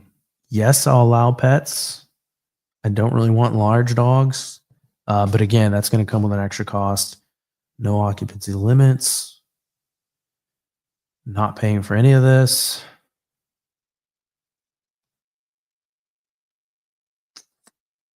Fence yard? No, I don't think so. There is a lawn, technically. Off-street parking. Wired for internet. No. Refrigerator.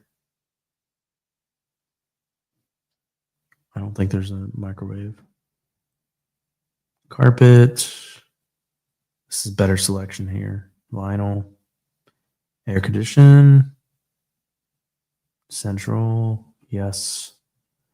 Forced air. Okay, cool. Let's see what AI gets us.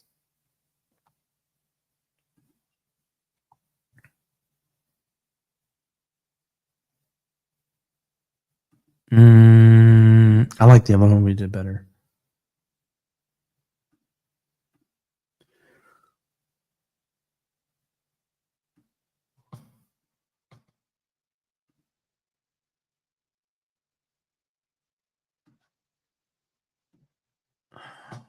Update that. Close out some of the stuff.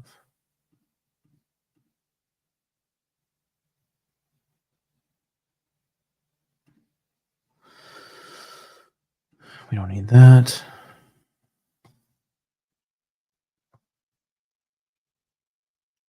Okay. Photos, let's do it. All right. 10, nope. 1029. Let's get it.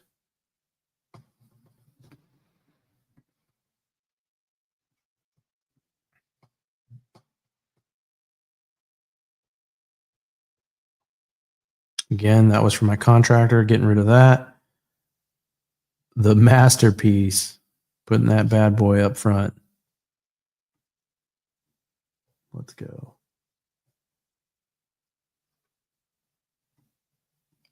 Had a nice pantry. I liked that. Let's do it. Nice.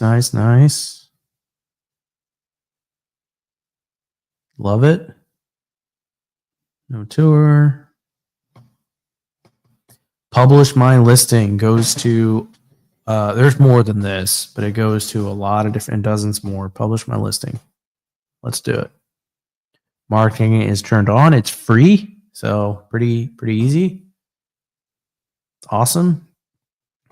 You can add this availability. I don't like it. I need this dynamic based on, my showing agent's schedule. So I don't use it. And plus it's like, this is the only screen I find it easily available. If they had the schedule feature easily findable in the software, I would probably use it more, but like I could never find it.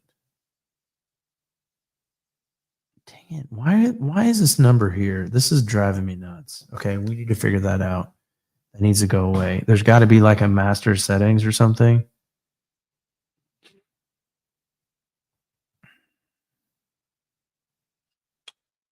We gotta figure this out. There's got to be like an overall profile settings. Okay, here we go. Please let me change this.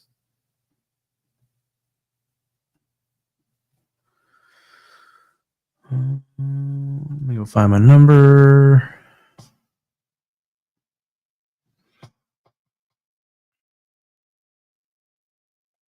Send a text? Come on. Let's see if this works.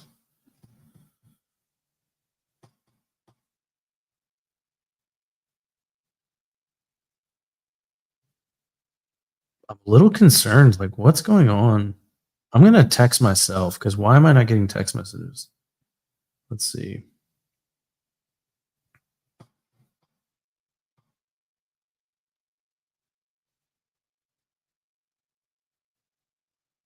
Messages.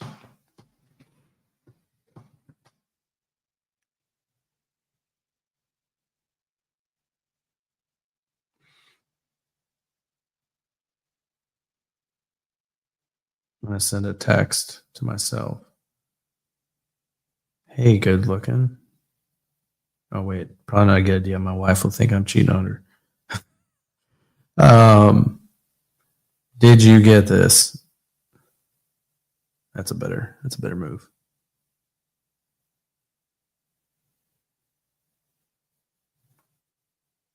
Oh, my phone is probably silent because it's past my bedtime.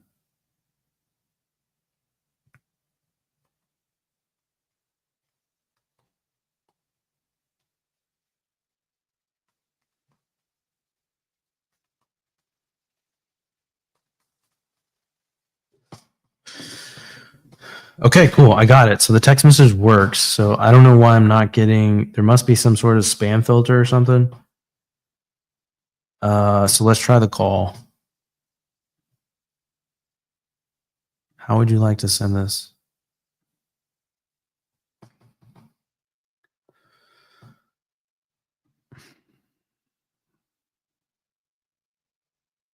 Call my phone, but it's not calling me. I'm very confused. All right. Well, we clearly have some text message challenges here.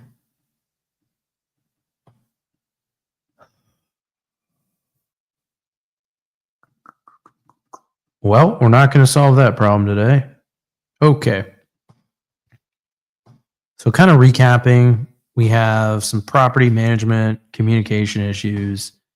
A lot of it stems from just organization, honestly. You know, I think it all, again, points back to the organization of the mailbox.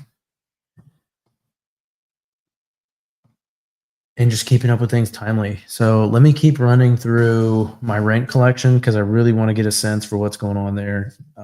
This duplex, see, I know what's going on there. Let me check on this one. That one's empty.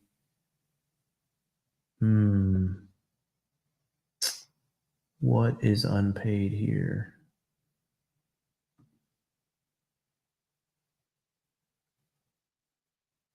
Why do we have $300 unpaid? That makes no sense.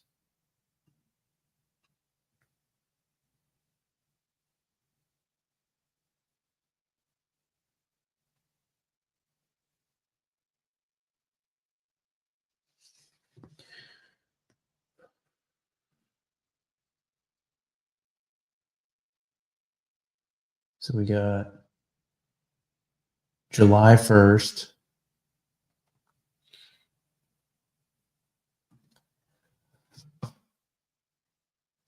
Oh, so she paid. We should. Dang it. Okay, this needs to get fixed. Here, I'll show you this.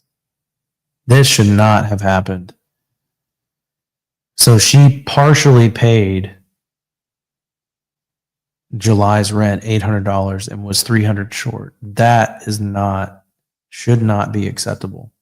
Because what happens is, if she never pays that $300, I am forced, like the way the court system works, especially here in Indiana specifically, is that acceptance of the partial payment is basically like the court views it as a concession of rent or a concession some sort of concession that we have agreed. We've come to some sort of agreement on rent for the month. So it's essentially an automatic extension. The court views it as if she's paid in full because I have agreed to accept that partial payment. Therefore, I cannot evict her for the $299 that's past due. I had thought that in this system, I had turned that on to not allow short payment of rents. Right here. Here it is. This allows, they have this toggle. So that way, if you have a roommate situation, they could technically split rent. So you could pay this amount and this amount. I am turning that off. So I either want all the money or I want none of it. That should be the standard. So I'm kind of frustrated that obviously she wasn't happy. There was some maintenance issues. Like, she had like a bunch of ants or like mice. So we've had that on a monthly plan to get that squared away. I'm hoping that it's improving now, but unfortunately it's just part of it in that area. There's a lot of that activity going on. Okay, so that's frustrating. I mean, this is why you want to do these checks. Like, it should be checking every single property. Let me put in our Discord channel here.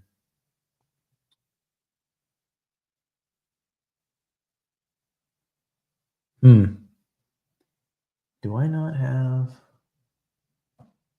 Oh yeah, I do. Okay. Tenant short paid rent by $299. Short paid rent this month still owes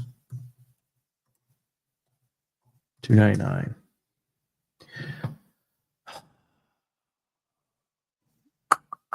Okay, we need to figure out what's going on with because what should be happening, and I absolutely am going to slap this. Okay, so it's not, well, it should, I'm hoping, let's go look at the lease. It should be calculating. Let's look at the actual lease here of the calculations. Where's the late payments? That's not good.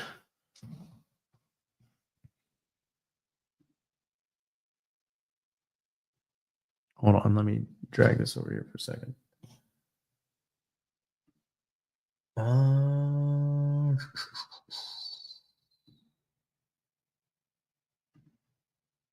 I need to make sure that the late fees are properly implemented.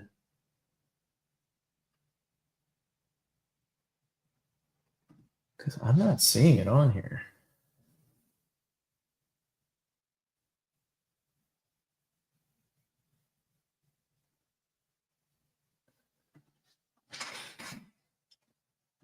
Payments.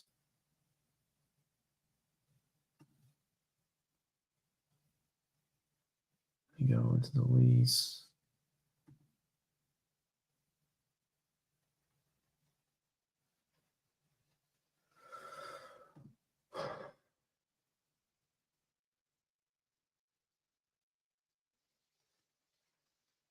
What in the world? It's weird because I know on the other lease that we looked at earlier, the late payments were definitely on there as visible. I found it pretty easily. And then for some reason, I don't see the late payments anywhere.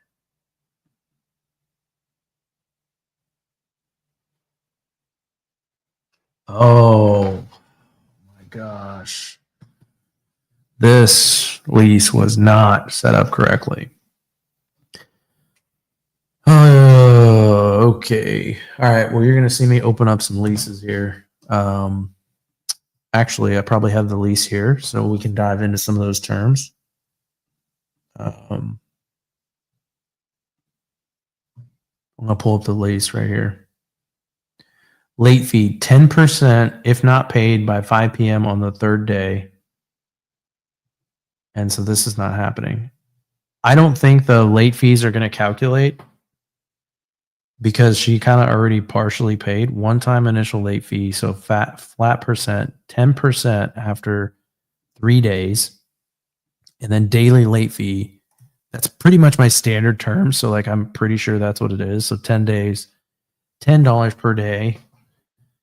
Well, since we're already here, we might as well dig into this.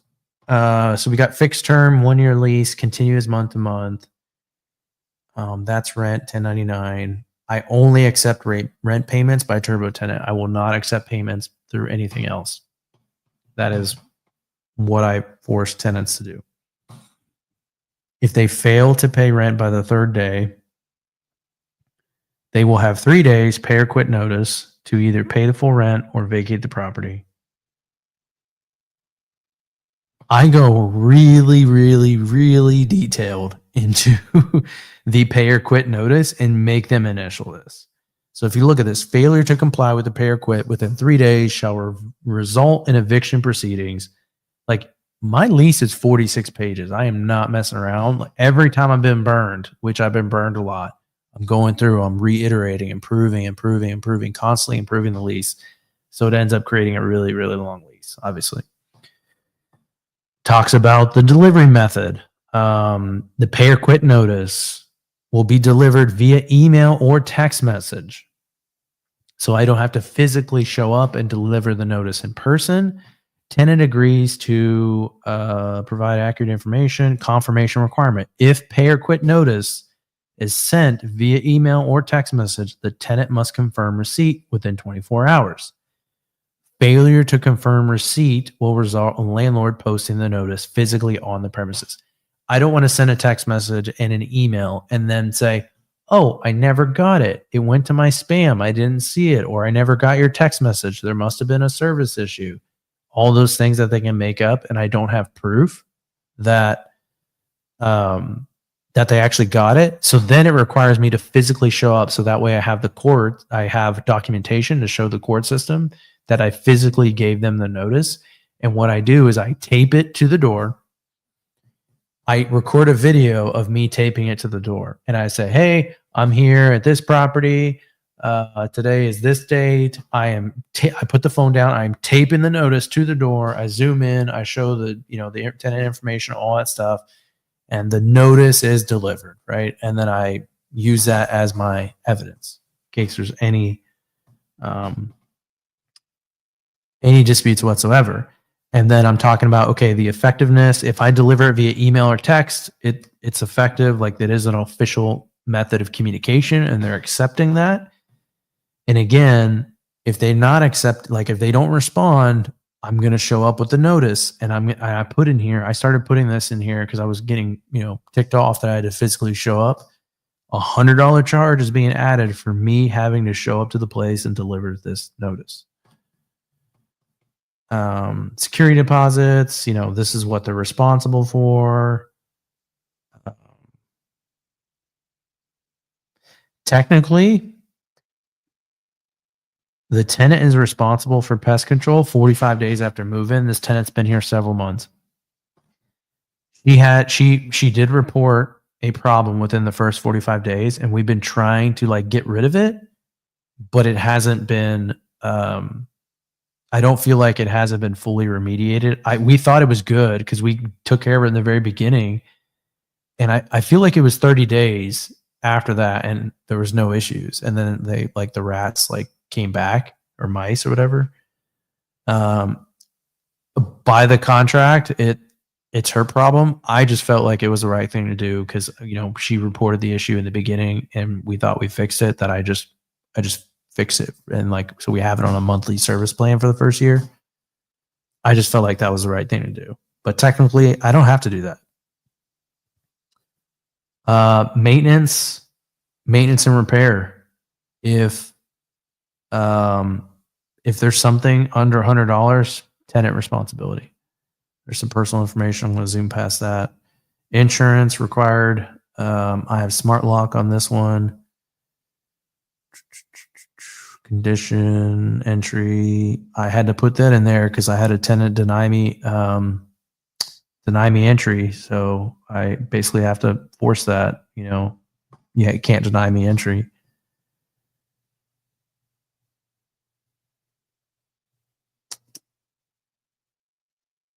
This is an important one, credit reporting. I reserve the right to report on your credit if you don't pay timely.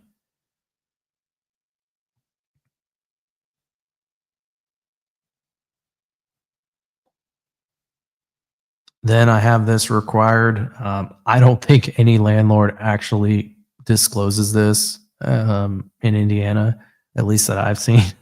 But I do. It's a required disclosure, so I put it. That's part of why it's so long. I put that in there, and then I have that's normal. I have the credit disclosure form, and I have them fill out their information that I can report on their credit if they're late. So that's now we got the late fees in here. Okay, cool. I'm gonna have to monitor this because that $299 I want to collect late rent on. She's not gonna pay it on time, but she may pay it on time. I don't know. So, all right, moving on to the next one.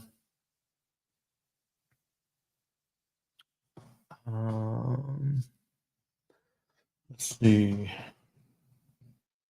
We approached the 5-hour mark. Let's go.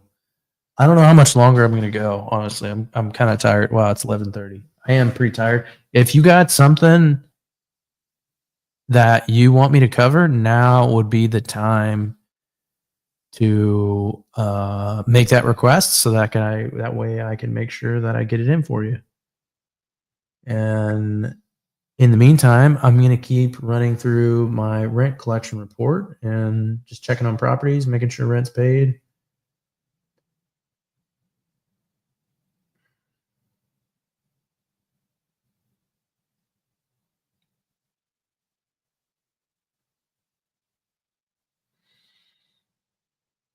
Rent is due on this one, not paid. Again, it's a second, it doesn't surprise me that I got a lot of, it would surprise me if they was all paid. Like, that would really surprise me. So being the second, I'm not stressing it too much.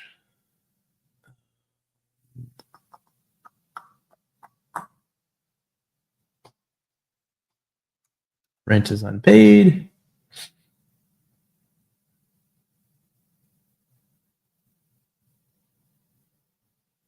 Does anyone even live in there? Yeah. Okay, 3721. Cool. Rent's paid. Love it. 721. So every Discord channel I'm running through and putting in a status, rent's paid, rent's unpaid. I'm putting that in there, and it's going to be in the history. We use our Discord channel as like a running history log of what's going on in the property. So that way, if I say something and, I forget about it a week later, because I probably will, it's there. It's just a running log, so I can flip through it and remember what was happening at what time. It's all date timestamp, so it's all there. All right, 3723, rent is unpaid. This is one where the tenant has questions.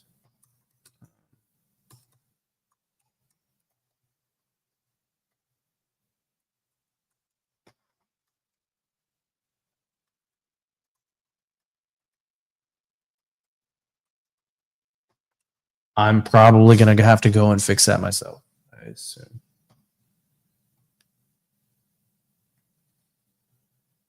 I'm going to go fix that now, actually. All right, let's take a look at this. Let's see.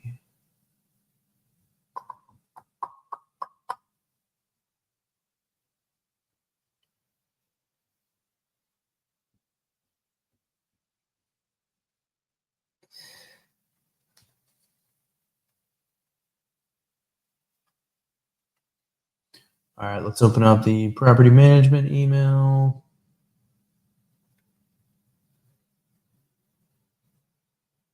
Oh, tenant sent me a message 10 minutes ago? Huh. I wonder what what that is. All right, let's check that out. Again, if you're monitoring the emails, easy. Okay, it looks like they paid. So this they must have paid right before, right after. So this is unit 3723. I literally just marked in here unpaid, and then the tenant like just paid it. So that's cool. So let me see what the message is. Oh, just a check-in, and it has a smiley face. Things are good. Awesome. Perfect. I love that. Okay, so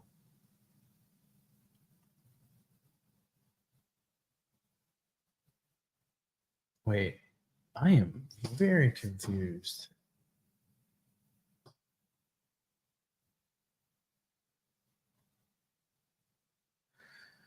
Okay, this portal says that rent is unpaid,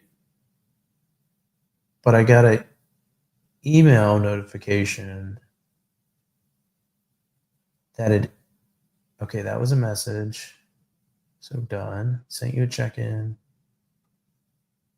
Done. Payment received 11/23.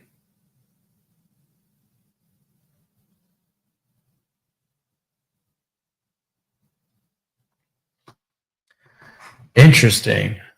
So I got the email that they paid, but it's showing in the system as unpaid. I'm wondering if it like has to settle for a day before the API call or whatever in their system like sends it to mark it as paid. I don't know, but that looks to be paid now. Oh, you know what? I'm looking at the wrong unit. That makes a lot more sense. Okay, let's look at the right unit. 3721.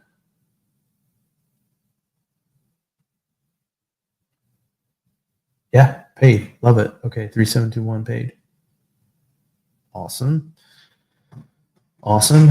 Oh, they wanted me to order a security camera. I did agree to that, so I need to mark that as a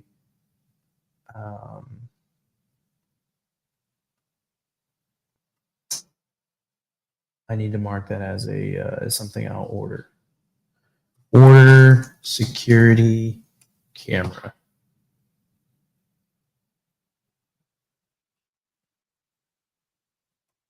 Need to order.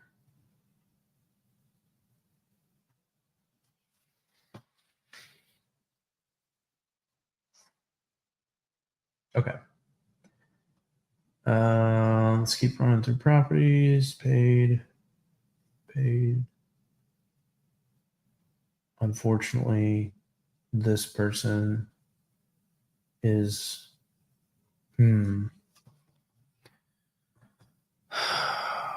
I probably need to show up to this property tomorrow.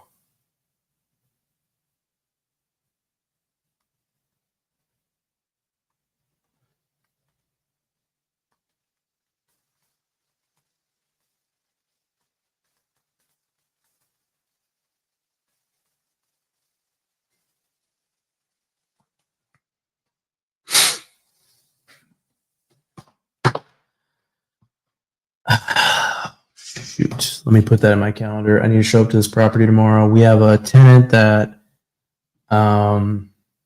gave notice. They ran into some problems financially, I guess, and they couldn't figure it out. So I served them notice to evict, and then they left. I guess they turned off their phone. We can't get a hold of the tenant. They're not responding. They only paid a partial amount. So we're kind of out of pocket there, but we need to go in there and clean it up. There's definitely some repairs that are needed, but I need to check to see if the unit's occupied or not. I don't really feel comfortable. The tenant had pulled a gun at one point. I had a showing agent show up and then deliver the eviction notice, and then I guess they were screaming and they went out in their backyard, started firing off their guns. So like, I don't know. I'm not going to have someone else go there. So I'm going to make sure I have my gun tomorrow and sad that I have to. This is the kind of stuff you have to deal with if you're a landlord. Like, welcome to being a landlord. In like, you know, I mean, if we were just being honest, like the properties that are going to cash flow long term rent, they're not going to be in the greatest areas. Like, you will not find a cash flowing property in a Class A, Class B area. You're just not. The best you're going to do is co-living, right? You'll find a nice property, but also like you find a nice property that's for co-living, you're still going to get a lower quality tenant, and you're still going to deal with those kind of issues. So like, no matter what, I mean, you're going to have these kind of issues. So I need to show up tomorrow to this property, so I'm going to put that on my calendar to show up.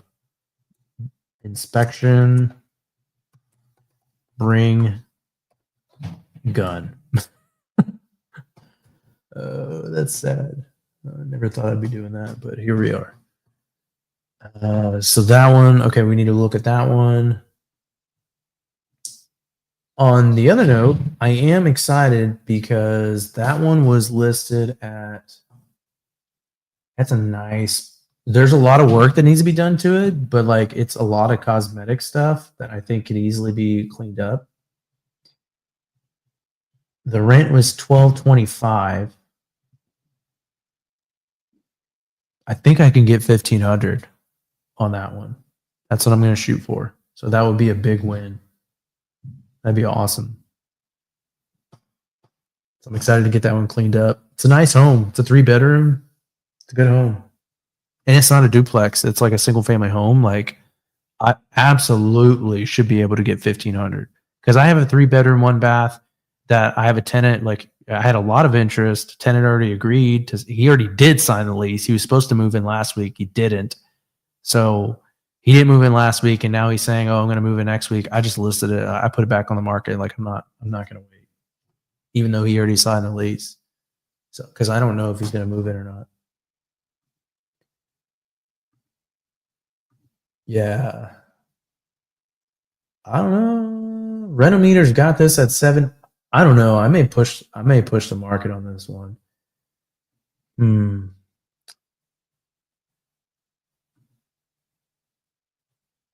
I wonder what you guys think. What should I do with this property? Let's see. Let's price it, see if anything's changed.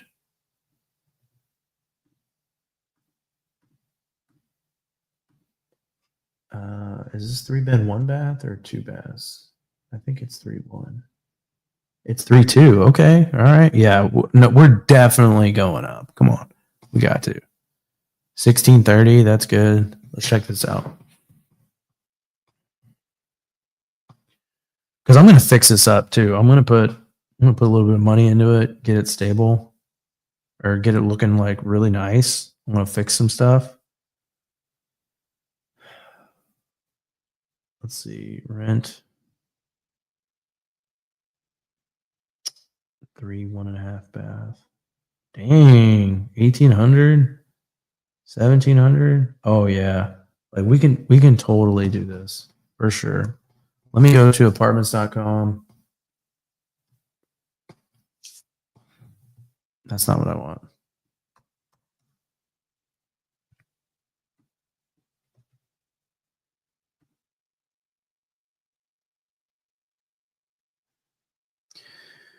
Okay, so I'm putting myself in the shoes of a renter, right? What are they going to do? They're going to type in, they're not going to type in that specific address, but they're going to type in an area. They're going to search for, okay, 3-bed, 2 baths, that. One thing, honestly, one thing I have not been thinking about is the pricing, like the ranges, like doing something like $1,799, so I make sure I fall within the range, right? So let's see, 1,800.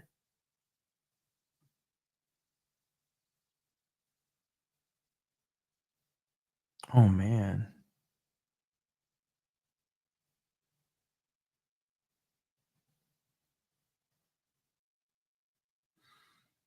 There's some steep rents for 3 beds. Holy cow.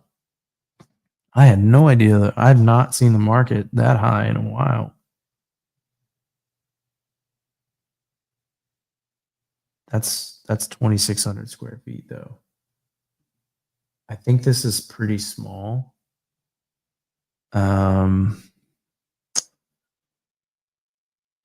House. Is there square footage? I don't think there's.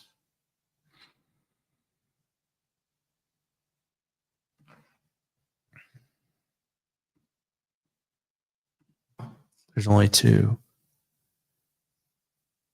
Oh, heck yeah, man. I'm jacking up this price so high. Yeah, we're not doing that.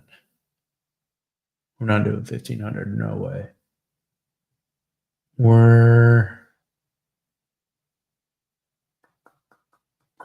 I'm going to go 1,800.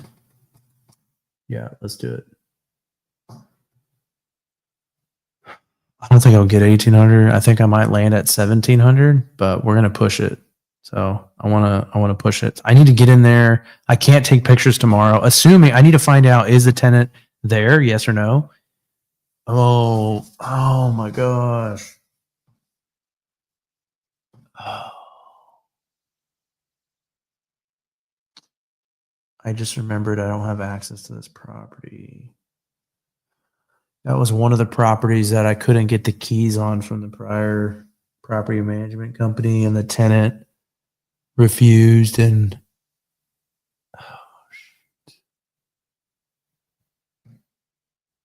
how am I going to get access to this property? Well,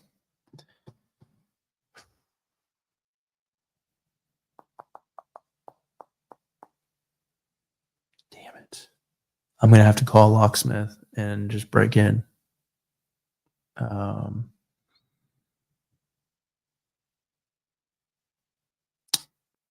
Yeah. All right. Well, I'm going to show up to the property tomorrow. I'm going to knock and I'm going to see if anyone answers the door. I'm going to see if I can find anything. Probably not a very safe situation to be in, but I mean, it is what it is. And if no one answers, I'm going to call and get a locksmith in there tomorrow and get them. I actually have a locksmith on my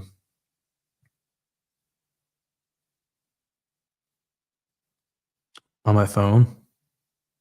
Local. He's pretty good.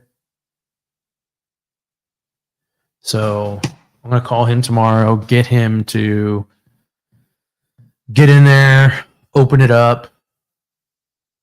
I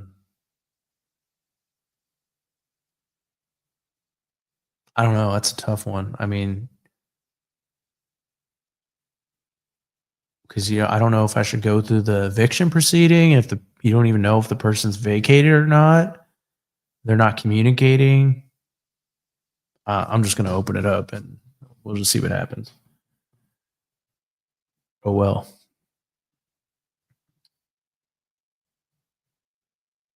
Yeah, we don't have a key for that one, so that's going to be a challenge. So, okie dokie, we'll get that one cleaned out and get it moving. And okay, let's see. Let's keep looking down this property list.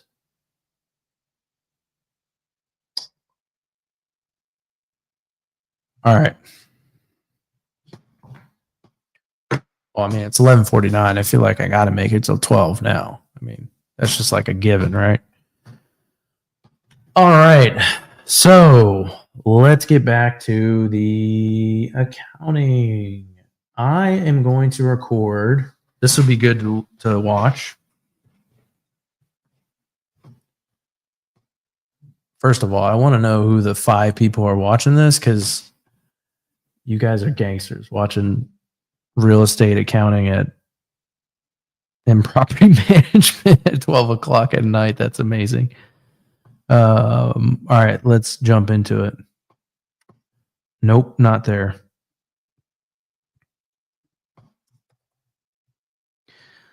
Okie dokie. We're going to do a P&L here. I'm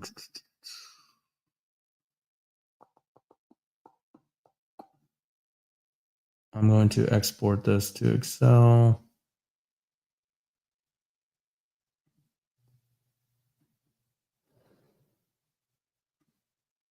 All right.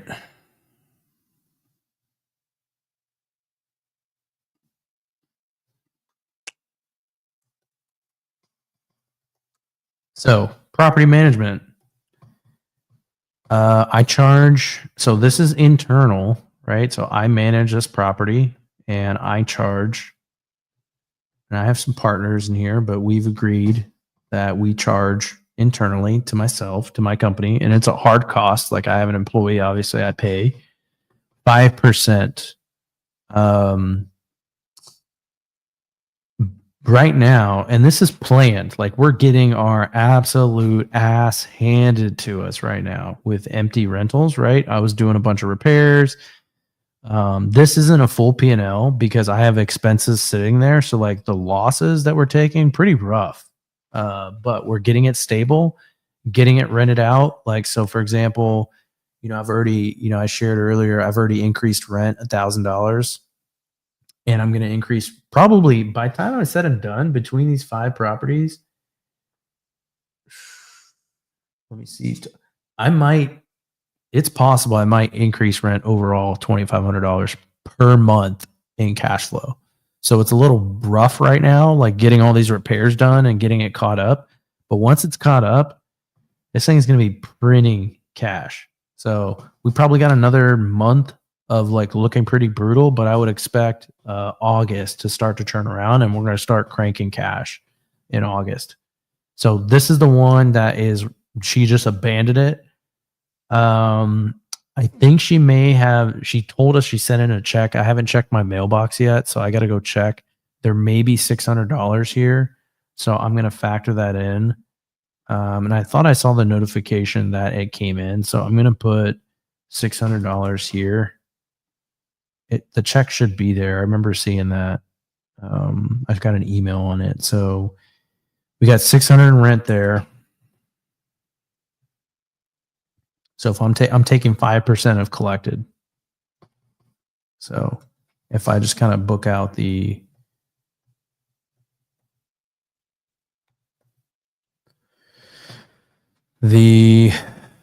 doesn't seem right. Why is that math not mathing? Oh, because I added it. Yeah.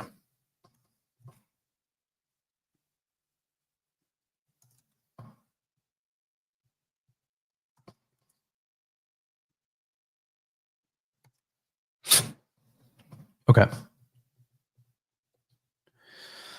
All right. Let's look at this.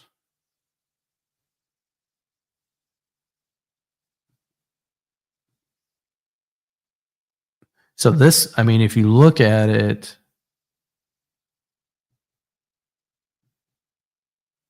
that doesn't seem right. So there's definitely some bookkeeping stuff that needs to be done. Like the mortgage payments haven't been recorded because the interest expense is too low. It should look more like this and this. So that needs to be recorded. I don't think I'm going to get to that tonight, to be honest. But I don't need to do that for the property management allocation. What that looks like, I'm just focused on the revenue and what's collected. So if I get that number right, that's all I really need to focus on for the purpose of that. So 1031, duplex, both units empty. One of them repaired. One of them's just been sitting there empty. That was the one earlier where it was sitting there for 51 days. Heck yeah. I appreciate it. Still there. So much value. Love it. Awesome. Thank you. Oh, you can't see my spreadsheet. That's dumb. Let me fix that. Hold on. Let me see if I can fix that. Because you need to see the spreadsheet. So this is capturing. Just give me a second. Window capture. Display capture. Yeah, let's go. Okay, cool. We're in business now. Awesome. Let's go. Let me blow this up so you can see it.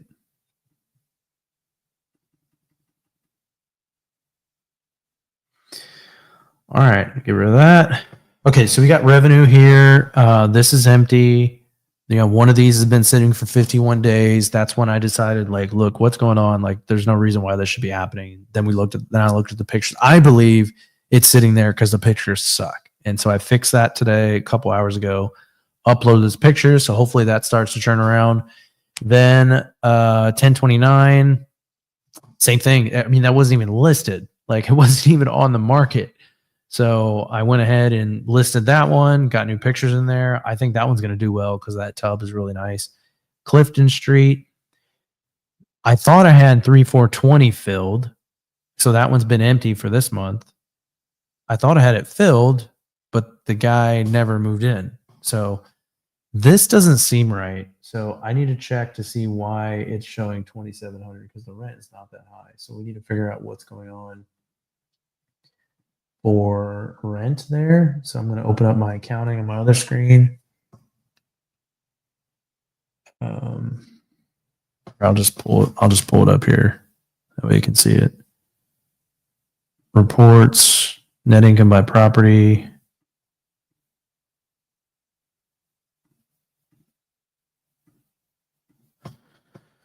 Okay. Why does this say 2,700?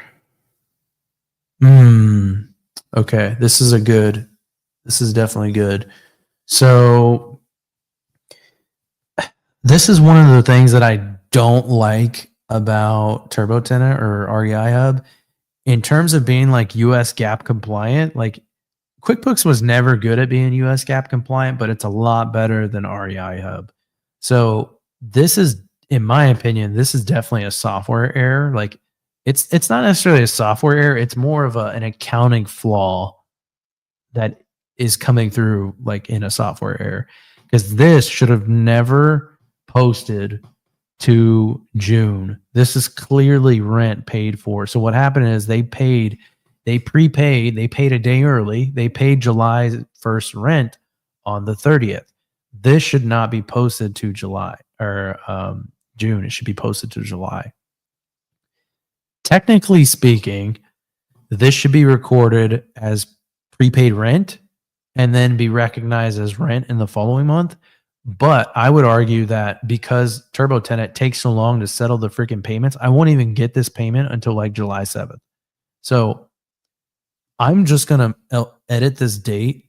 Like, if I go in here and hit edit, first of all, like in an accounting software, you should never be able to like make this change because you could really mess up your bank balance by doing this. I know what I'm doing though. Like, I know that this should be in the month of July because it's going to throw off my books if it's not. I'm just going to put it on the 1st. That's just what I'm going to do. This is clearly for the month of July. So that fixes that problem. So now that brings us into alignment with what I expected rent to be. So this should be $1,350. So I'm going to change that. $1,350. You can see the property being empty, it's hurting my paycheck too, right? On the property management side, like, I'm not yielding what should be yielding because rent is not high enough. Like, I got a bunch of empty doors. I got 2 empty doors here, 3 empty doors here, and a 4th empty door that just became like the tenant just abandoned it a few days ago. So it's not good. 4 out of 9 doors are empty. Like, that's not good. We need to fix this. This one's stabilized. There's a lot. Again, there's so many things I like about REI, but there's some like really annoying things that I don't like that creates extra work. Because of that date issue that we just saw, I don't have a lot of confidence in these numbers, if I'm being honest. So what I do is I go through each door and look at like the rent of like, okay, what is rent supposed to be? And is that what's being recorded here in revenue? So like, I'll look at, okay, 3, 4, 18. The rent used to be, let's run through increases. The rent used to be 1,185. I increased rent to 1,350 and they signed the lease and they're paying it. They weren't really happy about it, obviously, but they're paying it. This is the tenant that abandoned the property, so we're not going to get the full rent. 3723. One of the tenants was paying $950 a month. I raised the rent to $1350. I went in and I made improvements, raised the rent. We were still making improvements and renovations in it this month, so we were spending costs, there on both doors, I believe. So that was an improvement, pretty substantial one. Then we had 3721 in this North Capitol. The other door was paying $1040 a month. We raised the rent to $1350 as well. They're paying that, I believe. Or did we settle for less? Let's see. This says it's $2,500. And I'm showing if they were both at $1350, that'd be $2,700. So we need to look at what's going on there. So let's go back and look at this. This one.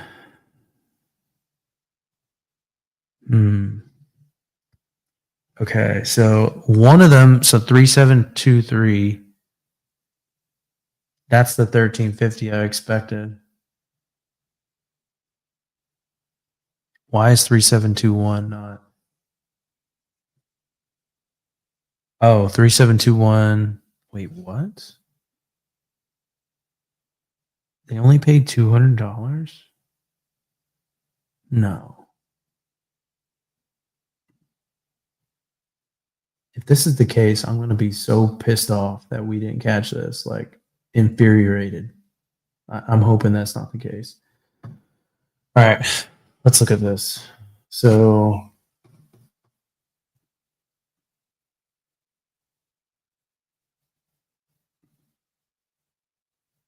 if this is the case, you're going to watch me create an eviction notice right freaking now. I'm so mad. This better not be accurate. Okay, so now I'm going to go back into my, let's see, 3723. It's 3721.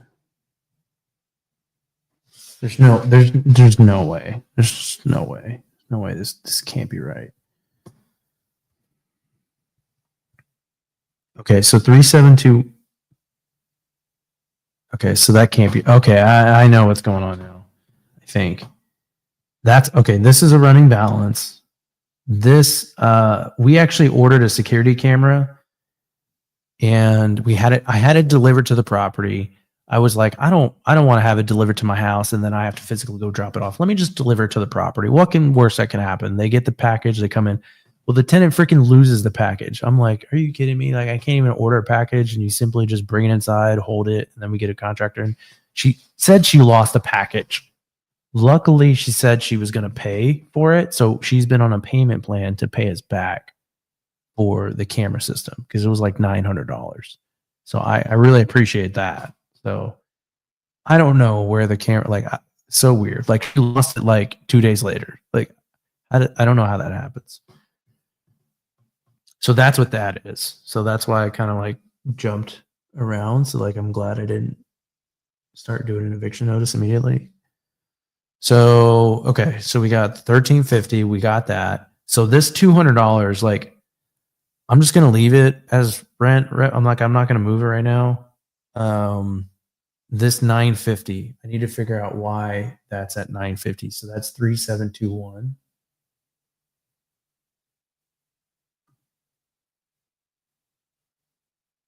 No, that's 3723.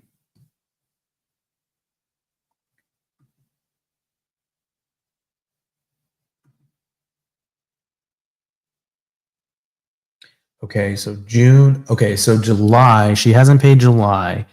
In July, we bumped it up to $1350. Okay, so we gave notice. Okay, so this is a timing thing.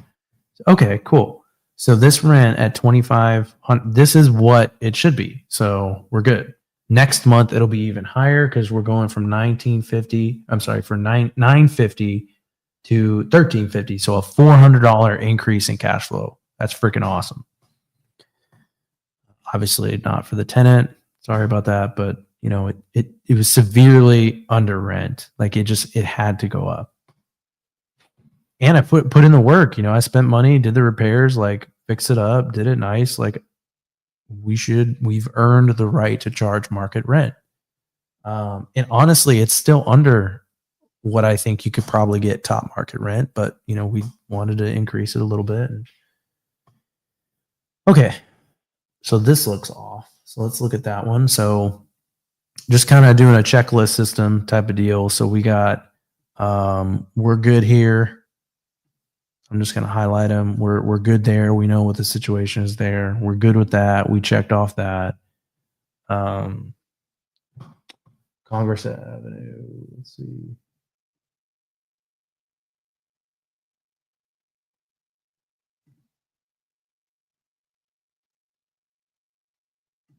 Seems pretty high.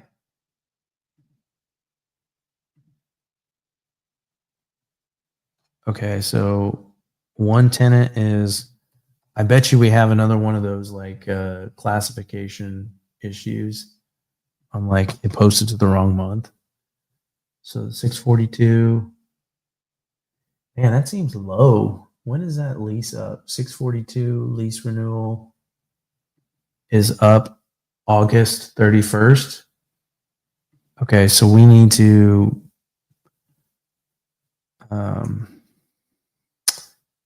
lease renewal notice needs to be sent out for 642 Congress Avenue. I can show you the Discord now.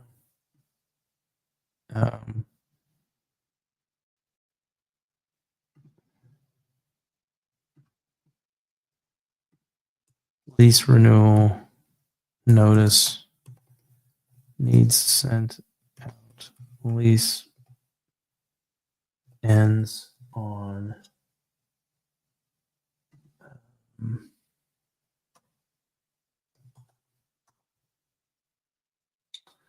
so this lease ends on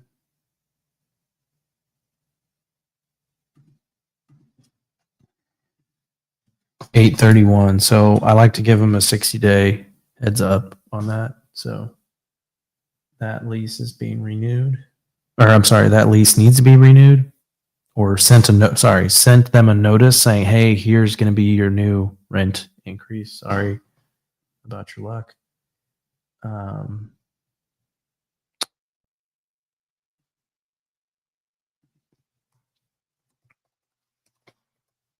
Ask them about upgrades. I'm telling them, we'll go in and fix what you need. You know, whatever you need fixed, we'll fix it. We'll go in and get it taken care of. Let's see. So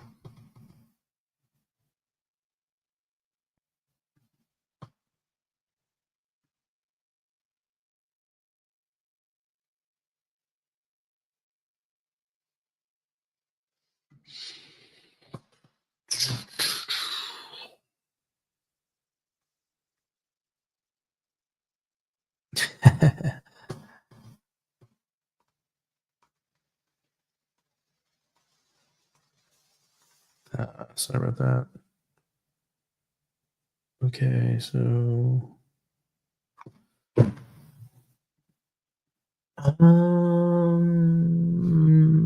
okay, yeah. Let's dig into that one.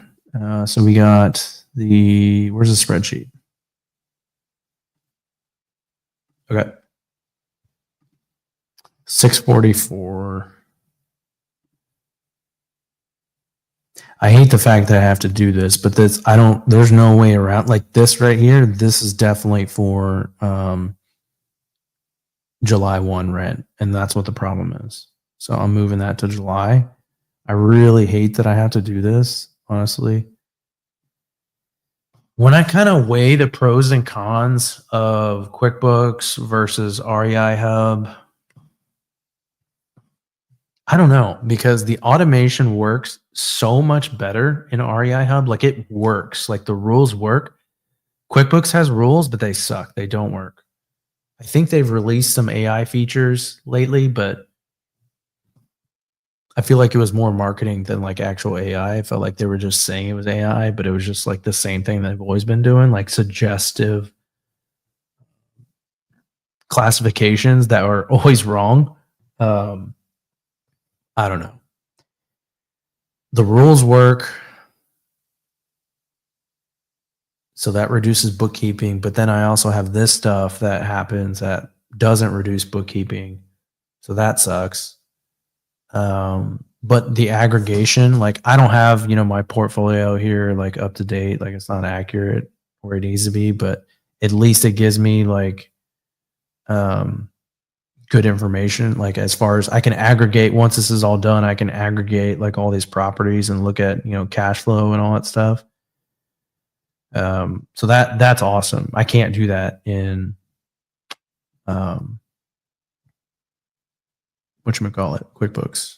So I like that a lot. Oh yeah, back to, we need to finish this up here. So go back to rent last month. Okay, so we're moving this to 2060. 642. Yeah, we're definitely raising rent on those two. But for the time being, that's what they're paying. So 2060.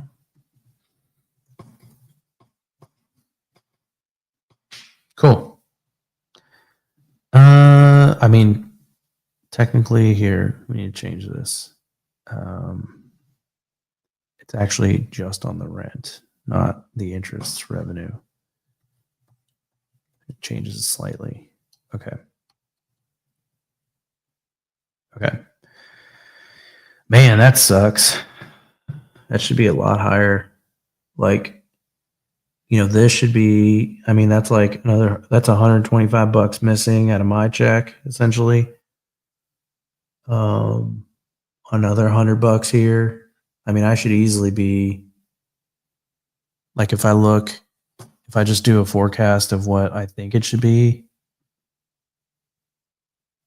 I'm not going to do that right now, but it should be a lot higher, right? Well, I'm taking a hit on this.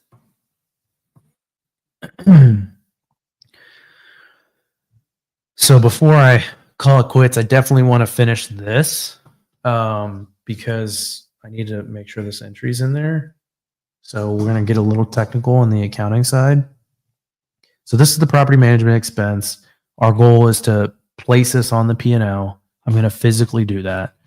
So I'm going to place this on the P&L, and we're just going to have to do that manually because I should have done this before the month ended because this is all related to June. So I should have done this in the middle of the month, recorded the entry, and moved the money.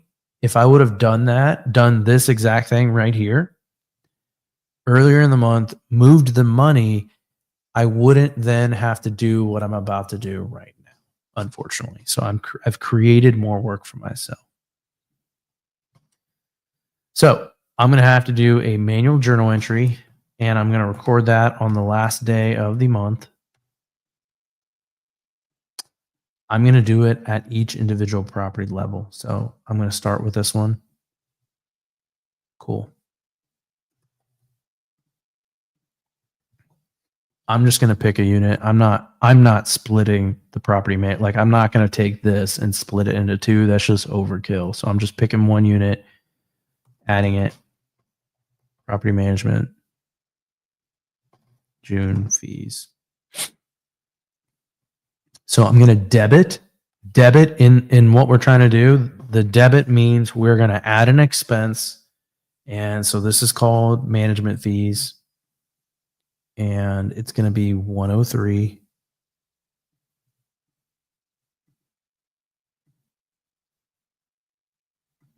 Libra.